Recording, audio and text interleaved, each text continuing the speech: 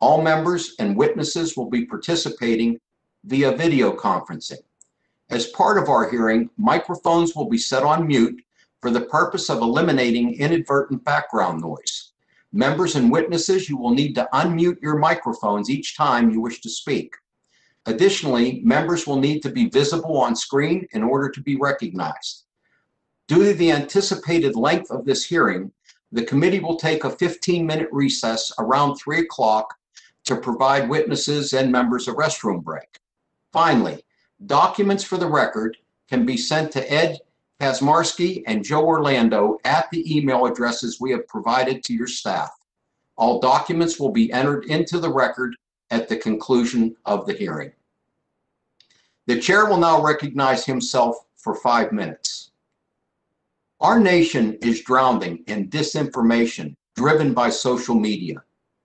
Platforms that were once used to share photos of kids with grandparents are all too often havens of hate, harassment, and division. The way I see it, there are 2 faces to each of your platforms. Facebook has family and friends neighborhood, but it is right next to the one where there is a white nationalist rally every day.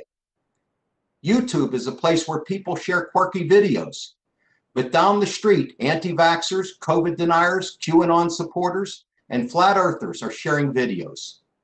Twitter allows you to bring friends and celebrities into your home, but also Holocaust deniers, terrorists, and worse. Now, it would be one thing if every user chose where to go organically, but almost everything is scripted on social media platforms. Facebook recognizes antisocial tendencies in one user and invites them to visit the white nationalist. YouTube sees another user is interested in COVID-19 and auto starts an anti-vax video. On Twitter, a user following the trending conversation, never knowing it is driven by bots and coordinated disinformation networks run by foreign agents. Your platforms have changed how people across the planet communicate, connect, learn, and stay informed. The power of this technology is awesome and terrifying, and each of you has failed to protect your users and the world from the worst consequence of your creations. This is the first time the 3 of you have appeared before Congress since the deadly attack on the Capitol on January 6th. That event was not just an attack on our democracy and our electoral process, but an attack on every member of this committee and in the Congress. Many of us were on the House floor and in the Capitol when that attack occurred, and we were forced to stop our work of certifying the election and retreat to safety, some of us wearing gas masks and fearing for our lives. We fled as a mob desecrated the Capitol, the House floor, and our democratic process. People died that day, and hundreds were seriously injured. That attack and the movement that motivated it started and was nourished on your platforms. Your platform suggested groups for people to join, videos they should view, and posts they should like, driving this movement forward with terrifying speed and efficiency. FBI documents show that many of these individuals used your platforms to plan, recruit, and execute this attack. According to independent research, users on Facebook were exposed 1.1 billion times to misinformation related to the election last year alone, despite changes to your policies and claims that you removed election misinformation. Our nation is in the middle of a terrible pandemic. Nearly 550,000 Americans have lost their lives to this deadly disease, more than any other country on the planet. And an independent study found that on Facebook alone, that users across 5 countries, including the United States, were exposed to COVID disinformation an estimated 3.8 billion times, again, despite claims of fixes and reforms. And now, as the Biden administration is working to implement the American Rescue Plan and get vaccines in people's arms, we are faced with waves of disinformation on social media about the safety and efficacy of these shots. These vaccines are our best chance we have to fight this virus, and the content that your websites are still promoting, still recommending, and still sharing is one of the biggest reasons people are refusing the vaccine. And things haven't changed. My staff found content on YouTube telling people not to get vaccines and was recommended to similar videos. The same was true on Instagram, where it was not only easy to find vaccine disinformation, but platforms recommended similar posts. The same thing happened on Facebook, except they also had anti-vax groups to suggest as well. And Twitter was no different. If you go to any of these super spreader accounts that remain up despite the policies meant to curb this anti-vax content, you'll see this content. Now, understand this. You can take this content down. You can reduce the division. You can fix this, but you choose not to. We saw your platforms remove ISIS terrorist content. We saw you tamp down on COVID misinformation at the beginning of the pandemic. And we have seen disinformation drop when you have promoted reliable news sources and removed serial disinformation super spreaders from your platform. You have the means, but time after time, you are picking engagement and profit over the health and safety of your users, our nation, and our democracy. These are serious issues, and to be honest, it seems like you all just shrug off billion-dollar fines. Your companies need to be held accountable. We need rules, regulations, technical experts in government, and audit authority of your technologies. Ours is the committee of jurisdiction, and we will legislate to stop this. The stakes are simply too high. The chair will now recognize Mr. Latta, ranking member of the Subcommittee on Communications and Technology, for 5 minutes for his opening statement. Well, I thank the chairman for recognizing me, and I want to thank our witnesses for being with us today for a conversation that's long overdue in the Energy and Commerce Committee. I'm deeply concerned by your decisions to operate your companies in a vague and biased manner, with little to no accountability, while using Section 230 as a shield for your actions and their real-world consequences. Your companies have the power to silence the President of the United States, shut off legitimate journalism in Australia, shut down legitimate scientific debate on a variety of issues, dictate which articles or websites are seen by Americans when they search the internet. When these actions are taken, users have little to no recourse to appeal the decision if they are aware of your actions. In most cases, we simply don't know. What does this mean for everyday Americans?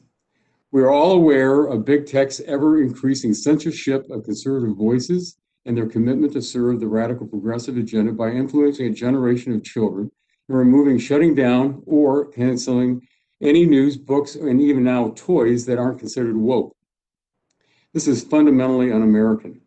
At a recent hearing on disinformation and extremism online, Professor Turley, one of the nation's foremost experts on constitutional law, testified about the little brother problem, a problem which private entities do for the government, which it cannot legally do for itself.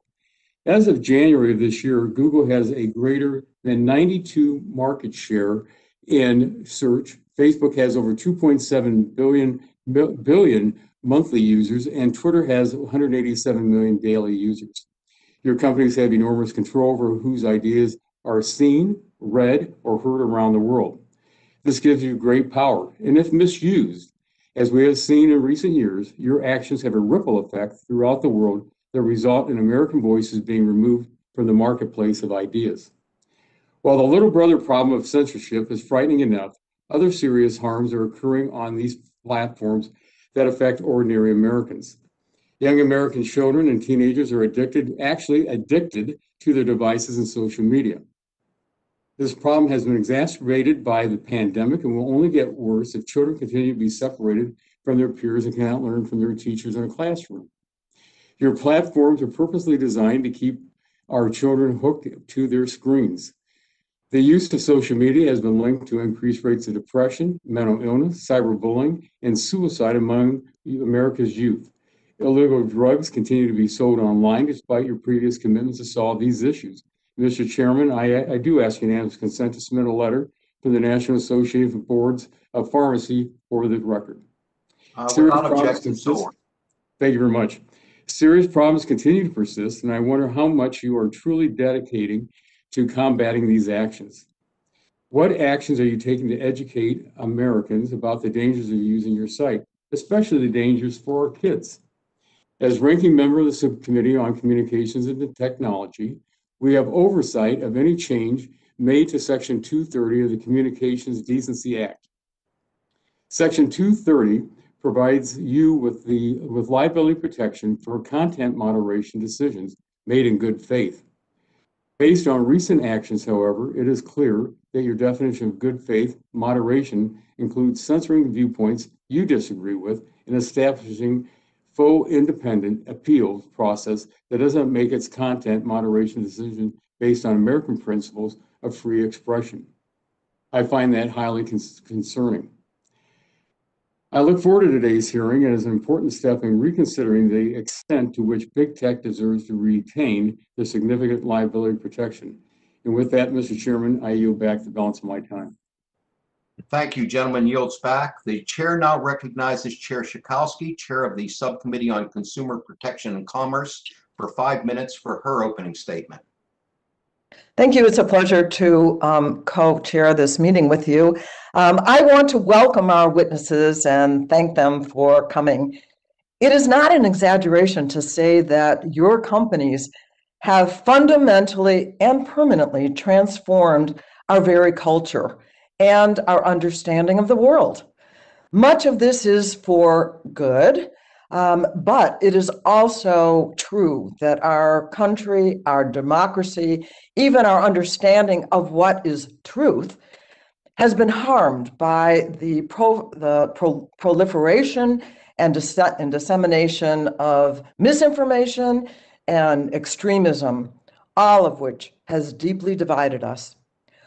What our witnesses today need to take away from this hearing is that self-regulation has come to the end of its road, and that this democracy, this democratic, the people that you see before you, elected by the people, is preparing to move forth with legislation and regulation.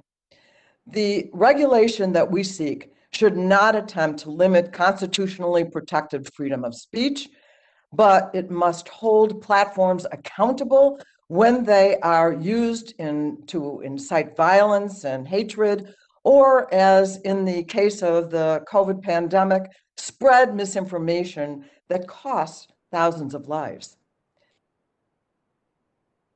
All three of the companies that are here today run platforms that are hotbeds of misinformation and disinformation.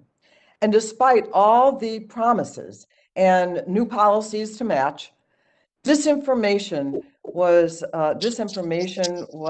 rampant in the 2020 election, especially targeting vulnerable communities. For example, Spanish language ads run by the Trump campaign falsely accused President Biden of being endorsed by Venezuelan President Maduro. The spread of disinformation fed upon itself until it arrived at the Capitol of the United States on January 6th, which cost 5 lives. The lives lost in the insurgency were not the first cases of these platforms' failure, nor even the worst. In 2018, Facebook admitted a genocide of the Rohingya people in Myanmar was planned and executed on Facebook. 2020 saw the rise of coronavirus disinformation on Facebook platforms, including the playing of they called it the Plandemic. This film got 1.8 million views and 150,000 shares before it was removed. Disinformation like Plandemic made people skeptical of the need for vaccines and almost certainly contributed to the horrible loss of life during the pandemic. Disinformation and also hops HOPS platforms to spread viruses. I'm looking for a time.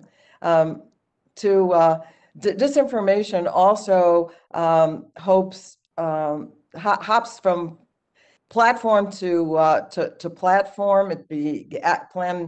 Pandemic actually was first on YouTube before it was on Facebook and Instagram and Twitter.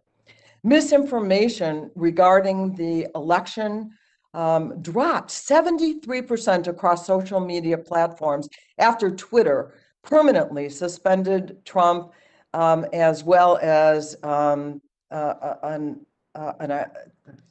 also, I'm sorry? 30 seconds. Okay. And also the Capitol insurgency and QAnon. But the question really is, what took so long? The witnesses here today have demonstrated time and time again that they do not, that self-regulation has not worked.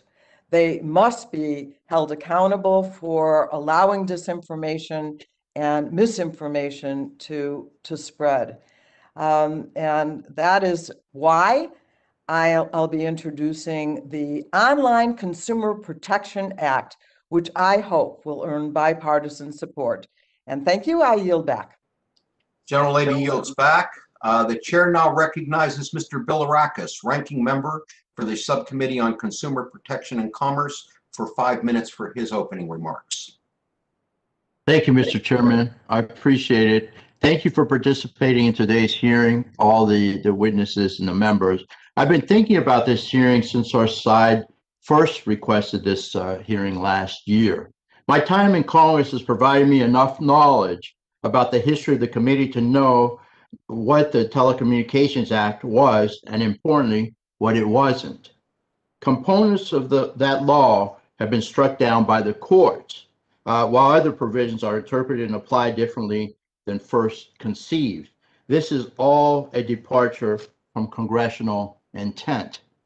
Regardless of what one thinks or whether all of the Communications Decency Act was the right approach, the same members that voted for Section 230 voted for that entire bill.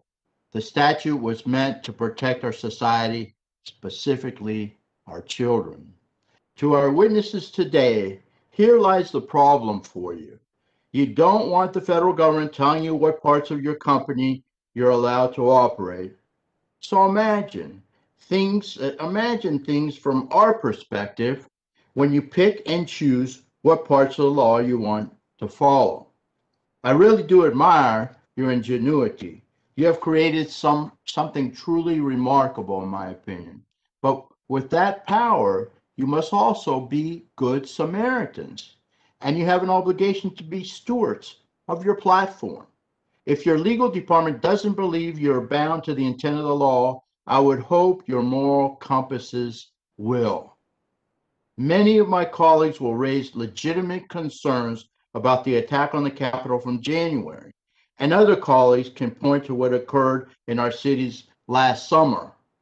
These were all incidents where social media escalated tension, incited chaos, and bred extremism through echo chambers and algorithms.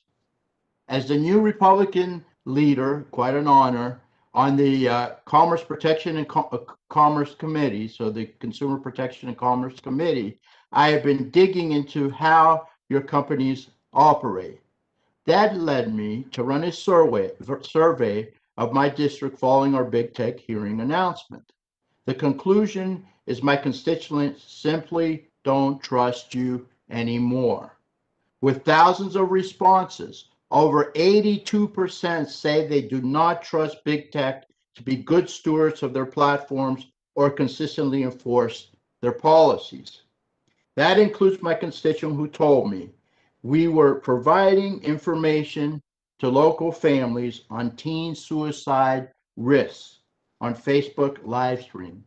It was blocked by Facebook. Another constituent said she has seen countless teens be bullied online or simply not able to process a devastating comparison game that they are forced to deal with on social media. Others told me they stopped using your services altogether out of fear and distrust. One even told me they quit social media due to treatment from your companies over their family's Christian views. Each one of these represents a story of how your companies have failed people. And you'll be hearing from my colleagues with more of these stories about how big tech has lost its way, highlighting a much larger problem. People want to use your services, but they suspect your coders are designing what they think we should see and hear by keeping us online longer than ever, and all with the purpose to polarize or monetize us, disregarding any consequences for that assault, for the assault on our inherent freedoms, which we hold so dearly. So I don't want to hear about how changing your current law is going to hurt startups, because I've heard directly from them accusing you of anti-competitive tactics. None of us want to damage entrepreneurs. What I do want to hear is what you will do to bring our country back from the fringes and stop the poisonous practices that drive depression, isolation, and suicide, and instead cooperate with law enforcement to protect our citizens. Our kids are being lost while you say you will try to do better, as we've heard countless times already. We need true transparency and real change. We need, again, not empty promises from you, and we've heard that over and over again. The fear you should have coming into this hearing today isn't that you're going to get upbraided by a member of Congress. It's that our committee knows how to get things done when we come together. We can do this with you or without you, and we will. Thank you, Mr. Chairman. I yield back. Gentleman yields back. Chair now recognizes Mr. Pallone, Chairman of the full committee, for 5 minutes for his opening statement. Thank you, Chairman Doyle and Schakowsky, for this very important hearing. We're here today because the spread of disinformation and extremism has been growing online, particularly on social media, where there are little to no guardrails in place to stop it. And unfortunately, this disinformation and extremism doesn't just stay online. It has real world, often dangerous and even violent consequences. And the time has come to hold online platforms accountable for their part in the rise of disinformation and extremism. According to a survey conducted by Pew earlier this month, 30% of Americans are still hesitant or simply do not want to take the COVID-19 vaccine. On January 6th, our nation's capital was violently attacked. This month, Homeland Security Secretary Mayorkas identified domestic violent extremism as the greatest threat to the United States, and crimes against Asian Americans have risen by nearly 150% since the beginning of the COVID-19 pandemic. Each of these controversies and crimes have been accelerated and amplified on social media platforms through misinformation campaigns, the spread of hate speech, and the proliferation of conspiracy theories. 5 years ago, during the 2016 presidential elections, Facebook, Google, and Twitter were warned about, but simply ignored, their platform's role in spreading disinformation. And since then, the warnings have continued, but the problem has only gotten worse. Only after public outrage and pressure did these companies make inadequate attempts to appease critics and lawmakers. But despite the public rebuke, Wall Street continued to reward the company's strategies to promote misinformation and disinformation by driving their stock prices even higher. And now, despite repeated promises to seriously tackle this crisis, Facebook, Google, and Twitter instead routinely make minor changes to their policies in response to the public relations crisis of the day, and they will change some underlying internal policy that may or may not be related to the problem, but that's it. The underlying problem remains. So, Mr. Chairman, it is now painfully clear that neither the market nor public pressure will force these social media companies to take the aggressive action they need to take to eliminate disinformation and extremism from their platforms. And therefore, it's time for Congress and this committee to legislate and realign these companies' incentives. Today, our laws give these companies and their leaders a blank check to do nothing. Rather than limit the spread of disinformation, Facebook, Google, and Twitter have created business models that exploit the human's brain preference for divisive content to get Americans hooked on their platforms at the expense of the public interest. And it isn't just that social media companies are allowing disinformation to spread, it's that in many cases, they're actively amplifying and spreading it themselves. And fines, to the extent they're levied at all, have simply become the cost of doing business. The dirty truth is that they are relying on algorithms to purposely promote conspiratorial, divisive, or extremist content so that they can take more money and add dollars. And this is because the more outrageous and extremist the content, the more engagement and views these companies get from their users, and more views equals more money, Mr. Chairman. That's what it's all about, more money. It's crucial to understand that these companies aren't just mere bystanders. They're playing an active role in the meteoric rise of disinformation and extremism because they make money on it. So when a company is actually promoting this harmful content, I question whether existing liability protection should apply.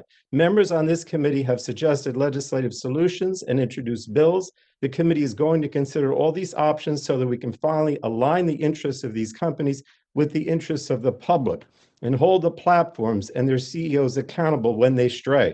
That's why you're here today, Mr. Zuckerberg, Mr. Pichai, and Mr. Dorsey. You failed to meaningfully change after your platforms played a role in fomenting insurrection, in abetting the spread of the virus, and trampling American civil liberties. And while it may be true that some bad actors will shout fire in a crowded theater by promoting harmful content, your platforms are handing them a megaphone to be heard in every theater across the country and the world. Your business model itself has become the problem, and the time for self-regulation is over. It's time we legislate to hold you accountable. That's what we're going to do. And I want to thank you, Mr. Chairman, Mr. Doyle, and Ms. Schakowsky, because I know that you're very serious about moving forward on legislation, which we will do. I promise everyone. Thank you, and I yield back. Gentleman yields back. The chair now recognizes Ms. Rogers, the ranking member of the full committee, for 5 minutes for her opening statement. Thank you, Mr. Chairman. 10 years ago, when I joined big tech platforms, I thought they would be a force for good.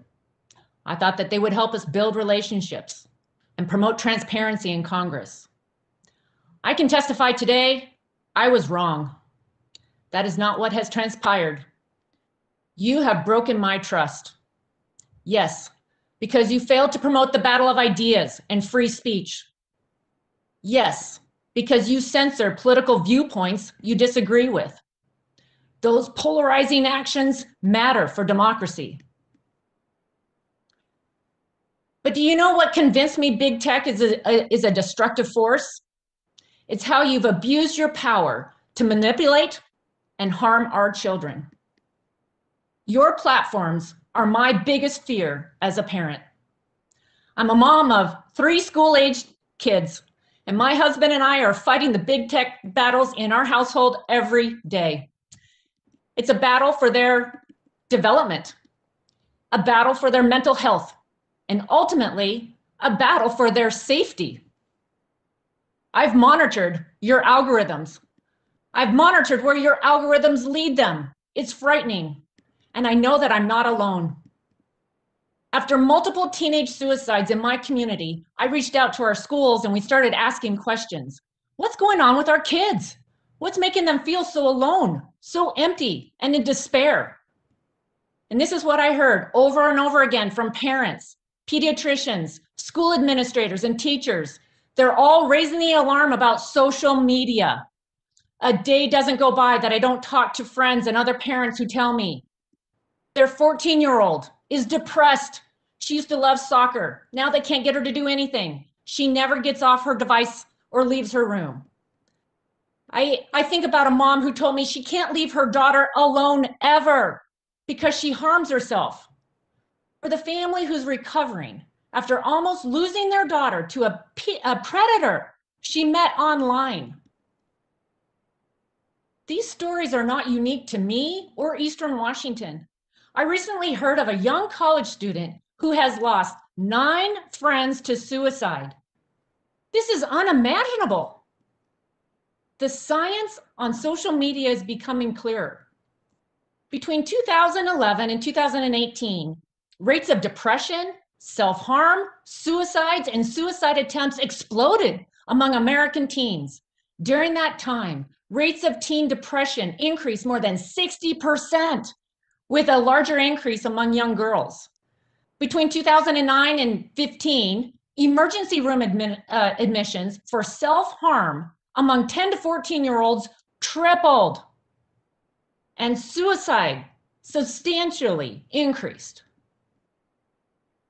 One study found during that time, teens who used their devices for 5 or more hours a day were 66% more likely to have at least one suicide-related outcome compared to those who use their device for just one. Other studies have found that teens who spend more time online report lower psychological well-being and more feelings of loneliness. Remember, our kids, the users, are the product. You, big tech, are not advocates for children. You exploit and profit off of them. Big tech needs to be exposed and completely transparent for what you are doing to our children, so parents like me can make informed decisions. We also expect big tech to do more to protect children because you haven't done enough. Big tech has failed to be good stewards of your platforms. I have 2 daughters and a son with a disability. Let me be clear. I do not want you defining what is true for them. I do not want their future manipulated by your algorithms. I do not want their self-worth defined by the engagement tools you built to attract their attention. I do not want them to be in danger from what you've created. I do not want their emotions and vulnerabilities taken advantage of so you can make more money and have more power. I'm sure most of my colleagues on this committee who are parents and grandparents feel the same way. Over 20 years ago, before we knew what big tech would become, Congress gave you liability protections. I want to know, why do you think you still deserve those protections today? What will it take for your business model to stop harming children? I know I speak for millions of moms when I say we need answers, and we will not rest until we get them. Thank you. Thank the gentlelady. Gentlelady yields back. The chair would now like to remind members that pursuant to committee rules, all members' written opening statements shall be made a part of the record. I would now like to introduce our witnesses for today's hearing and thank them all for appearing today. First, we have Mark Zuckerberg, Chairman and Chief Executive Officer of Facebook, Sundar Pichai, Chief Executive Officer of Google, and Jack Dorsey, Chief Executive Officer of Twitter. We want to thank all 3 of you for joining us today. We look forward to your testimony. Each of you will have 5 minutes to give your opening statements. Mr. Zuckerberg, we'll start with you. You're recognized for 5 minutes. Chairs Pallone, Schakowsky, and Doyle, ranking members Rogers, Latta, and Bilirakis, and members of the committee. I'm glad that this committee is looking at all the ways that misinformation and disinformation show up in our country's discourse. There are important challenges here for our society, and we have to decide how we want to handle speech that is legal but harmful, and who should be responsible for what people say. Misinformation is not a new problem. It was 200 years ago that a congressman said that a lie would travel from Maine to Georgia while truth was still getting on his boots. And disinformation has often been spread through traditional media too. But the internet gives everyone the power to communicate, and that certainly presents unique challenges. Now, people often say things that aren't verifiably true, but that speak to their lived experiences. And I think we have to be careful restricting that. For example, if someone feels intimidated or discriminated against while voting, I believe that they should be able to share their experience, even if the election overall was fair. Now, I don't think anyone wants a world where you can only say things that private companies judge to be true, where every text message, email, video, and post has to be fact-checked before you hit send. But at the same time, we also don't want misinformation to spread that undermines confidence in vaccines, stops people from voting, or causes other harms. At Facebook, we do a lot to fight misinformation. We remove content that could lead to imminent real-world harm. We've built an unprecedented third-party fact-checking program, and if something is rated false, then we add warning labels and significantly reduce its distribution. We invest a lot in directing billions of people to authoritative information. The system isn't perfect, but it's the best approach that we've found to address misinformation in line with our country's values. It's not possible to catch every piece of harmful content without infringing on people's freedoms in a way that I don't think that we'd be comfortable with as a society. Our approach was tested in 2020 when we took extraordinary steps during an extraordinary election. We removed voting misinformation, banned hundreds of militias and conspiracy networks, including QAnon, labeled posts that prematurely or wrongly declared victory, and directed people to official results. We labeled over 180 million posts. We directed 140 million people to our official voting information center, and we helped 4.5 million people register to vote. We did our part to secure the integrity of the election. And then, on January 6th, President Trump gave a speech rejecting the results and calling on people to fight. The attack on the Capitol was an outrage, and I want to express my sympathy to all of the members, staff, and Capitol workers who had to live through this disgraceful moment in our history. And I want to express my gratitude to the Capitol Police who were on the front lines in defense of our democracy. Now, I believe that the former president should be responsible for his words, and that the people who broke the law should be responsible for their actions. So that leaves the question of the broader information ecosystem. And I can't speak for everyone else, the TV channels, radio stations, news outlets, websites, and other apps, but I can tell you what we did. Before January 6th, we worked with law enforcement to identify and address threats. During and after the attack, we provided extensive support in identifying the insurrectionists and removed posts supporting violence. We didn't catch everything, but we made our services inhospitable to those who might do harm. And when we feared that he would incite further violence, we suspended the former president's account. Now, many people are concerned that platforms can ban elected leaders. I am too. I don't think that private companies should make so many decisions like this alone. We need an accountable process, which is why we created an independent oversight board that can overrule our decisions. And we need democratically agreed rules for the internet. The reality is our country is deeply divided right now, and that isn't something that tech companies alone can fix. And we all have a part to play in helping to turn things around, and I think that starts with taking a hard look at how we got here. Now, some people say that the problem is that social networks are polarizing us, but that's not at all clear from the evidence or research. Polarization was rising in America long before social networks were even invented, and it's falling or stable in many other countries where social networks are popular. Others claim that algorithms feed us content that makes us angry because it's good for business, but that's not accurate either. I believe that the division we see today is primarily the result of a political and media environment that drives Americans apart. And we need to reckon with that if we're going to make progress.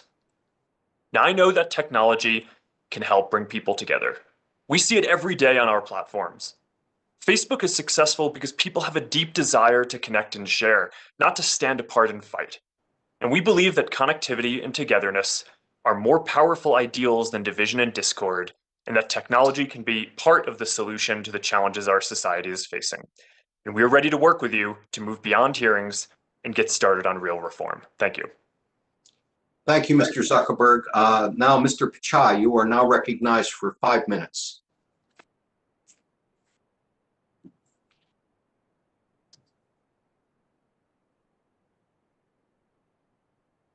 Mr. Pichai, are you Sorry, I have unmuted? my volume on. Chairman Doyle, Ranking Member Latta, Chairwoman Schakowsky, Ranking Member Bilirakis, Full Committee Chair Pallone, and Full Committee Ranking Member McMorris-Rogers, and members of the committee. Thank you for the opportunity to appear before you today. To begin, I want to express my sympathies to those who have lost loved ones to COVID or the recent gun violence in Boulder and Atlanta. In difficult times, we are reminded of what connects us as Americans, the hope that we can make things better for our families and our communities. And we at Google are committed to that work. I joined Google because I believed the internet was the best way to bring the benefits of technology to more people. Over the past 3 decades, we have seen how it's inspired the best in society by expanding knowledge, powering businesses, and providing opportunities for discovery and connection. I'm proud that anyone can turn to Google for help, whether they are looking for vaccine information, learning new skills on YouTube, or using digital tools to grow their businesses. In 2020, our products helped 2 million US businesses and publishers generate $426 billion in economic activity. We are energized by the opportunity to help people at scale and humbled by the responsibility that comes with it.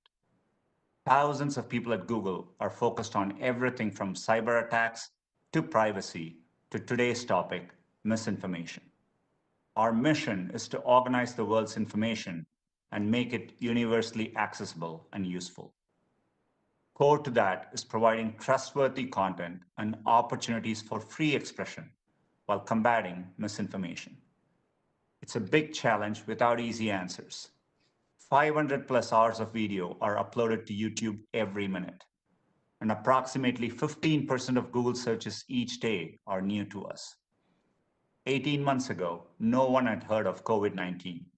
Sadly, coronavirus was the top trending search last year. Staying ahead of new challenges to keep users safe is a top priority. We saw the importance of that on January 6th, when a mob stormed the US Capitol. Google strongly condemns these violent attacks on our democracy and mourns the lives lost. In response, we raised up authoritative sources across our products.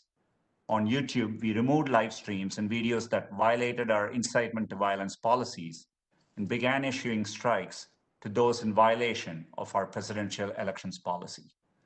We removed apps from the Play Store for inciting violence and stopped ads referencing the 2020 election or the Capitol riots as part of our sensitive events policy. We were able to act quickly because we were prepared ahead of the 2020 elections. Our reminders of how to register and vote were viewed over 2 billion times. YouTube's election results information panels have been viewed more than 8 billion times. We also work to keep campaigns safe from cyber attacks and protect platforms from abuse. After the December 8th safe harbor deadline for states to certify elections, we removed content from YouTube that alleged widespread fraud changed the outcome of the election. This past year, we've also focused on providing quality information during the pandemic. Globally, we've committed over $550 million in ad grants for COVID-related PSAs to governments, health organizations, and nonprofits. On YouTube, our COVID information panels have been viewed over 400 billion times. We also removed 850,000 videos and blocked nearly 100 million COVID-related ads throughout 2020. Across all of this work, we strive to have transparent policies and enforce them without regard to politics or point of view. Our ability to provide a range of information and viewpoints, while also being able to remove misinformation, is possible only because of legal frameworks like Section 230. It's foundational to the open web, which has been a powerful force for good for so many. I look forward to sharing more about our approach today and working together to create a path forward for the web's next 3 decades. Thank you. Thank you, Mr. Pichai. The chair now recognizes Mr. Dorsey for 5 minutes. Thank you, members of the Energy and Commerce Committee and its subcommittees, for the opportunity to speak with the American people about how Twitter may be used to spread disinformation and our solutions. My remarks will be brief so we can move to your questions and discussion. In our discussion today, some of you might bring up specific tweets or examples, and I'll probably have an answer like, my team will follow up with you. I don't think that's useful. I'd rather us focus on principles and approaches to address these problems. I'll start with ours. We believe in free expression. We believe in free debate and conversation to find the truth. At the same time, we must balance that with our desire for our service not to be used to sow confusion, division, or destruction. This makes the freedom to moderate content critical to us. Our process to moderate content is designed to constantly evolve. We observe what's happening on our service. We work to understand the ramifications, and we use that understanding to strengthen our operations. We push ourselves to improve based on the best information we have. Much of what we're likely to discuss today are entirely new situations the world has never experienced before, and in some unique cases involve elected officials. And we believe the best way to face a big new challenge is through narrowing the problem to have the greatest impact. Disinformation is a broad concept. We needed to focus our approach on where we saw the greatest risk if we hope to have any impact at all. So we chose to focus on disinformation leading to offline harm, and 3 categories to start: manipulated media, public health, and civic integrity. Many of you will have strong opinions on how effective we are in this work. Some of you will say we're doing too much and removing free speech rights. Some of you will say we're not doing enough and end up causing more harm. Both points of view are reasonable and worth exploring. If we woke up tomorrow and decided to stop moderating content, we'd end up with a service very few people or advertisers would want to use. Ultimately, we're running a business, and a business wants to grow the number of customers it serves. Enforcing policy is a business decision. Different businesses and services will have different policies, some more liberal than others. And we believe it's critical this variety continues to exist. Forcing every business to behave the same reduces innovation and individual choice, and diminishes free marketplace ideals. If instead we woke up tomorrow and decided to ask the government to tell us what content to take down or leave up, we may end up with a service that couldn't be used to question the government. This is a reality in many countries today and is against the right of an individual. This would also have the effect of putting enormous resource requirements on businesses and services, which would further entrench only those who are able to afford it. Smaller businesses would not be able to compete, and all activity would be centralized into very few businesses. So how do we resolve these 2 viewpoints? One way is to create shared protocols. Social media has proven itself important enough to be worthy of an internet protocol, one that a company like Twitter can contribute to and compete on creating experiences people love to use. We've started work on such a protocol, which we call Blue Sky. It intends to act as a decentralized, open source social media protocol, not owned by any single company or organization. Any developer around the world can help develop it, just as any company can access its services. How does an open protocol address the concerns raised here? Greater transparency is the strongest benefit. Anyone around the world can see everything that's happening in the network, including exactly how it works. One doesn't have to trust a company, just look at the source code. Second, since the base protocol is shared, it will increase innovation around business models, recommendation algorithms, and moderation controls, which are in the hands of individuals rather than private companies. This will allow people to experiment in a market-based approach. Finally, it will allow all of us to observe, acknowledge, and address any societal issues that arise much faster. Having more eyes on the problems will lead to more impactful solutions that can be built directly into this protocol, making the network far more secure and resilient. A decentralized open source protocol for social media is our vision and work for the long term.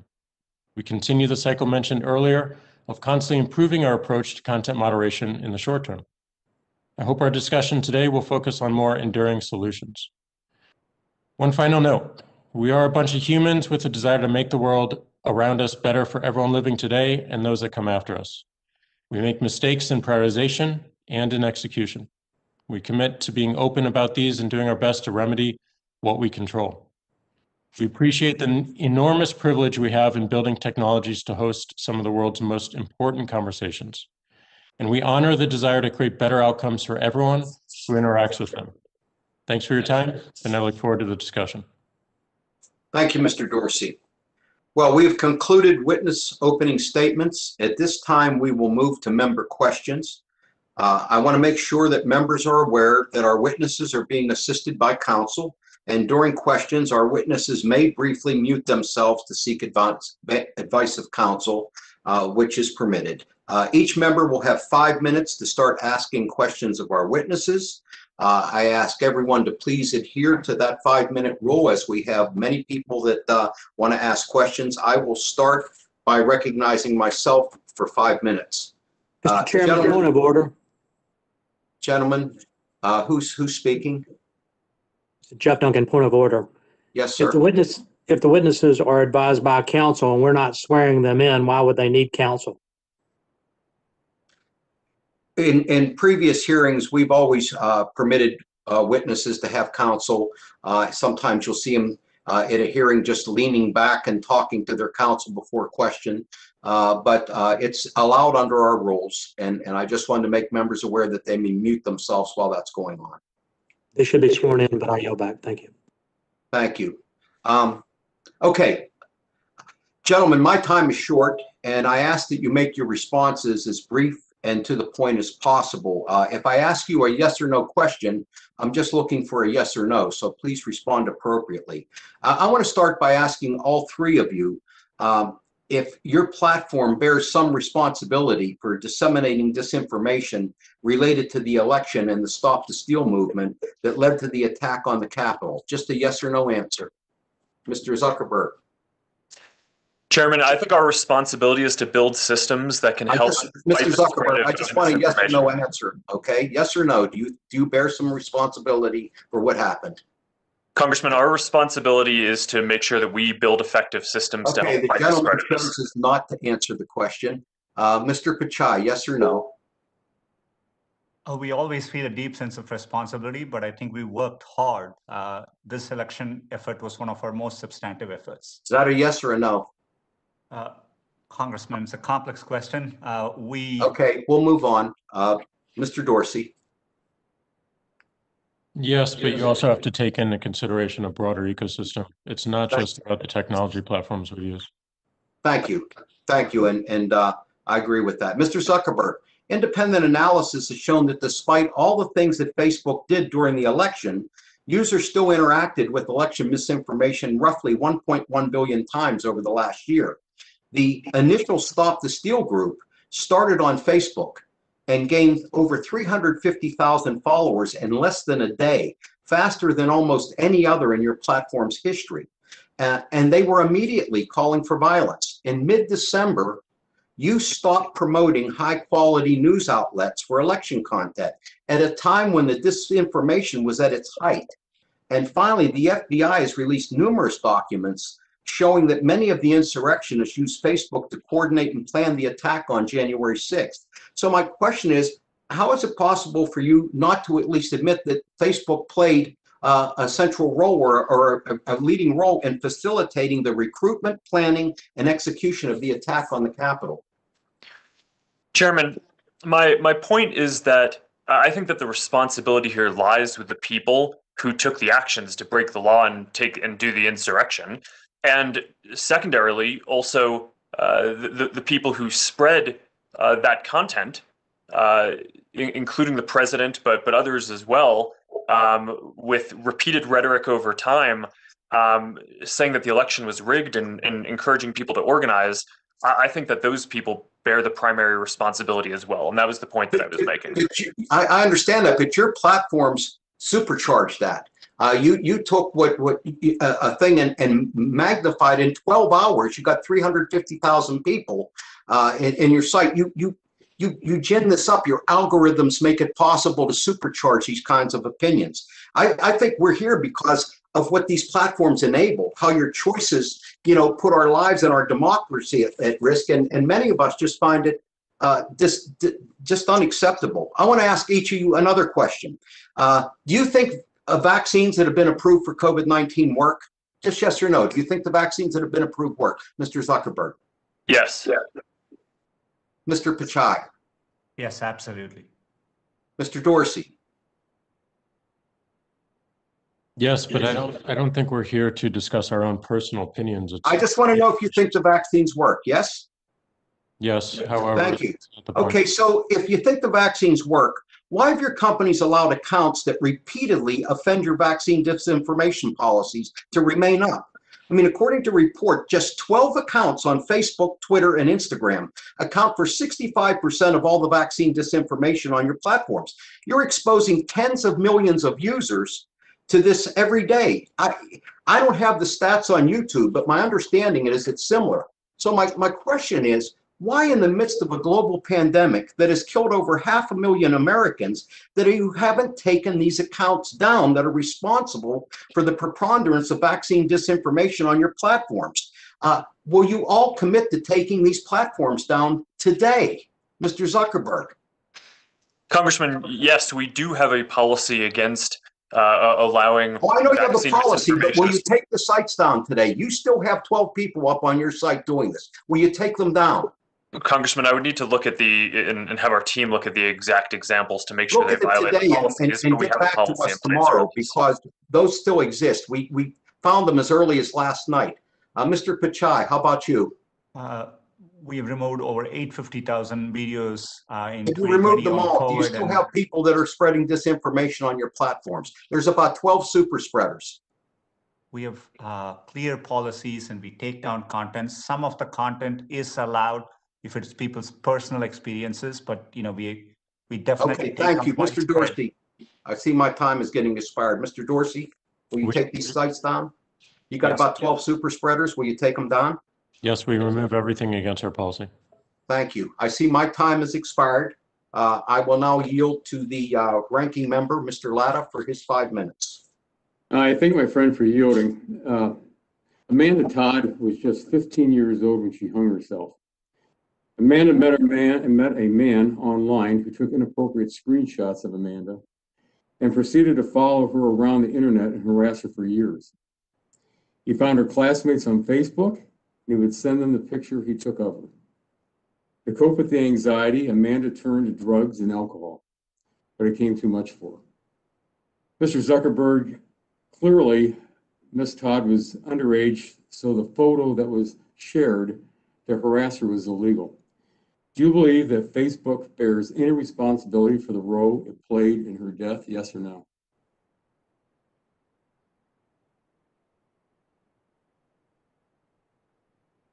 Sorry, I was muted. Congressman, it's a incredibly sad story, and I think that we certainly have a responsibility to make sure that we're building systems that can fight and remove this kind of harmful content. And in the case of child exploitation content, we've been building systems for a long time that use AI, and we have thousands of people working on being able to identify this content and remove it. And I think our systems are generally pretty effective at this. And I think it's our responsibility to make sure that we keep improving them. My time's pretty short, but would you say yes or no then? Sorry, can you repeat that? Well, in the question, yes or no, then any responsibility? Congressman, I believe that the responsibility Okay. of the platforms... Well, let me move on because I've got very short on time. Do you believe that Facebook should be held accountable for any role in her death? Yes or no? Congressman, the responsibility that I think platforms should have is to build effective systems to moderate this content. I'm going to have to take that, just you're not responding to the question. Unfortunately, stories like Amanda Todd's are only becoming more common. While we often talk about how your platforms can be used for good or evil, the evil seems to persevere. Mr. Zuckerberg, you've publicly stated that you support thoughtful changes to Section 230 to ensure that tech companies are held accountable for certain actions that happen on their platforms, such as child exploitation. What specific changes do you support in Section 230? Thanks, Congressman. I would support two specific changes, especially for large platforms. Although I want to call out that I think for smaller platforms, I think we need to be careful about any changes that we make that remove their immunity, because that could hurt competition. So let me just call on these for larger platforms. I think first, platforms should have to issue transparency reports that state the prevalence of content across all different categories of harmful content, everything from child exploitation to terrorism to incitement of violence to intellectual property violations to pornography, whatever the different harms are. And well, let me ask you quick now, where those transparency reports be reported to, and how often do you think those should be going out? Well, Congressman, as a model, Facebook has been doing something to this effect for every quarter, right, where we report on the prevalence of each category of harmful content and how effective our systems are at identifying that content and removing it in advance. And I think the company should be held accountable for having effective systems to do that broadly. The second change that I would propose is creating accountability for the large platforms to have effective systems in place to moderate and remove clearly illegal content. So things like sex trafficking or child exploitation or terrorist content. And I think it would be reasonable to condition immunity for the larger platforms on having a generally effective system in place to moderate clearly illegal types of content. Let me interrupt real quick because I'm running really short on time, because I know in your testimony you're talking about that you say that platforms should not be held liable if a particular piece of content evades its detection. So again, that's one of the areas when you're talking about the transparency and also the accountability I'd like to follow up on. I have to go on real quick. Mr. Pichai, yes or no, do you agree with Mr. Zuckerberg's changes to Section 230? There are definitely good proposals around transparency and accountability, which I've seen in various legislative proposals as well, which I think are important principles, and we would certainly welcome legislative approaches in that area. Okay, Mr. Dorsey, do you agree with Mr. Zuckerberg, yes or no? On the changes on 230? I think the ideas around transparency are good. I think it's going to be very hard to determine what's a large platform and a small platform, and it may incentivize the wrong things. Okay, gentlemen's time has expired. Thank you very much. My time has expired, and I yield back. Chair now recognizes Chair Schakowsky, Chair of the Subcommittee on Consumer Protection and Commerce, for 5 minutes. Thank you so much. Mr. Zuckerberg, immediately after the Capitol insurgency, Sheryl Sandberg did an interview in which she insisted that the siege was largely planned on smaller platforms, but court filings actually show something quite the opposite. That the Proud Boys and Oath Keepers used Facebook to coordinate in real time during the siege. And so my question for you is, will you admit today that Facebook groups in particular played a role in fomenting the extremism that we saw and that led to the Capitol siege? Congresswoman, thanks for the question on this.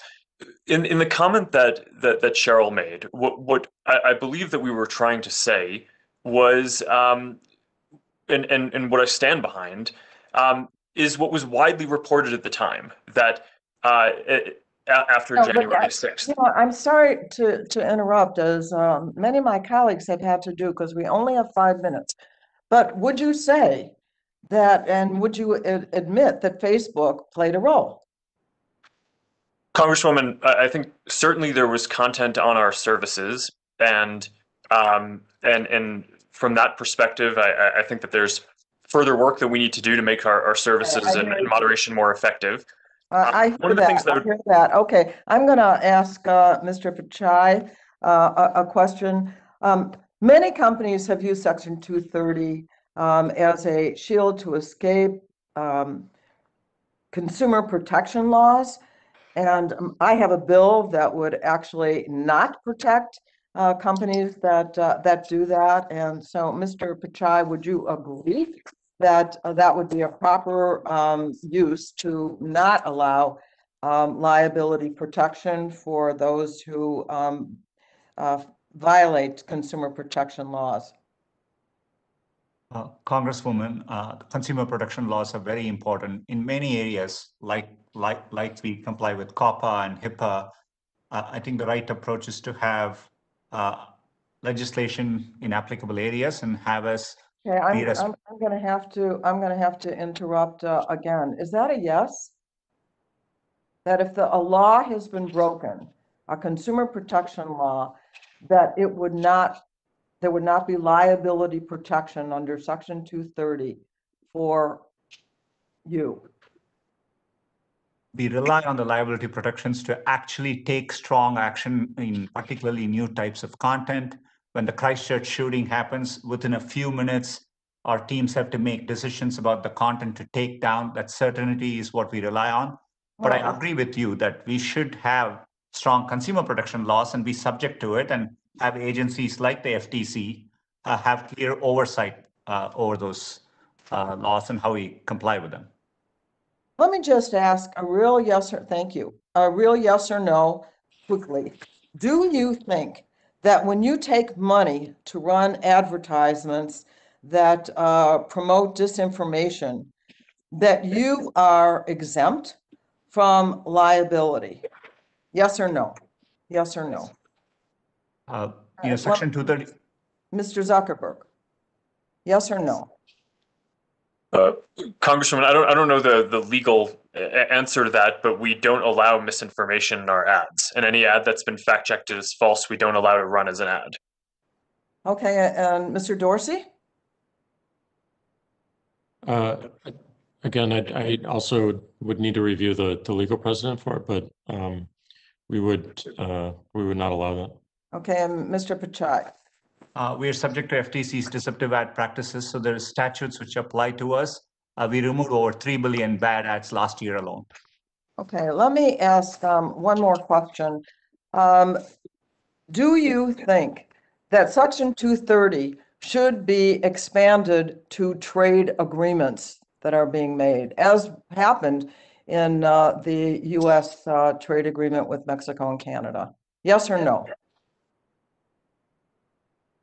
Mr. Zuckerberg?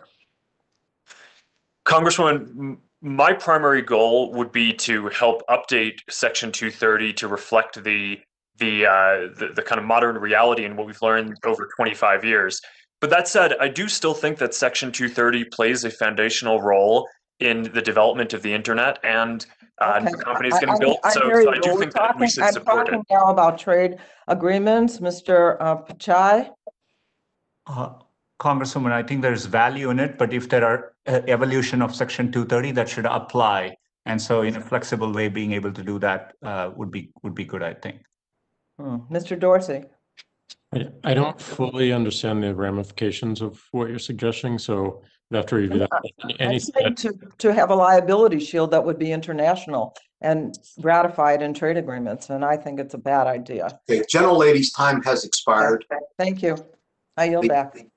Chair now recognizes Mr. Bilirakis, subcommittee on ranking member of the Subcommittee on Consumer Protection and Commerce, for 5 minutes.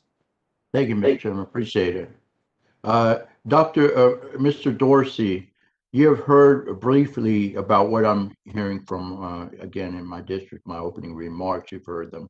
The other key part with these stories that we're hearing when we conduct these surveys is how we empower law enforcement.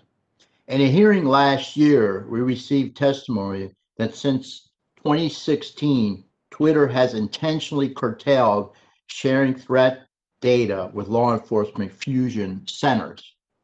Here's the question. You're well aware that on Twitter and Periscope, the traffic has increased from bad actors seeking to groom children for molestation, lure females into sex trafficking, sell illegal drugs, incite violence, and even threaten to murder police officers.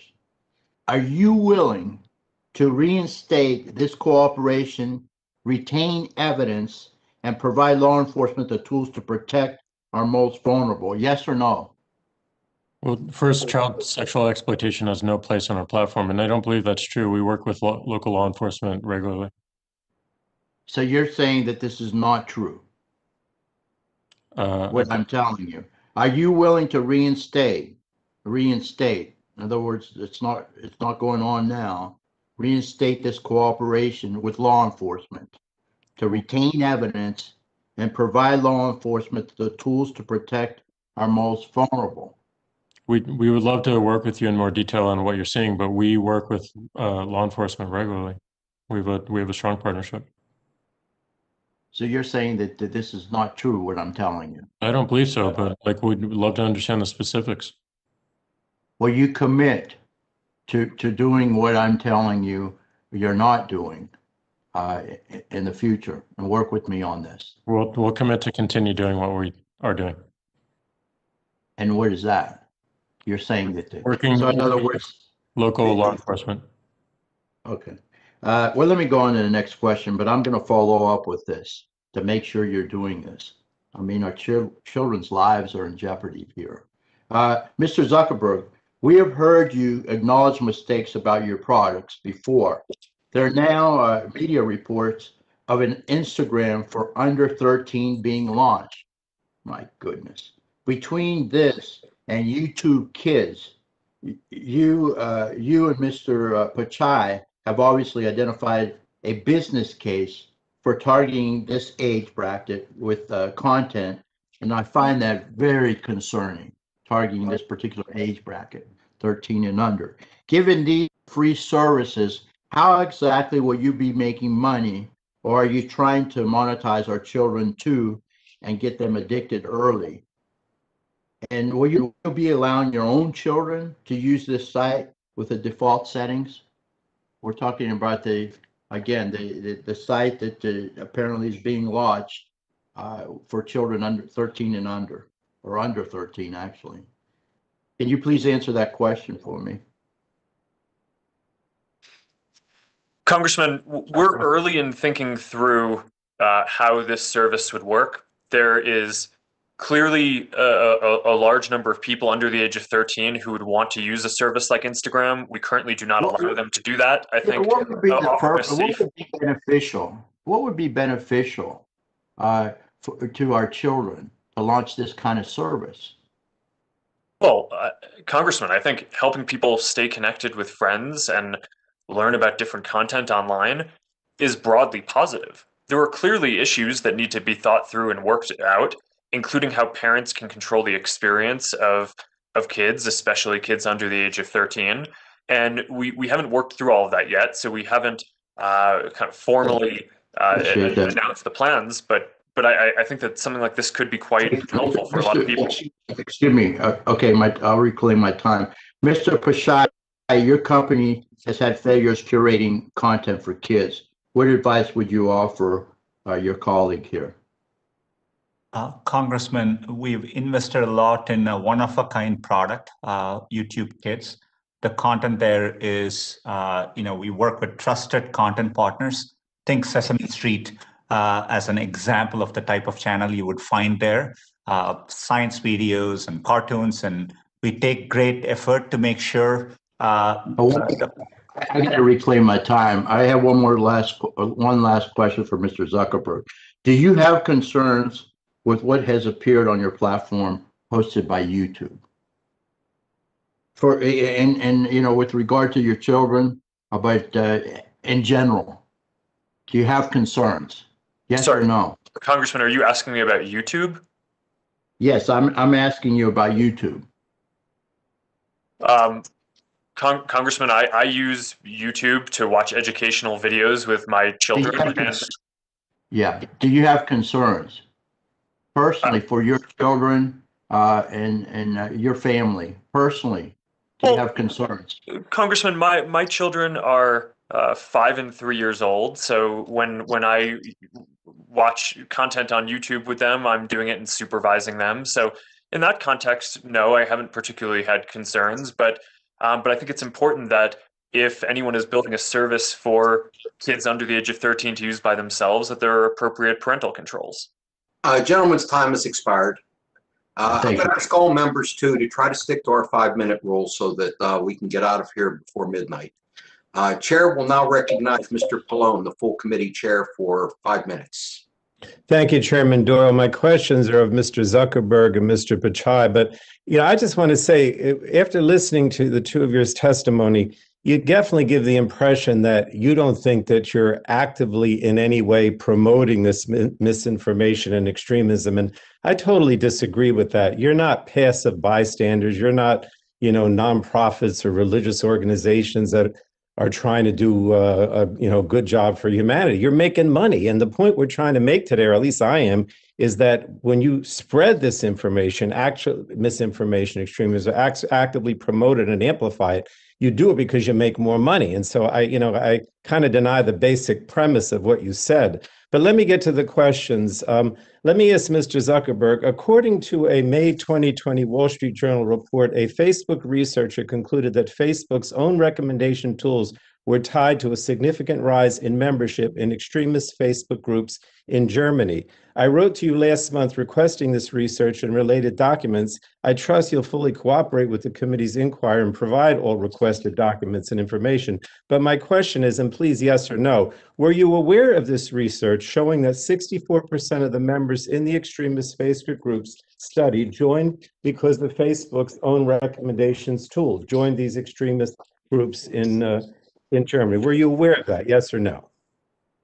Congressman, this is something that we study because we want to make sure our products improve. But I'm just asking whether you were aware of it. It's a simple question, yes or no. Were you aware of it? That's all I'm asking. Were you aware of this? Aware at what time? After we studied that? I just asked if you were aware of it, Mr. Zuckerberg. Yes or no? If not, I'm going to assume that the answer is yes. Okay. Congressman, I've seen the study. It was about a content leading up to the German election, and we since made changes to the platform. Question, which relates to that. You said yes. Okay. The troubling research I mentioned demonstrates that Facebook was not simply allowing disinformation and extremism to spread, it actively amplified it and spread it. This is my point. Nonetheless, Facebook didn't permanently stop recommending political and civil groups to the United States until after the January 6th insurrection, years after it was made aware of this research. The fact that Facebook's own recommendation system helped populate extremist groups compels us to reevaluate platforms' liabilities. Now, back to that Wall Street Journal article. Facebook's chief product officer, Chris Cox, championed an internal effort to address division on Facebook and proposed a plan that would have reduced the spread of content by hyperactive users on the far left and far right. The article alleges, Mr. Zuckerberg, that you personally reviewed this proposal and approved it, but only after its effectiveness was decreased to 80%. Is that true? Yes or no, please? Congressman, we've made a lot of measures that aim to fight this content, including. Did you approve after its effectiveness was decreased to 80%? Yes or no? Congressman, I can't speak to that specific example, but we've put in place a lot of different measures, and in the aggregate, I think that they're effective, including. Did you review the proposal and approve it? Congressman, we do a lot of work in this area, and I review a lot of proposals, and we've moved forward on a lot of steps. It's not a difficult question. I'm just asking if you reviewed this internal proposal and you approved it. You won't even answer that. I don't. It's so easy to answer that question. It's very specific. All right, you won't answer, right? Yes or no? Congressman, that's not what I said. I said I did review that, in addition to many other proposals and things that we've taken action on, including shutting off recommendations for civic and political groups. Did you approve it with the 80% decrease in effectiveness? Congressman, I don't remember that specifically, but we've taken a number of different steps on this. Let me go to Mr. Pichai. Mr. Pichai, according to the New York Times, YouTube's recommendation algorithm is responsible for more than 70% of the time users spend on YouTube. In fact, a former design ethicist at Google was quoted as saying, "If I'm YouTube and I want you to watch more, I'm always going to steer you towards Crazy Town." Mr. Pichai, is YouTube's recommendation algorithm designed to encourage users to stay on the site? Yes or no? Is it designed to encourage users to stay on the site? Yes or no? Content responsibility is our number one goal, so that trumps everything. So I'm only asking, very simple, whether your YouTube's recommendation algorithm is designed to encourage users to stay on the site. Simple question, yes or no? That's not the sole goal, Congressman. That would definitely. So the answer is yes. Okay. So the bottom line is, simply put, your company's bottom line compel you to amplify extremist and dangerous content. You're not bystanders. And what happens online doesn't stay online. It has real-world consequences. That's why Congress has to act, because you're not bystanders. You're encouraging this stuff. Thank you, Mr. Chairman. Gentleman's time has expired. The chair now recognizes Ms. Rogers, the full committee ranking member, for 5 minutes. We've tragically lost a number of young people to suicide in my community. in a 3-year period from 2013 to 2016, the suicide rate more than doubled in Spokane County. In the last 6 months, one high school lost 3 teens. Right now, suicide is the second leading cause of death in the entire state of Washington for teens 15 to 19 years old. As I mentioned, it's led to many painful conversations, trying to find some healing for broken families and communities. And together we've been asking, what's left our kids with a deep sense of brokenness? Why do children, including kids we've lost in middle school, feel so empty at such a young, vulnerable age? Well, some studies are confirming what parents in my community already know. Too much time on screens and social media is leading to loneliness and despair. And it seems to be an accepted truth in the tech industry. Because what we're hearing today, making money is more important.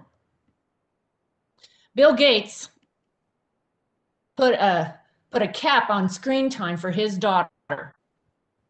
Steve Jobs once said in a quote, "We limit how much technology our kids use at home." Mr. Zuckerberg, you've also said that your kids, or you don't want your kids sitting in front of screens passively consuming content. So Mr. Zuckerberg, yes or no, do you agree too much time in front of screens passively consuming content is harmful to children's mental health? Congresswoman, the research that I've seen on this suggests that if people are using computers and social apps— Could you answer yes or no? I'm sorry, could you use yes or no? I don't think that the research is conclusive on that, but I can summarize what I've learned if that's helpful. I'll follow up at a later time, because I do know that Facebook has acknowledged that passive consumption on your platform is leading to people feeling worse. And you've said that going from video to video is not positive, yet Facebook is designed to keep people scrolling. Instagram is designed to get users to go from video to video. So I would like to ask you, if you've said earlier that you don't want kids sitting in front of the screens passively consuming content and your products are designed to increase screen time, do you currently have any limitations on your own kids' use of your products, or how do you think that will change as they get older? Sure, Congresswoman. My daughters are 5 and 3, and they don't use our products. Actually, that's not exactly true. My eldest daughter, Max, I let her use Messenger Kids sometimes to message her cousins. But overall, the research that we've seen is that using social apps to connect with other people can have positive mental health benefits and well-being benefits, like helping people feel more connected and less lonely. Passively consuming content doesn't have those positive benefits to well-being, but isn't necessarily negative. It just isn't as positive as connecting. And the way we design our algorithms is to encourage meaningful social interactions. So it's a common misconception that our teams are goaled or even have goals of trying to increase the amount of time that people spend. The newsfeed team at Facebook and the Instagram team— Thank you. Mr. Zuckerberg, I do have a couple more questions. So do you agree that your business model and the design of your products is to get as many people on the platform as possible and to keep them there for as long as possible? If you could answer yes or no, that would be great. Congresswoman, from a mission perspective, we want to serve everyone, but our goal is not— I don't give our newsfeed team or our Instagram team goals around increasing the amount of time that people spend. I believe that if we build a useful product, Okay, thank you. Thank you. We all have limited time. I think the business model suggests that it is true. It was mentioned earlier that you're studying extremism. I'd like to ask yes or no of all of you, beginning with Mr. Zuckerberg. Has Facebook conducted any internal research as to the effect your products are having on the mental health of our children? Congresswoman, I know that this is something that we try to study. Can you say yes or no? I'm sorry. I believe the answer is yes. Okay. Mr. Dorsey has Twitter? I don't believe so, but we'll follow up with you. Okay. Mr. Pichai, has Google conducted any research on the effect your products are having on the mental health of children? We consult widely with expert third parties on this area, including SAMHSA and other mental health organizations, and invest a lot of time and effort in this area. Okay, I would like to see that It sounds like you've studied extremism. Let's get focused on our children. Gentlelady's time has expired. The chair now recognizes Mr. Rush for 5 minutes.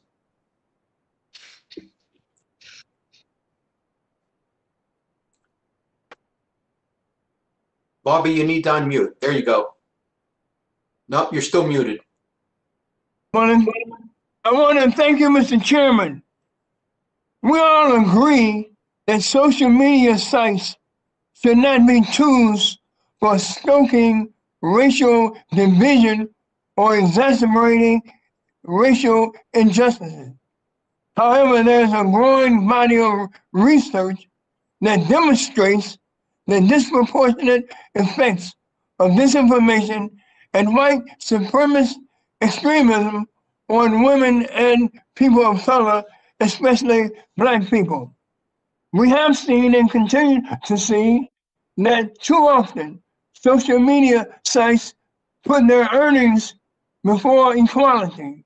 Simply stated, your corporations carelessly put profits over people. Misinformation, outlandish conspiracy theories, and incendiary content targeting minorities remains prevalent. And social media companies, your companies, are profiting from hate and racism on these platforms by harvesting data and generating advertising revenue from such content. There is only one comparison that remotely approaches the avarice and moral decrepity of your companies, and that is the slave trafficking buried of our nation's shameful and inhumane and most difficult dark days in the past.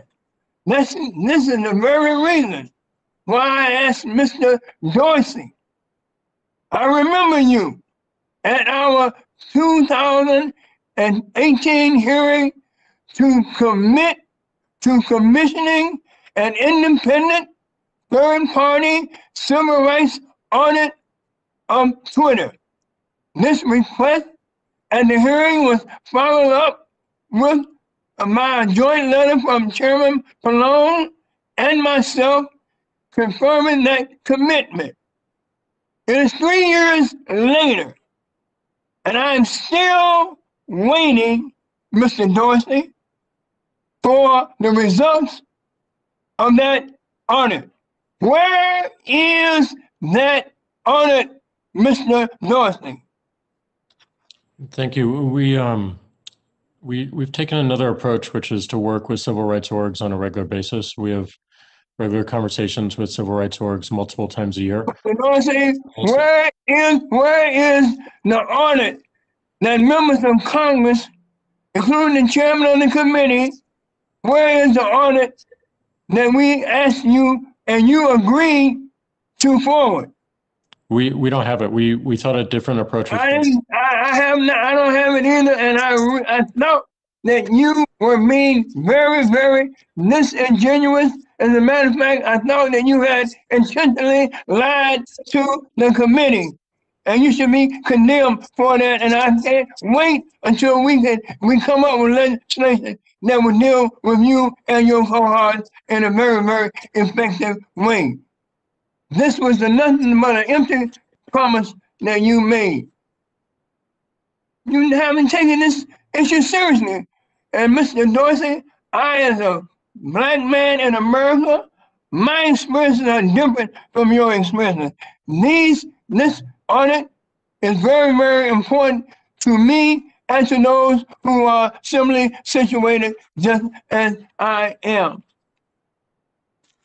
Facebook, to their credit, has completed an audit. And there's no reason, simply no reason under the sun that a corporation as large as yours should not have completed that audit. Mr. Dorsey, Has Twitter evaluated the disparate impact from COVID-19 vaccination misinformation that effect on the African American community? And secondly, has the company even attempted to identify methods to combat COVID-19 misinformation targeted at African Americans and amplify reliable, trustworthy vaccine information? Yes, on both. And we review with civil rights orgs directly on a regular basis. That is the solution we chose. Gentlemen's time has expired. Chair now recognizes Mr. Upton for 5 minutes. Thank you, Mr. Chairman. You know, as I listen to this hearing, like it or not, it sounds like everybody on both sides of the aisle is not very happy. I think we all believe that there is a lot of responsibility that should be shared for some of the issues that we've raised today by the three of you. And I would just offer or speculate, I guess you could say, that we're going to see some changes in section 230.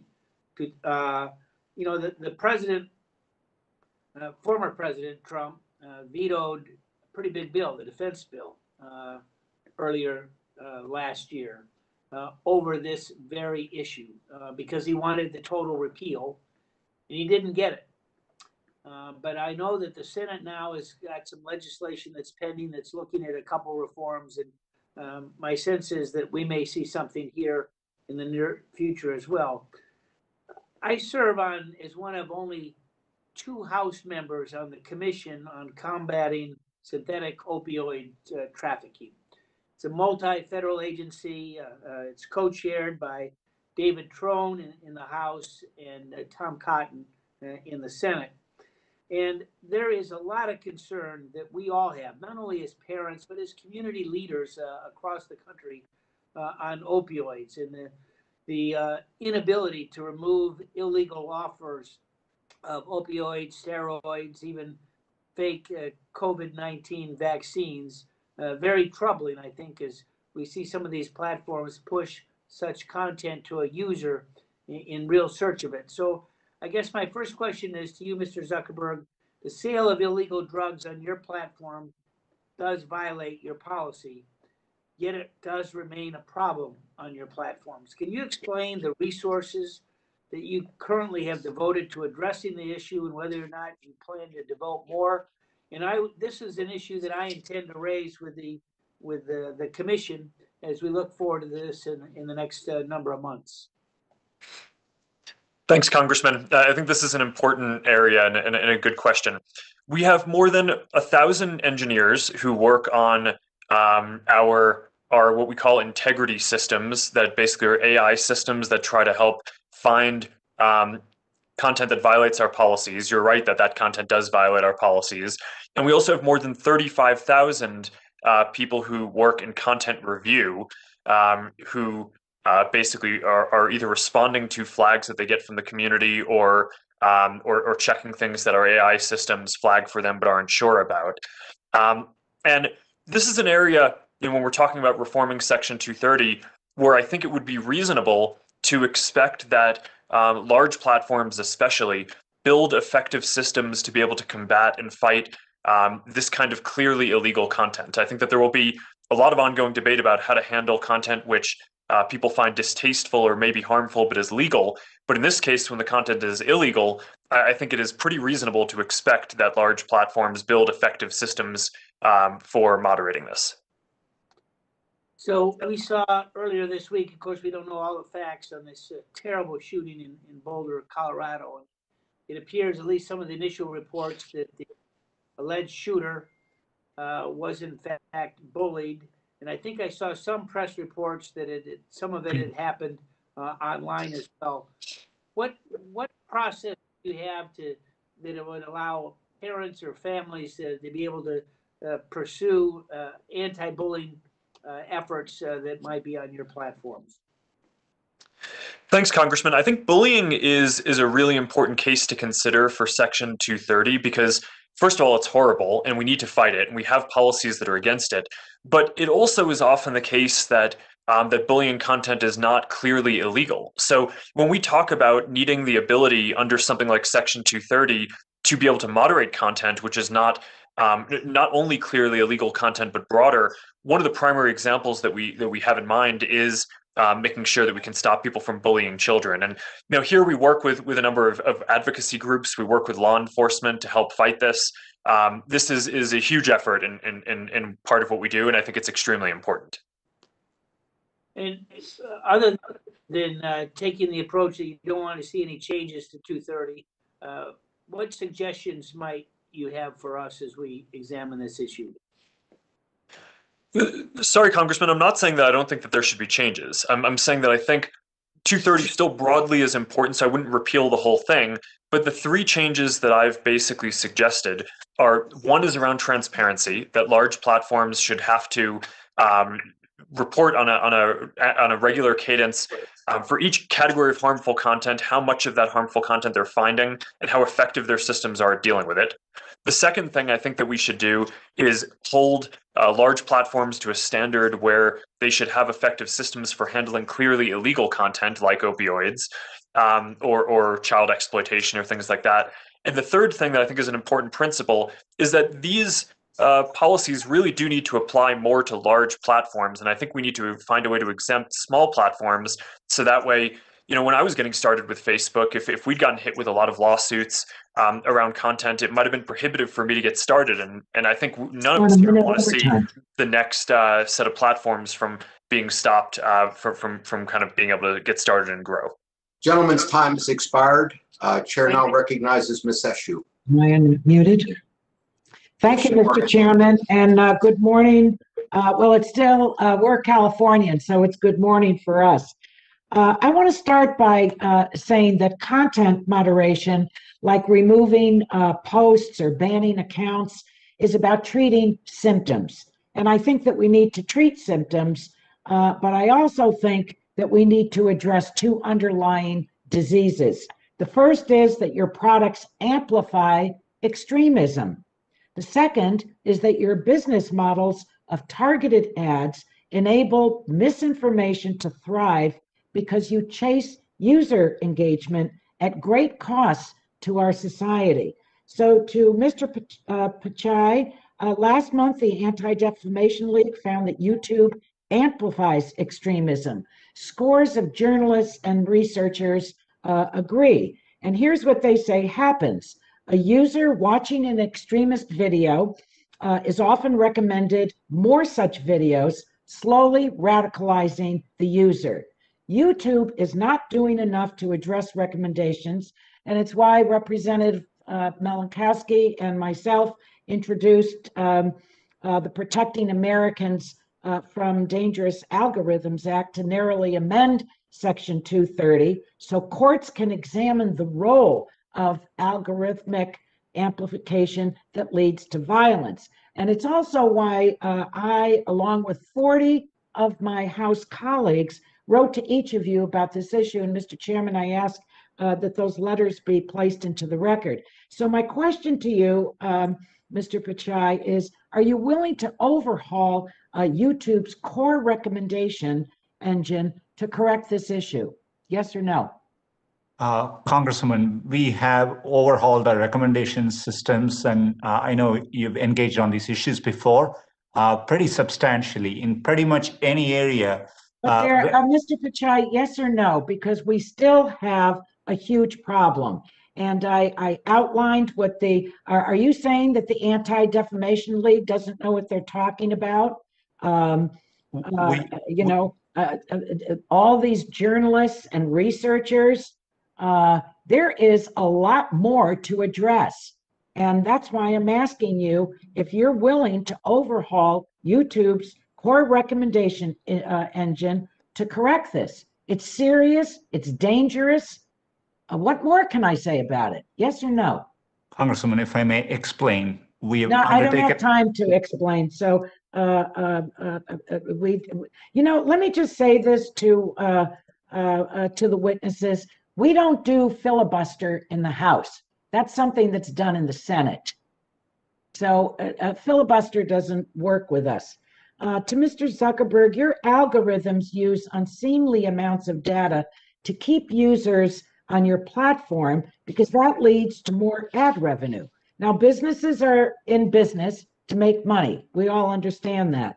But your model has a cost to society. The most engaging posts are often those that induce fear, anxiety, anger, and that includes deadly misinformation. The Center for Countering Digital Hate found that the Explore and suggested post parts of Instagram are littered with COVID misinformation, election disinformation, and QAnon posts. So this is dangerous, and it's why Representative Schakowsky and I are doing a bill that is going to ban this business model of surveillance advertising. So are you willing to redesign your products to eliminate your focus on addicting users to your platforms at all costs? Yes or no? Congresswoman, as I said before, the teams that design our algorithms, and especially let me just say this, and I think it's irritating all of us, and that is that no one seems to know the word yes or the word no. Which one is it? If you don't want to answer, just say, I don't want to answer. So yes or no? Congresswoman, these are nuanced issues. And okay, so I'm going to say that's a no. To Mr. Dorsey, as the chairwoman of the Health Subcommittee, I think that you need to eliminate all COVID misinformation and not label or reduce its spread, but remove it. I looked at a tweet this morning. Robert Kennedy Jr. Links the death of baseball legend Hank Aaron to the COVID vaccine, even though fact checkers debunked the story. The tweet has 9,000 retweets. Will you take this down, and why haven't you? And also, why haven't you banned the 12 accounts that are spewing its deadly COVID misinformation? This could cost lives. No, we won't take it down because it didn't violate our policy. So we have a clear policy in place. What kind of policy is that? Is it a policy for misinformation? No. Gentlelady's time has expired. Chair recognizes Mr. Scalise.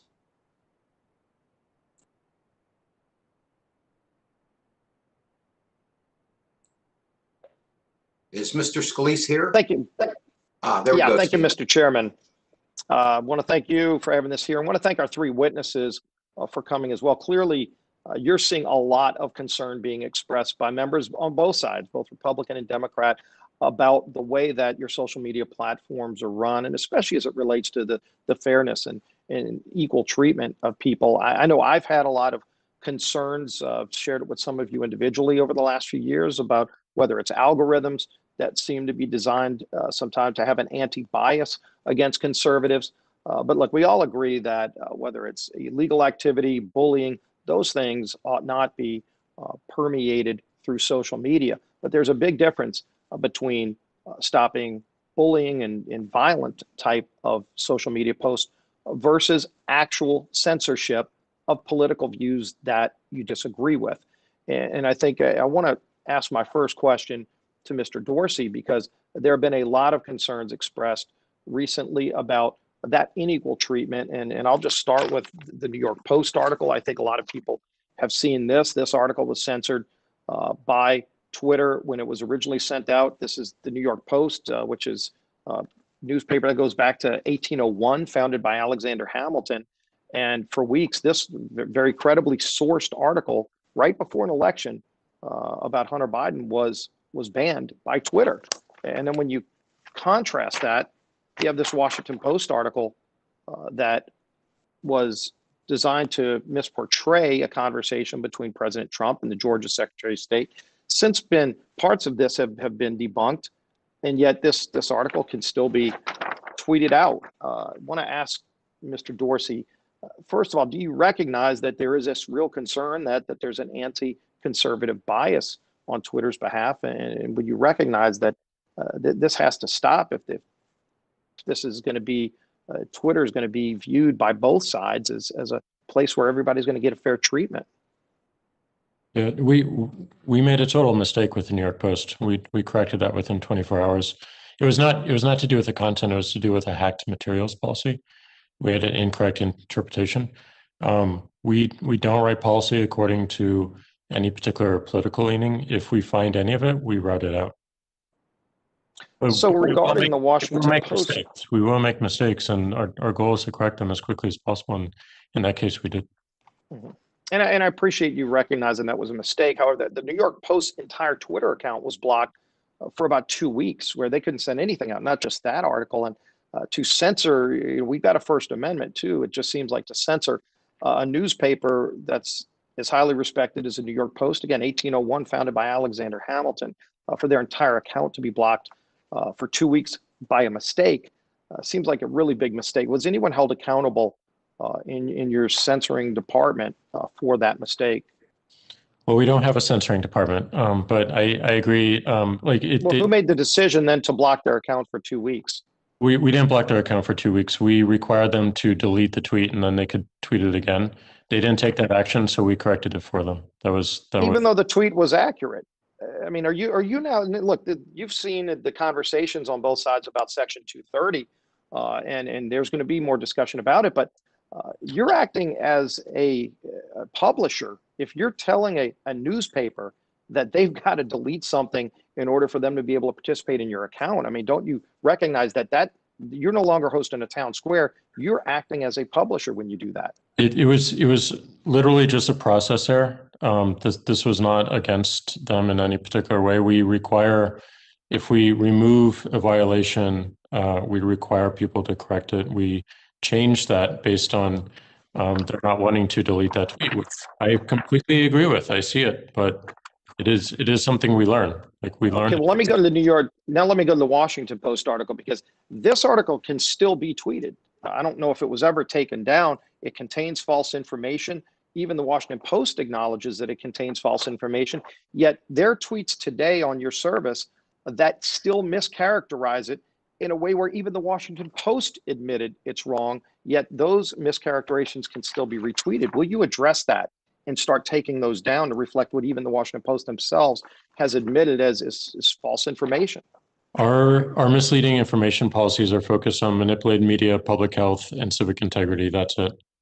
We don't have a general. Well, I would hope that you would go and take that down. And look, I know you said in your opening statement, Mr. Dorsey, that Twitter is running a business, and you said, quote, a business wants to grow its customer, the customers it serves. Just recognize, if you become viewed, continue to become viewed as an anti-conservatively biased platform, there will be other people that step up to compete and ultimately take millions of people away from Twitter. I would hope you recognize that, and I would yield back the balance of my time. Gentleman's time has expired. The chair now recognizes Mr. Butterfield for 5 minutes. Thank you, Mr. Chairman. Mr. Zuckerberg, last year, in response to the police killing of George Floyd, you wrote a post on your Facebook page that denounced racial bias.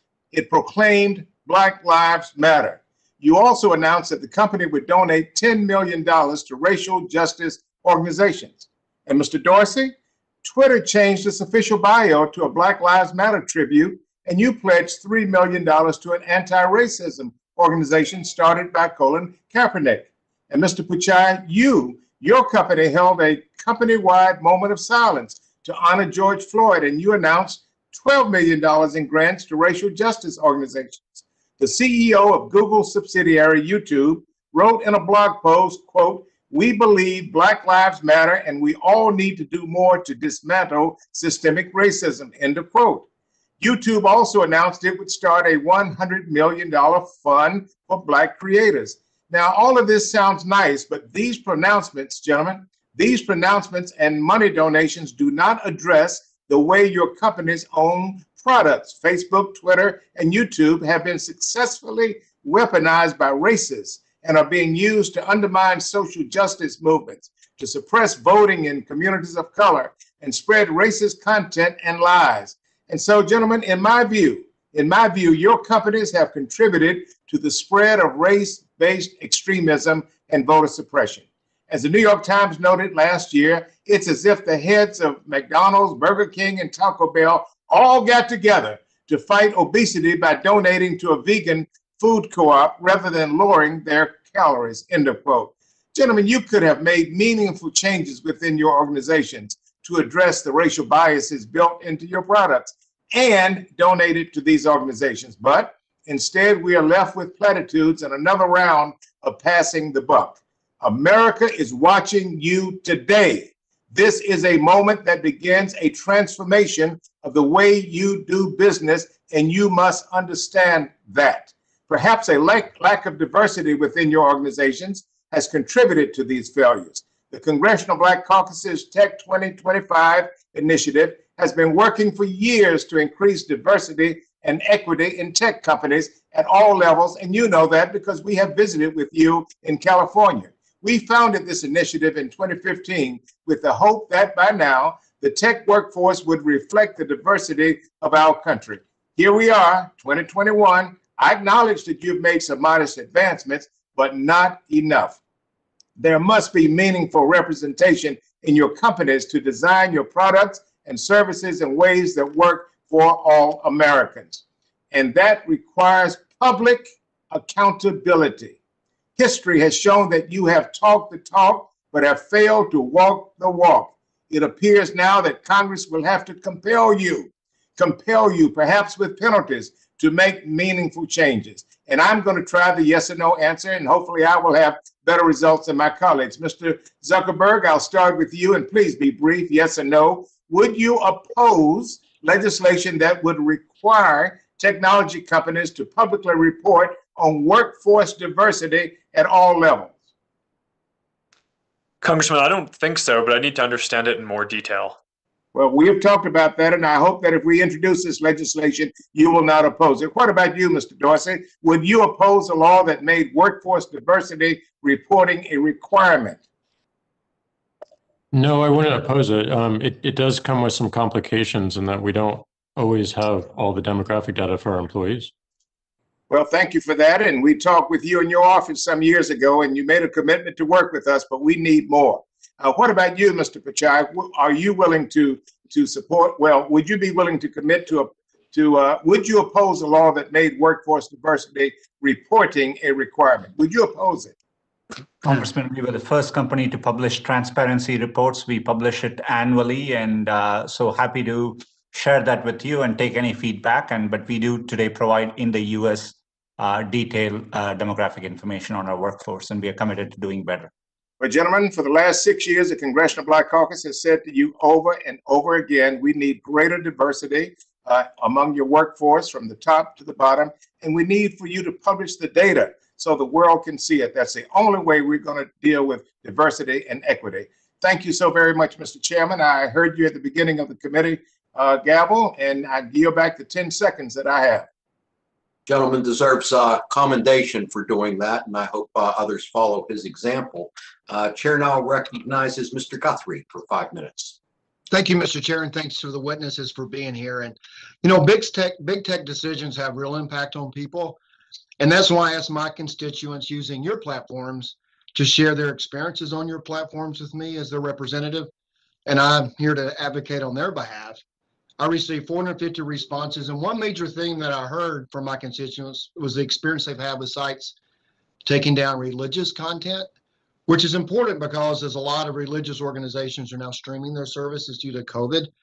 I did have one instance where a constituent wrote to me, quote, and this is what she posted: "I am thankful God's grace is new every morning." And then Facebook took it down. And then my constituent said she got a notice from Facebook that it violated their policies around hate. And so I just want to discuss about this. I could ask you yes or no questions, Mr. Zuckerberg, on that. But I just want to talk about it a little bit. One, it just seems, I know that we don't want extreme language on the internet. I'm with you on that. And you can't watch everything. And so you use algorithms to find that. So algorithms will flag things, some that are clearly obvious and some that you would say probably shouldn't have been flagged. But it seems to me that it seems to be biased in that direction. And so instead of just giving you a yes or no question, I want to read that quote again. And I sort of know a little bit about math, not a lot, but a little bit about within that quote, what in there would get tripped up, and would this quote get tripped up and put into the flag category? And as it says, I am thankful God's grace is new every morning. And so I guess the question is, what word or thought do you think would trip an algorithm for that quote, Mr. Zuckerberg? Congressman, it is not clear to me why that post would be a problem. I would need to look into it in more detail. Sometimes the systems look at patterns of posting. So if someone is posting a lot, then maybe our system thinks it's spam, but I would need to look into it in more detail. Overall, I mean, the reality is that any system is going to make mistakes. There's going to be content that we take down that we should have left up, and there's going to be content that we missed that we should have taken down that we didn't catch, or that the system's made a mistake on. And at scale, unfortunately, those mistakes can be a large number, even if it's a very small percent. But I think that's why when we're talking about things like Section 230 reform, I think it is reasonable to expect large companies to have effective moderation systems, but not reasonable to expect that there are never any errors. But I think that transparency can help hold the companies accountable as to what accuracy and effectiveness they're achieving.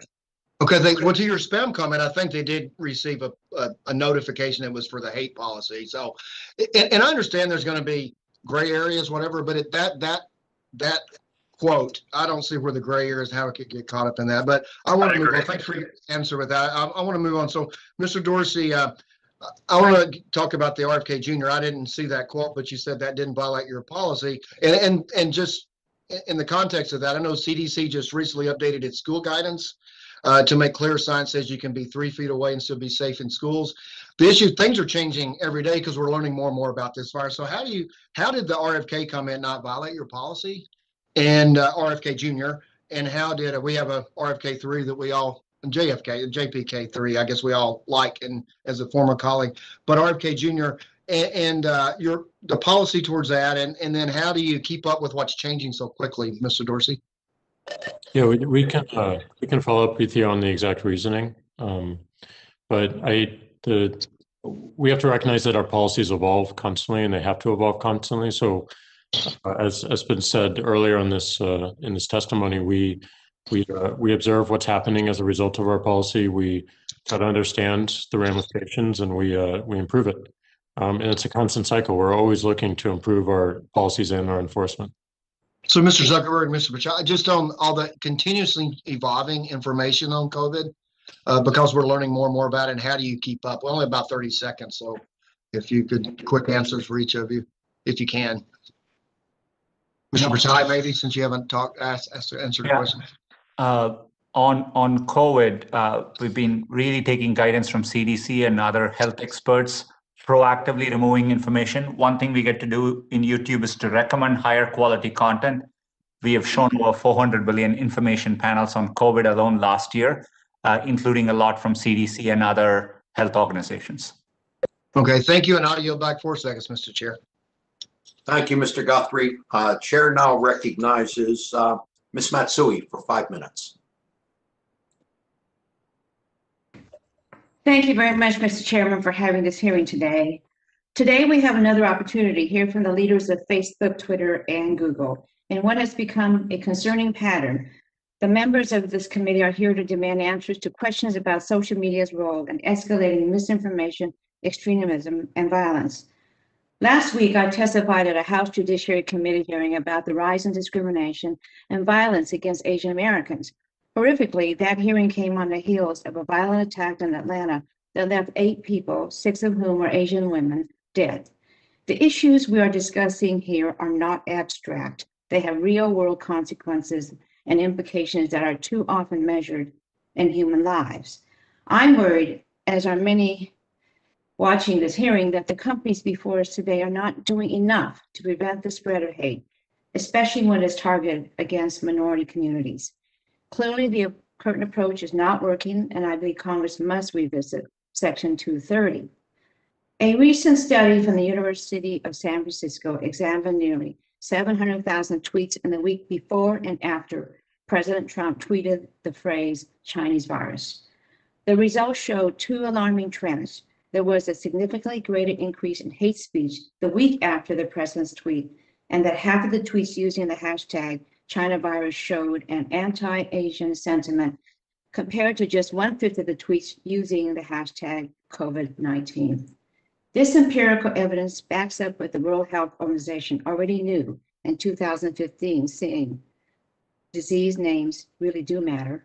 We've seen certain disease names provoke a backlash against members of particularly religious or ethnic communities. Despite this, Facebook and Twitter are still allowing hashtags like China virus, Kung flu, and Wuhan virus to spread. Mr. Zuckerberg and Mr. Dorsey, given the clear association between this type of language and racism and violence, why do you still allow these hashtags on your platforms? Anyone answer that, or is that not answerable? I think we're waiting for you to call on one of us. We do have policies against hateful conduct, and that includes the trends.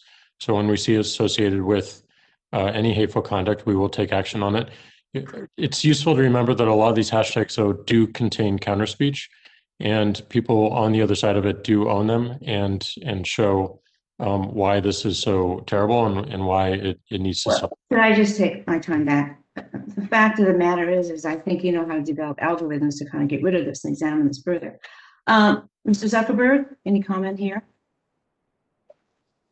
Thanks, Congresswoman. The rise in anti-Asian hate is a really big issue and something that I do think that we need to be proactive about. I agree with the comments that Jack made on this. Any on Facebook, any of that context, if it's combined with something that's clearly hateful, we will take that down. It violates the hate speech policy. But one of the nuances that Jack highlighted that we certainly see as well in enforcing hate speech policies is that we need to be clear about when someone is saying something because they're using it in a hateful way versus when they're denouncing it. And this is one of the things that has made it more difficult to operationalize this at scale. An opportunity to really look at hate speech, what it really means, particularly in this day and age when we have many instances of these things happening. Hate speech on social media can be baked in. And unfortunately, this also is a trend that maybe happened years and years ago, in which it might have just been a latent situation. But with social media, it travels all around the world and it hurts a lot of people. And my feeling, and I believe a lot of other people's feeling, is that we really have to look at how we define hate speech. And, you all are very brilliant people and you hire brilliant people. I would think that there is a way for you to examine this further and take it one step lower to see if it is something that is legitimate or not. And I really feel that this is a time, especially now when we're examining platforms and what you can do and should do. And as we're examining here in this committee, and as we write legislation, we really want to have the entire multitude of what can and can't be done. So with that, Mr. Chairman, I only have 11 seconds left and I yield back. Thank you. Thank you. Gentlelady yields back. Let's see. The chair now recognizes Mr. Kinzinger for 5 minutes. Thank you, Mr. Chairman, and thank you all for being here. In all this conversation, it's good to have. I think we also have to recognize that we're lucky to have all these companies located in the United States. When we talked about the issues and concerns, for instance, with TikTok, we can see that a lot of these companies could easily leave here and go elsewhere, and then we would have far less oversight. I think the crackdown on January 6th was correct. I think we need to be careful to not use that as a way to deflect from, what led to January 6th, pushing of this narrative of stop the steal. I think there are folks that are concerned, though, that we also need to make sure that those same levels of protection exist when you talk about like Iran, for instance, and what the leaders there tweet. But let me go into specific questions. So over the years, we've obviously seen the rise of disinformation. It's not new. I remember getting disinformation in the 90s, but we've seen it spread on these platforms. So we live in a digital world where many people get their news and entertainment from the internet, from articles and posts that are often based off algorithms that can cater to what people see and read. So with those constant news feeds that simply reinforce people's beliefs, or worse, that they can promote disgraceful and utterly ridiculous conspiracy theories from groups like QAnon, extremism and violence have grown exponentially as a result. And we know it's true specifically after January 6th. So, Mr. Zuckerberg, let me ask you, according to Haney Fareed at Berkeley, numerous external studies and some of your own internal studies have revealed that your algorithms are actively promoting divisive, hateful, and conspiratorial content because it engages users to spend more time. Do you think those studies are wrong? And if not, what are you guys doing to reverse course on that? Sure. Thank you, Congressman. This is an important set of topics. In terms of groups, we stopped recommending all civic and political groups, even though I think a lot of the civic and political groups are healthy, because we were seeing that was one vector that there might be polarization or extremism, and groups might start off with one set of views, but migrate to another place. So we removed that completely, and we did it first as an exceptional measure during the election, and since the election, we've announced that we're going to extend that policy indefinitely. For the rest of the content in newsfeed and on Instagram, the main thing that I'd say is I do think that there's quite a bit of misperception about how our algorithms work and what we optimize for. I've heard a lot of people say that we're optimizing for keeping people on the service. The way that we view this is that we are trying to help people have meaningful social interactions. People come to social networks to be able to connect with people. If we deliver that value, then it will be natural that people use our services more. But that's very different from setting up algorithms in order to just kind of try to tweak and optimize and get people to spend every last minute on our service, which is not how we design the company or the services. Thanks. I don't mean to interrupt you. I do have another question. Mr. Chairman, I want to ask unanimous consent to insert into the record an article from the Wall Street Journal titled "Facebook Executives Shut Down Efforts to Make the Site Less Divisive." Let me move on to the next one. For years, I've called for increased consumer protection from companies on fake accounts and bad actors who use them to exploit others. This issue affected me personally. In 2015, a woman from India spent all of her money on a flight to come see me because she claimed to have developed a relationship with me over Facebook. In 2019, I sent you, Mr. Zuckerberg, a letter highlighting the issue, and your team provided a relatively inadequate response. Since then, I've introduced this two pieces of legislation: Social Media Accountability and Account Verification Act, and the Social Media Fraud Mitigation Act, both of which aim to curb this activity. So, Mr. Zuckerberg, the last time you came before us, you stated that Facebook has a responsibility to protect its users. Do you feel that your company is living up to that? And further, what have you done to remove those fake accounts? Thanks. So fake accounts are one of the bigger integrity issues that we face. I think in the first half in the last half of last year, I think we took down more than 1 billion fake accounts, just to give you a sense of the volume, although most of those our systems are able to identify within seconds or minutes of them signing up, because the accounts just don't behave in a way that a normal person would in using the service. But this is certainly one of the highest priority issues we have. We see a large prevalence of it. Our systems, I think at this point, are pretty effective in fighting it, but they're not perfect, and there are still a few percent that get through, and it's a big issue and one that we'll continue working on. Thank you. I'd love to ask the others the question, but I don't have time, so I yield back, Mr. Chairman. Thank you for your attention. I thank the gentleman. The chair now recognizes Ms. Castor for 5 minutes. Well, thank you, Mr. Chairman. Gentlemen, since you were last here in front of the committee, the illegal activity, the incessant surveillance of unwitting Americans, the rampant misinformation on your platforms have gotten worse.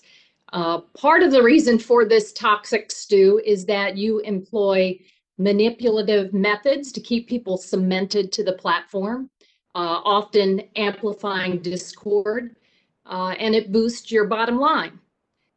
You enjoy an outdated liability shield that incentivizes you to look the other way or take half measures, while you make billions at the expense of our kids, our health, the truth, and now we've seen the very foundation of our democracy.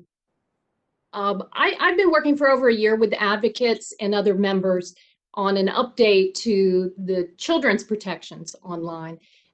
You all know that tracking and manipulation of children under age 13 is against the law. but Facebook, Google, YouTube, and other platforms have broken that law or have found ways around it.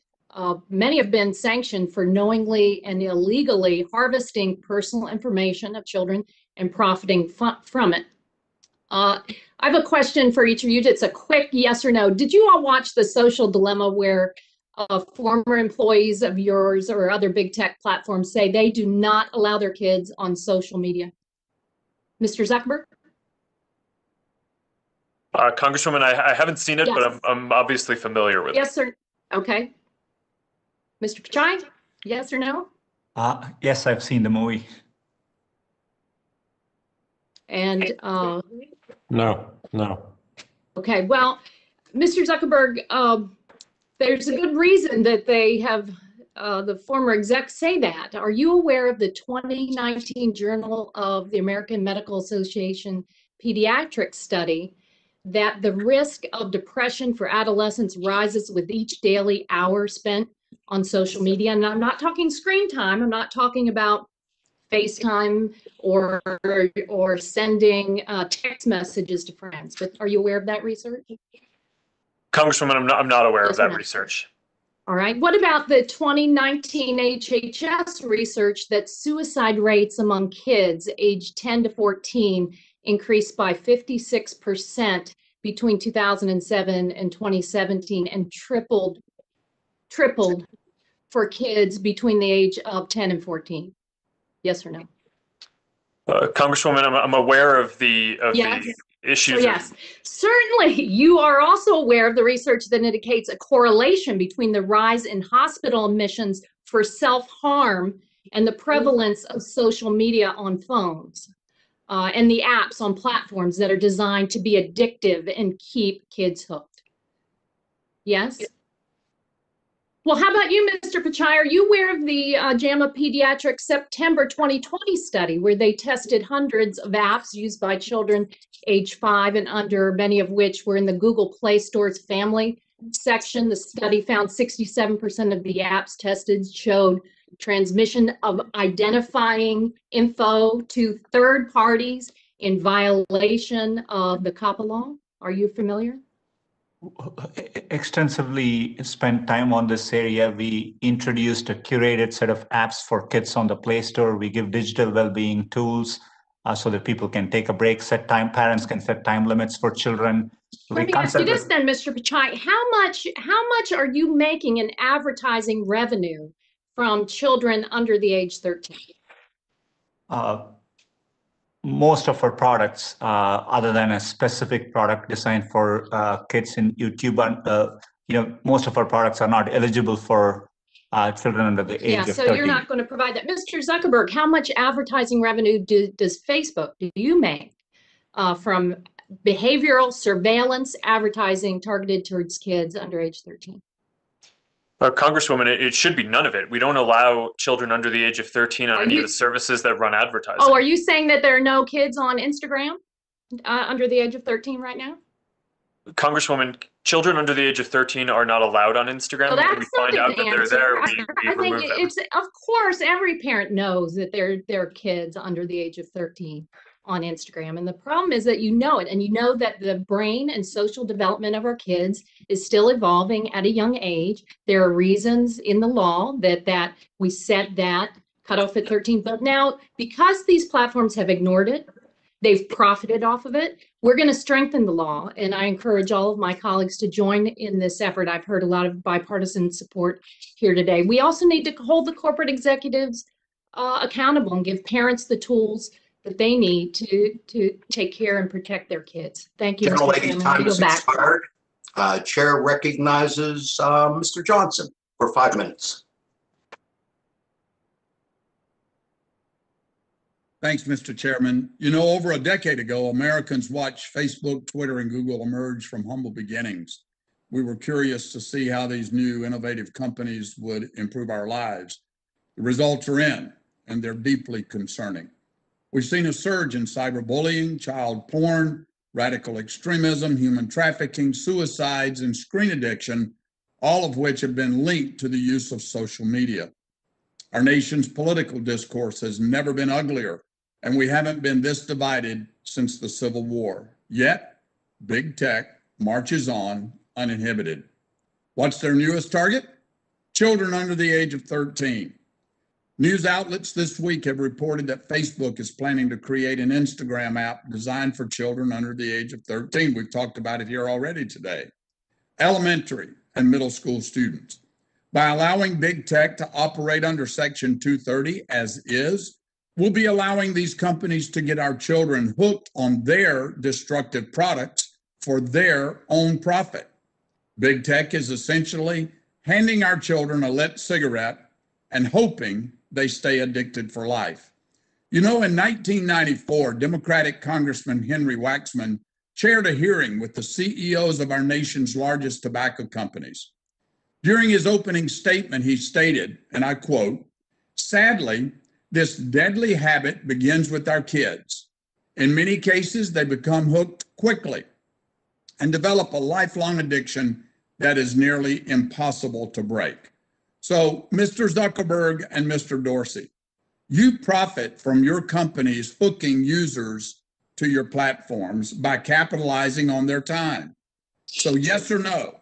Do you agree that you make money off of creating an addiction to your platforms, Mr. Zuckerberg? Congressman, no, I don't agree with that. Thank what you. we do Thank is you. That's what I needed, a yes or a no, because you do. Mr. Dorsey? No. Okay. All right. Let me go on. Mr. Chairman Waxman went on to say, and I quote, "For decades, the tobacco companies have been exempt from the standards of responsibility and accountability that apply to all other American corporations. Companies that sell aspirin, cars, and soda are all held to strict standards when they cause harm, and that we demand that when problems occur, corporations and their senior executives be accountable to Congress and the public. This hearing marks the beginning of a new relationship between Congress and the tobacco companies." That's what Chairman Waxman said in 1994. So for all three of you, Mr. Zuckerberg, Mr. Dorsey, and Mr. Pichai, do you agree that as the CEOs of major tech companies, you should be held accountable to Congress and the public? Mr. Zuckerberg. Congressman, I think we are accountable to Congress and to the public. Do you think you should be held accountable? I'm not sure. I'm sure I understand what you mean, but I think so. Question. Should you be held accountable to Congress and the public for the way you run your business? Yes, and we are. Okay. All right. Thank you. Mr. Dorsey? Yes, accountable to the public. Okay. Well, no, I said accountable to Congress and the public. We represent the public. So you agree? Yes. Okay. Thank you. Mr. Pichai? Yes, I'm here today because I'm accountable to Congress and members of the public. Okay, great. Well, gentlemen, let me tell you this, and I think I've heard it mentioned by several of my other colleagues. There's a lot of smugness among you. There's this air of untouchableness in your responses to many of the tough questions that you're being asked. So let me tell you all this. All of these concerns that Chairman Waxman stated in 1994 about big tobacco apply to my concerns about big tech today, about your companies. It is now public knowledge that former Facebook executives have admitted that they use the tobacco industry's playbook for addictive products. And while this is not your first hearing in front of Congress, I can assure you that this hearing marks a new relationship between all of us here today. There will be accountability. Mr. Chairman, I yield back. I thank the gentleman. He yields back. The chair now recognizes Mr. McNerney for 5 minutes. Well, I thank the chair for organizing this hearing, and I thank the participants. This is a lot of work on your behalf and a long day for you. I appreciate that. You're all aware that your platforms are behemoths and that the Americans are demanding that we step in and rein in your platforms, both in terms of how you handle our data and how your platforms handle disinformation that causes real harm to Americans and to the democracy itself. I understand the tension you have between maximizing your profits by engaging to your platforms on the one hand, and by the need to address disinformation and real harm it causes on the other hand. Your unwillingness to unambiguously commit to enforcing your own policies and removing the 12 most egregious spreaders of vaccine disinformation from your platforms gets right at what I'm concerned about. Disinformation is a strong driver for engagement, and consequently, you too often don't act, even though we know you have the resources to do that. There are real harms associated with this. And my questions, I hope I don't appear to be rude, but when I ask for a yes or no question, I will insist on a yes or no answer. Mr. Zuckerberg, yes or no, do you acknowledge that there is disinformation being spread on your platform?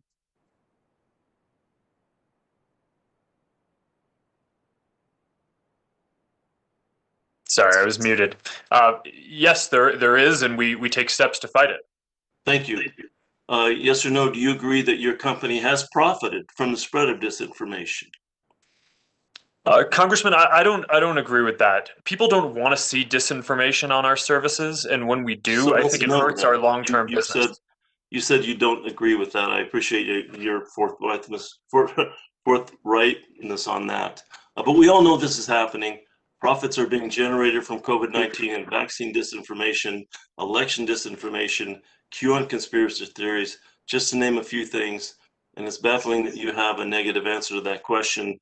Approximately, well, let's move on to the next issue. Mr. Zuckerberg, you talk a lot about relying on third-party fact checkers to combat the spread of disinformation, but you tell us very little about the process. I wrote you a letter nearly 2 years ago asking about it, and you failed to answer my question. I asked this question again when an executive from your company testified last year, and she failed to answer it. I'd like to get an answer today.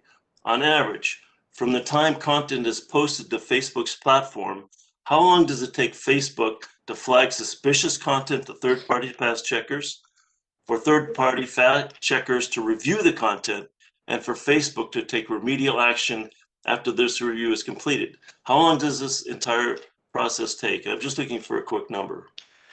Congressman, it can vary. If an AI system identifies something immediately, it can be within seconds. If we have to wait for people to report it to us and have human review, it can take hours or days.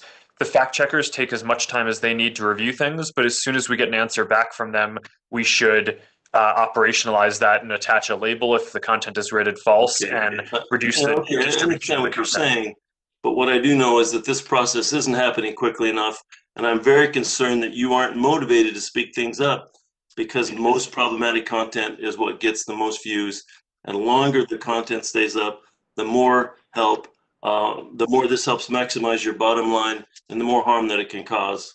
It's clear that you aren't going to make these changes on your own. This is a question for all of the participants, panelists.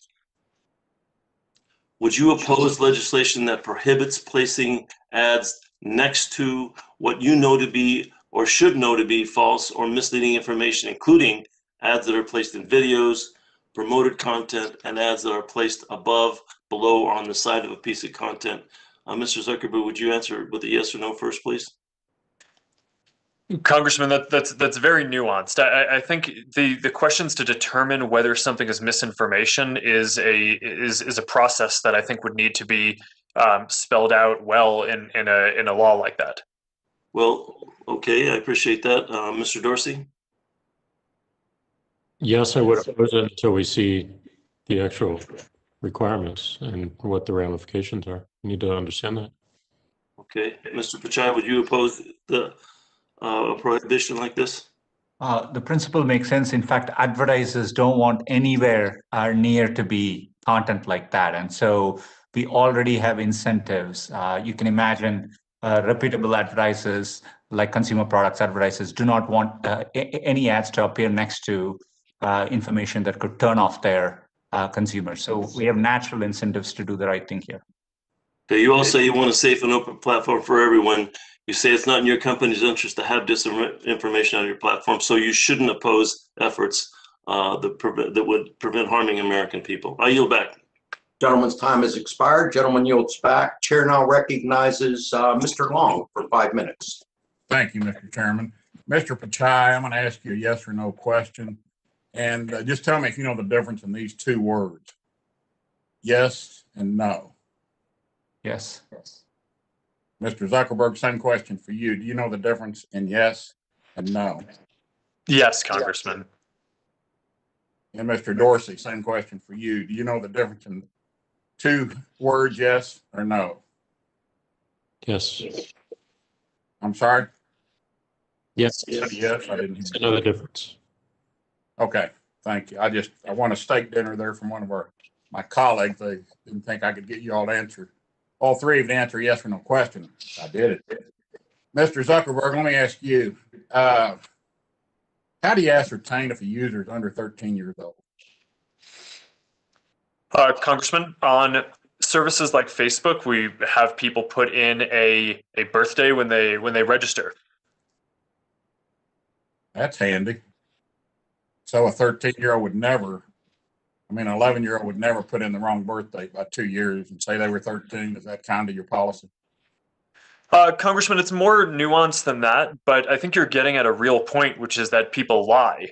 And we have additional systems that try to determine what someone's age might be. So if we detect that someone might be under the age of 13, even if they lied, we kick them off.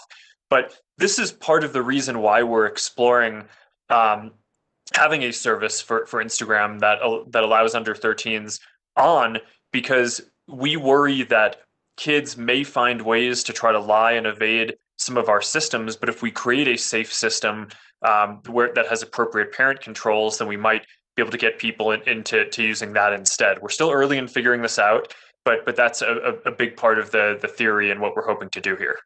But currently, they're not allowed to use Instagram, correct? That's correct. Our policies do not allow people under the age of 13 to use it.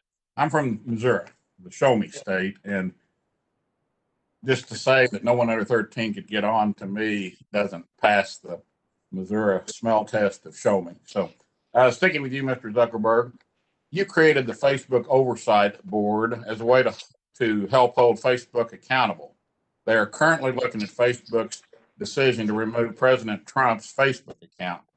If the Oversight Board determines that Facebook should have left President Trump's account up, what will you do?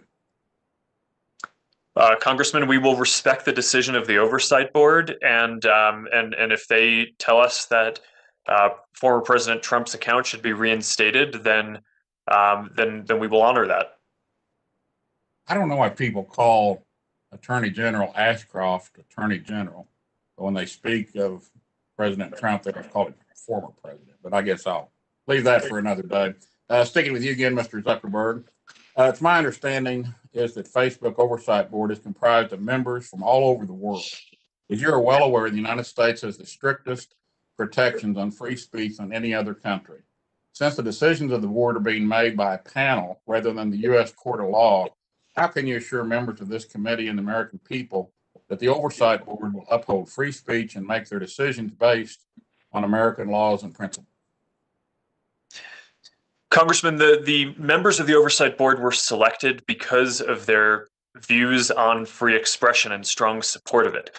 That's why we created the Oversight Board, to help us defend these principles and to help us balance the different aspects of human rights, including free expression. But each of the people on the Oversight Board was selected because of a strong commitment to free expression. And I think the decisions that the Oversight Board has made so far reflect that.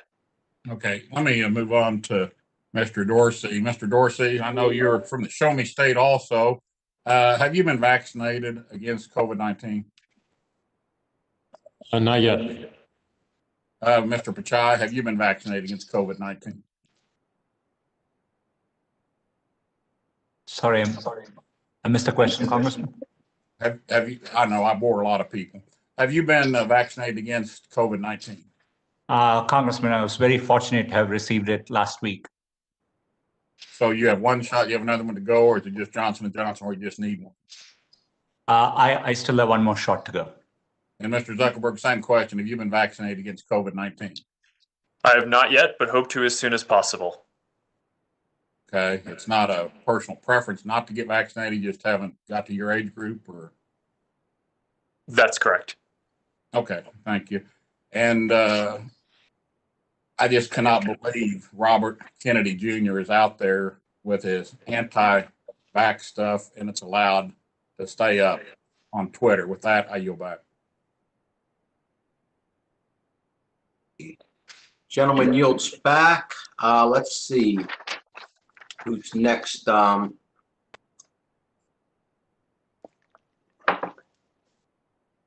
don't see a name. Can staff show us who's next? Mr. Welsh, you're recognized for 5 minutes. Thank you, Mr. Chairman. What we're hearing from both sides of the aisle are enormous concerns about some of the consequences of the development of social media, the algorithmic amplification of disinformation, election interference, privacy issues, the destruction of local news, and also some competition issues. And I have listened carefully, and each of the executives has said that your companies are attempting to face these issues. But a concern I have is whether, when the public interest is so affected by these decisions and by these developments, ultimately, should these decisions be made by private executives who are accountable to shareholders, or should they be made by elected representatives accountable to voters? So I really have two questions that I'd like each of you, starting with Mr. Zuckerberg and then Mr. Pichai and then Mr. Dorsey, to address. First, do you agree that many of these decisions that are about matters that so profoundly affect the public interest, should they be made exclusively by private actors like yourselves who have responsibilities for these major enterprises? And secondly, as a way forward to help us resolve these issues or work with them, would you support the creation by Congress of a public agency, one like the Federal Trade Commission or the Securities and Exchange Commission, one that had staff that's expert in policy and technology, it has rulemaking and enforcement authority, to be an ongoing representative of the public to address these emerging issues? Mr. Zuckerberg. Congressman, I agree with what you're saying, and I've said a number of times that I think that private companies should not be making so many decisions alone that have to balance these complicated social and public equities. And I think that the solution that you're talking about could be very effective and positive for helping out, because what we've seen in different countries is around the world is there are lots of different public equities at stake here: free expression, safety, privacy, competition, and these things trade off against each other. And I think a lot of these questions and the reason why people get upset at the companies, I don't think it's necessarily because the companies are negligent. I think it's because these are complex trade-offs between these different equities. And if you pardon my interruption, but I want to go to Mr. Pichai, but thank you, Mr. Zuckerberg. Congressman, if your question is, I just want to make sure, are you asking about whether there should be another agency? I defer to Congress on that. We are definitely subject to a variety of statutes and oversight by agencies like FTC. We have consent decree agreements with FCC, and we engage with these agencies regularly. But do you believe that it should be up to the public as opposed to private interests to be making decisions about these public effects? We definitely think areas where there could be clear legislation informed by the public, I think that definitely is a better approach. I would say the nature of content is so fast changing and so dynamic. You know, we spend a lot of area hiring experts, consult with third parties, and that expertise is needed, I think, based on the nature and of that's the problem we have in Congress, because an issue pops up and there's no way we can keep up with it. You all can barely keep up with it yourself. Mr. Dorsey, your view on those two questions, please. Yes, I don't think the decision should be made by private companies or the government, which is why we're suggesting a protocol approach to help the people make the decisions themselves, have more control themselves. So does that mean that the creation of an agency that would be intended to address many of these tech issues that are emerging is something you'd oppose or not? Well, I always have an open mind. I want to see the details of what that means and how it works in practice. Well, of course, but the heart of it is creating an entity that has to address these questions of algorithmic transparency, of algorithmic amplification, of hate speech, of disinformation, of competition, and to have an agency that's dedicated to that, much like the Security Exchange Commission was designed to stop the rampant abuse on Wall Street in the 30s. A public sector entity that is doing this, not just leaving it to private companies. I do think there should be more regulation around the primitives of AI, but we focus a lot of our conversations right now on the outcomes of it. I don't think we're looking enough at the primitives. Thank you. I yield back.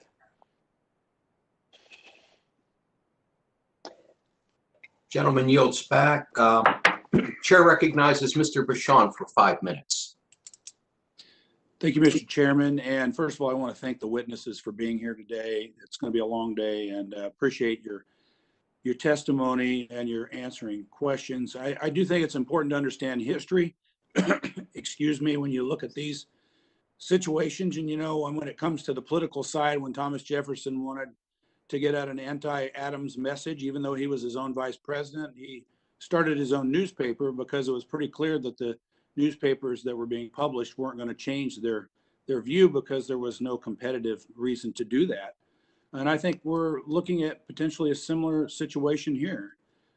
Without competition, things don't change. I mean, it'd be interesting to know the conversations with John D. Rockefeller in the early 1900s, prior to the breakup of Standard Oil in 1911, and then of course AT&T in 1982. So I understand that these are businesses, they're publicly held companies. I respect that. I understand that. I'm a capitalist. That said, these situations are a little different, I think, because there's some social responsibility here. And I appreciate your answers that your companies are doing what you believe are necessary. But so I want to add, I'm going to take the antitrust angle here. And Mr. Pichai, what do you think? What's the situation when you have Google? 92% of the searches are Google. You basically can't get on the internet without some sort of Google service. What do you think? What do you think is going to happen? What do you think we should do about that?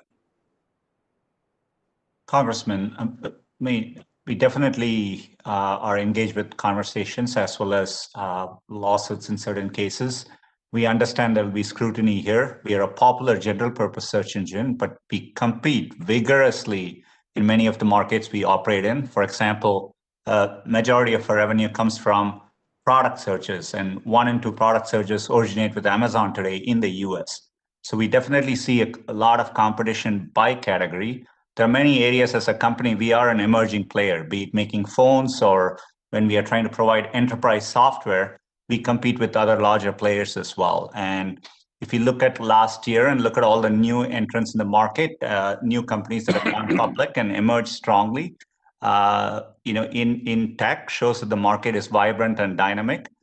As Google, we have invested in many startups. Googlers have started former Google employees have started over 2,000 companies in the past 15 years. And so, I see a highly dynamic, vibrant, competitive tech sector, and we are committed to doing our part. Okay, fair enough. Mr. Zuckerberg, do you have some comments on that subject?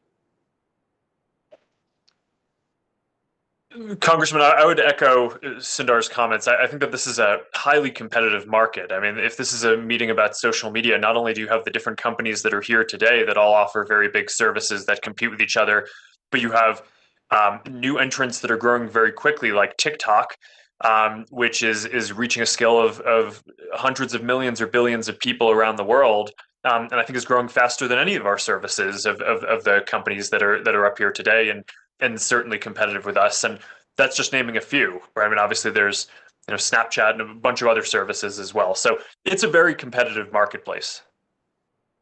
Do you think, and I'll ask you this, Mr. Zuckerberg, I think you've commented that some of the privacy things that maybe the Europeans did would kind of solidify your dominance as a company.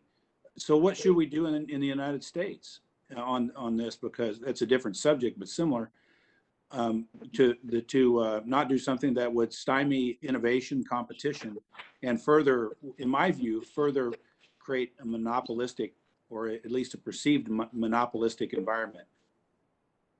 Well, Congressman, I do think that the U.S. should have federal privacy legislation because I think we need a national standard, and I think having a standard that is across the country that's as harmonized with standards in other places would actually create clearer expectations of industry and make it better for everyone. But I think the point that you're making is a really important one, which is if we ask companies to lock down data, then that to some degree can be at odds with asking them to open up data to enable whether it's academic research or competition. So I think that when we're writing this privacy regulation, we just should be aware of the interaction between our principles on privacy and our principles on competition.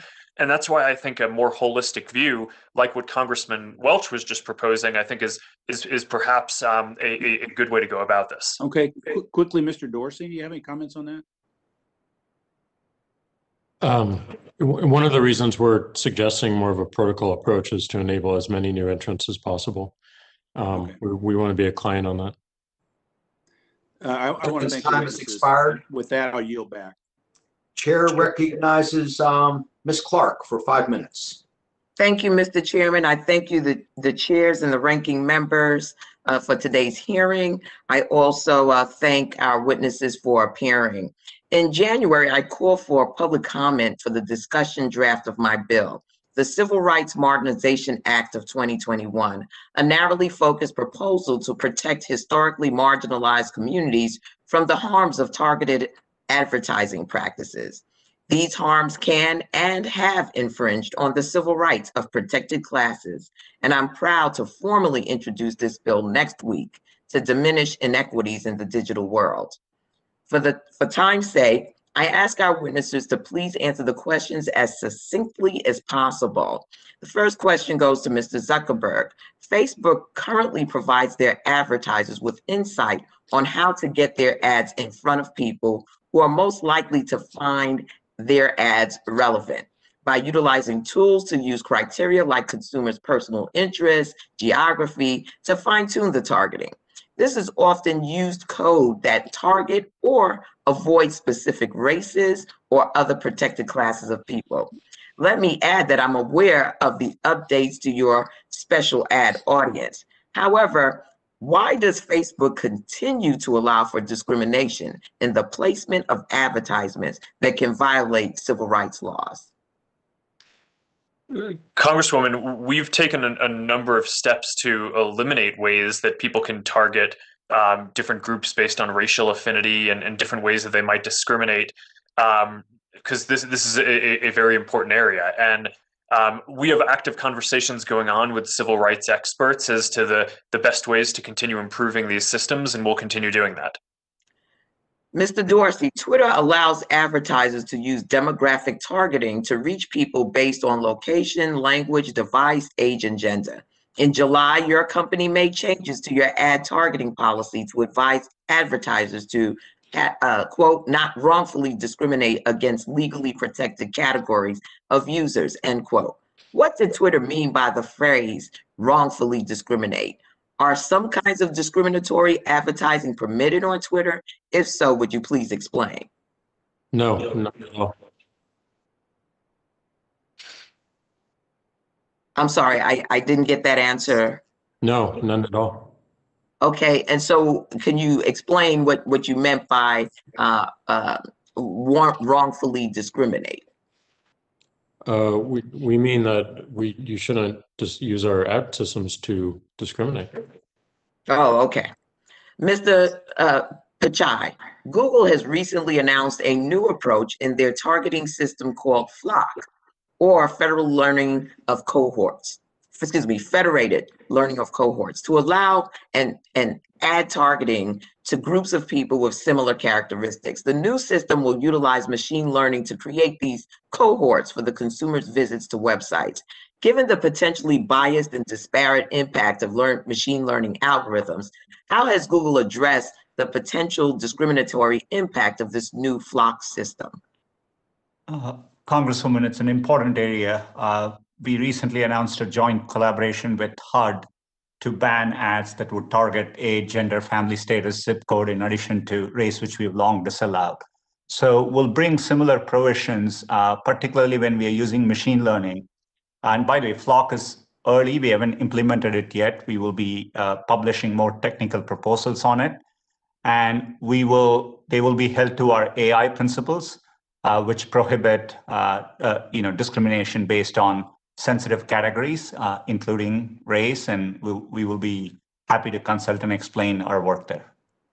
I appreciate that. Gentlemen, I just want you to be aware that the longer we delay in this, the more that these systems that you have created bake discrimination into these algorithms. I think that is critical that you get in there and that you do what is in the best interest of the public of the United States of America and undo a lot of the harm that has been created with the bias that has been baked into your systems. With that, Mr. Chairman, I yield back 23 seconds, and I thank you for this opportunity. And I thank the gentlelady for that. The chair now recognizes Mr. Wahlberg for 5 minutes. Thank you, Mr. Chair, and thanks to the panel for being here. What I've listened to so far today, I'd have to say that based upon what many of us in Congress say about the best legislation, when both sides don't like it, it's probably good. And you've certainly hit that today.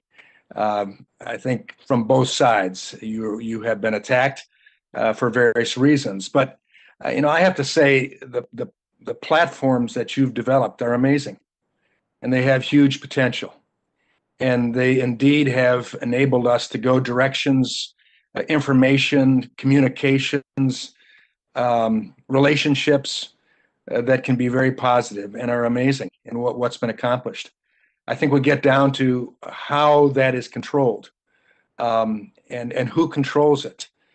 Going back to our foundations as our country, it was our second president, John Adams, who said that our Constitution was meant for a moral and religious people and is wholly inadequate for any other. I think we're seeing a lot of the problems that you're frustrated with as a result of parents and families, churches, schools that aren't taking the primary responsibility. I get that. So it comes down to the choice that's left for the people is really between conscience and the constable. We're either going to have a conscience that self-controls, and as you've said, Mr. Zuckerberg, in fact, what you said, I wouldn't mind my 3- and 5-year-old granddaughters coming to your house. I'm not asking for the invitation, but I think they'd be safe there relative to the online capabilities from what you said. But that's conscience versus constable. But what I've heard today is that there will be some constable. And I'm not sure that we'll have success in moving forward. So I guess, Mr. Chairman, unfortunately, we've been here before. We've been here many times. A few years ago, when Mr. Zuckerberg was here before this committee, I held up a Facebook post by a state senator in Michigan whose post was simply announcing his candidacy as a Republican for elected office, and yet it was censored as shocking and disrespectful or sensational in content. Just a few months ago, I posted my resolution that would add teachers to the vaccine priority list on Twitter, and it was labeled as, quote, sensitive content and encouraged to be changed. Well, hiding behind Section 230, all of you have denied that there's any bias or an inequitable handling of content on your platforms.